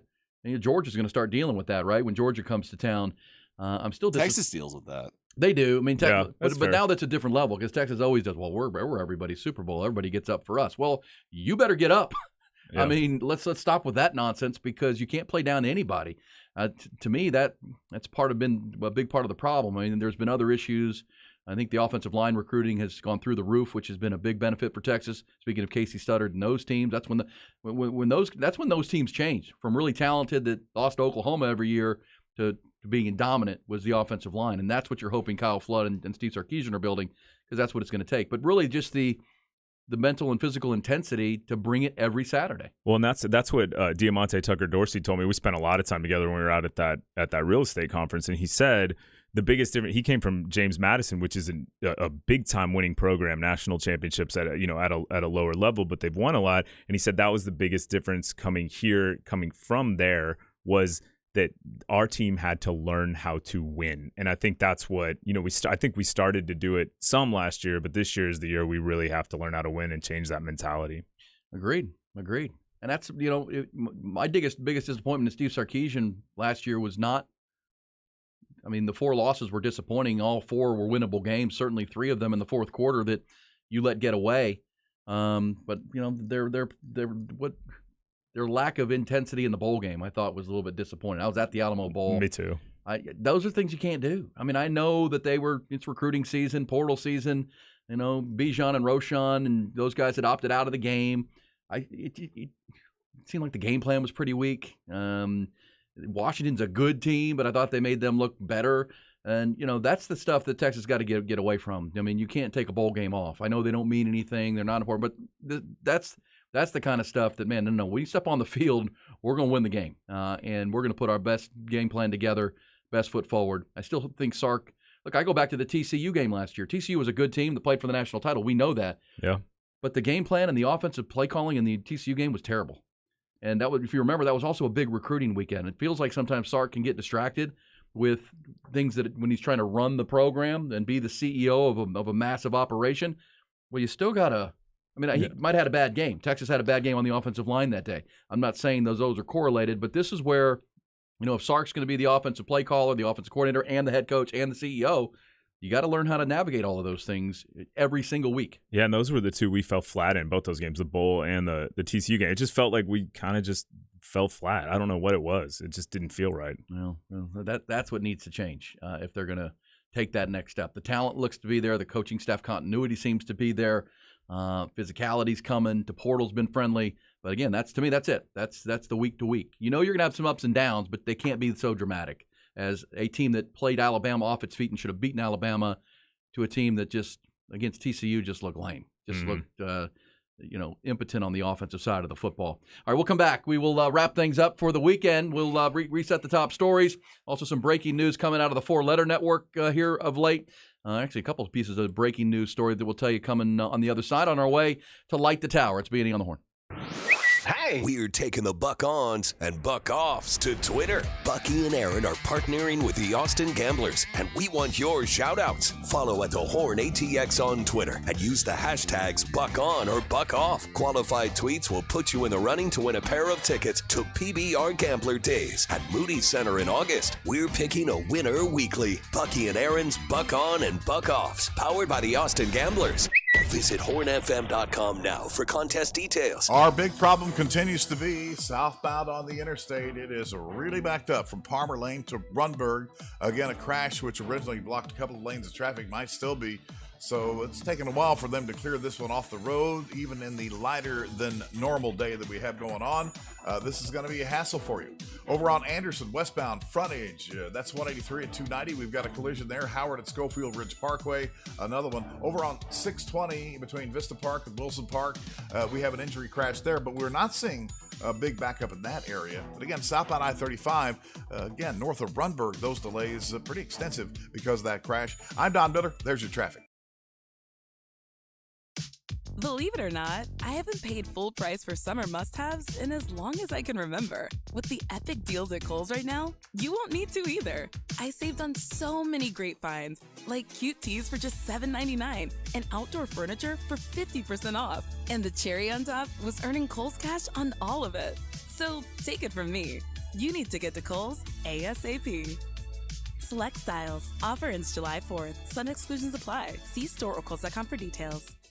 Parents, are you tired of helping put your kids' shoes on? They're squirming, watching cartoons, anything but helping. Luckily, it's Skechers to the rescue. Introducing new hands-free Skechers slip-ins. Footwear you can just get your kids to step into and their shoes are on. You don't need to bend over. You don't need to sit on the floor and try to wrangle them on. And they're available in all types of Skechers styles with and without laces, and most are machine washable. Find Skechers slip-ins for kids or mom and dad at a Skechers store, Skechers.com, or wherever stylish shoes are sold. Hey folks, it's Bucky here. My back had me searching for the right support for years until I discovered Relax the Back, and my back could not be happier. Get something nice at Relax the Back. Up to $500 off select zero-gravity recliners and up to $1,000 off select massage chairs and 20% off select office chairs. Live pain-free with Relax the Back. In Bee Cave at the Hill Country Galleria across from Whole Foods, and in Austin at the Gateway Shopping Center across from the Container Store. Live like the Buck, pain-free at Relax the Back. Here at Vanguard Volkswagen in North Austin, we treat every customer just like family. We will always be honest with our customers and totally transparent. Another great thing about Vanguard Volkswagen is we offer our customers a lifetime powertrain warranty. And when you come to Vanguard Volkswagen of North Austin, in addition to the peace of mind you get with our lifetime powertrain warranty, where you never have to worry about expensive repairs on your new Volkswagen again, choose from one of the largest selections in all of Central Texas, all with some of our biggest savings this year. So why buy anywhere else when you can buy with confidence and never have to worry about expensive repairs again? With Vanguard Volkswagen's lifetime powertrain warranty, you won't get from Toyota, Honda, Nissan, or even Mazda. For more, please visit VanguardVW.com or just come on by 6900 Burnett Road in North Austin. Hey, what's up, folks? This is your lifetime Longhorn Rod Babers. By now, everyone knows that my favorite new tequila is Hot Cat Tequila. Hot Cat Tequila is my go-to tequila. The cat stands for cinnamon, agave, and tequila, and the recipe just as simple, just as delicious, and just as brilliant. Cinnamon, agave, nectar, and tequila. That's why it's so light and so smooth. Hot Cat Tequila is a tequila lover's dream, and if you're not a fan of tequila, Hot Cat Tequila will make you a fan of tequila. Hot Cat Tequila will turn any event into a party, and every party feels like a celebration. Toast and turn up with Hot Cat Tequila. The Horns text line is brought to you by Specs, a Texas-sized selection of wines, spirits, finer foods, and specialty beers. Cheers to savings. I am a real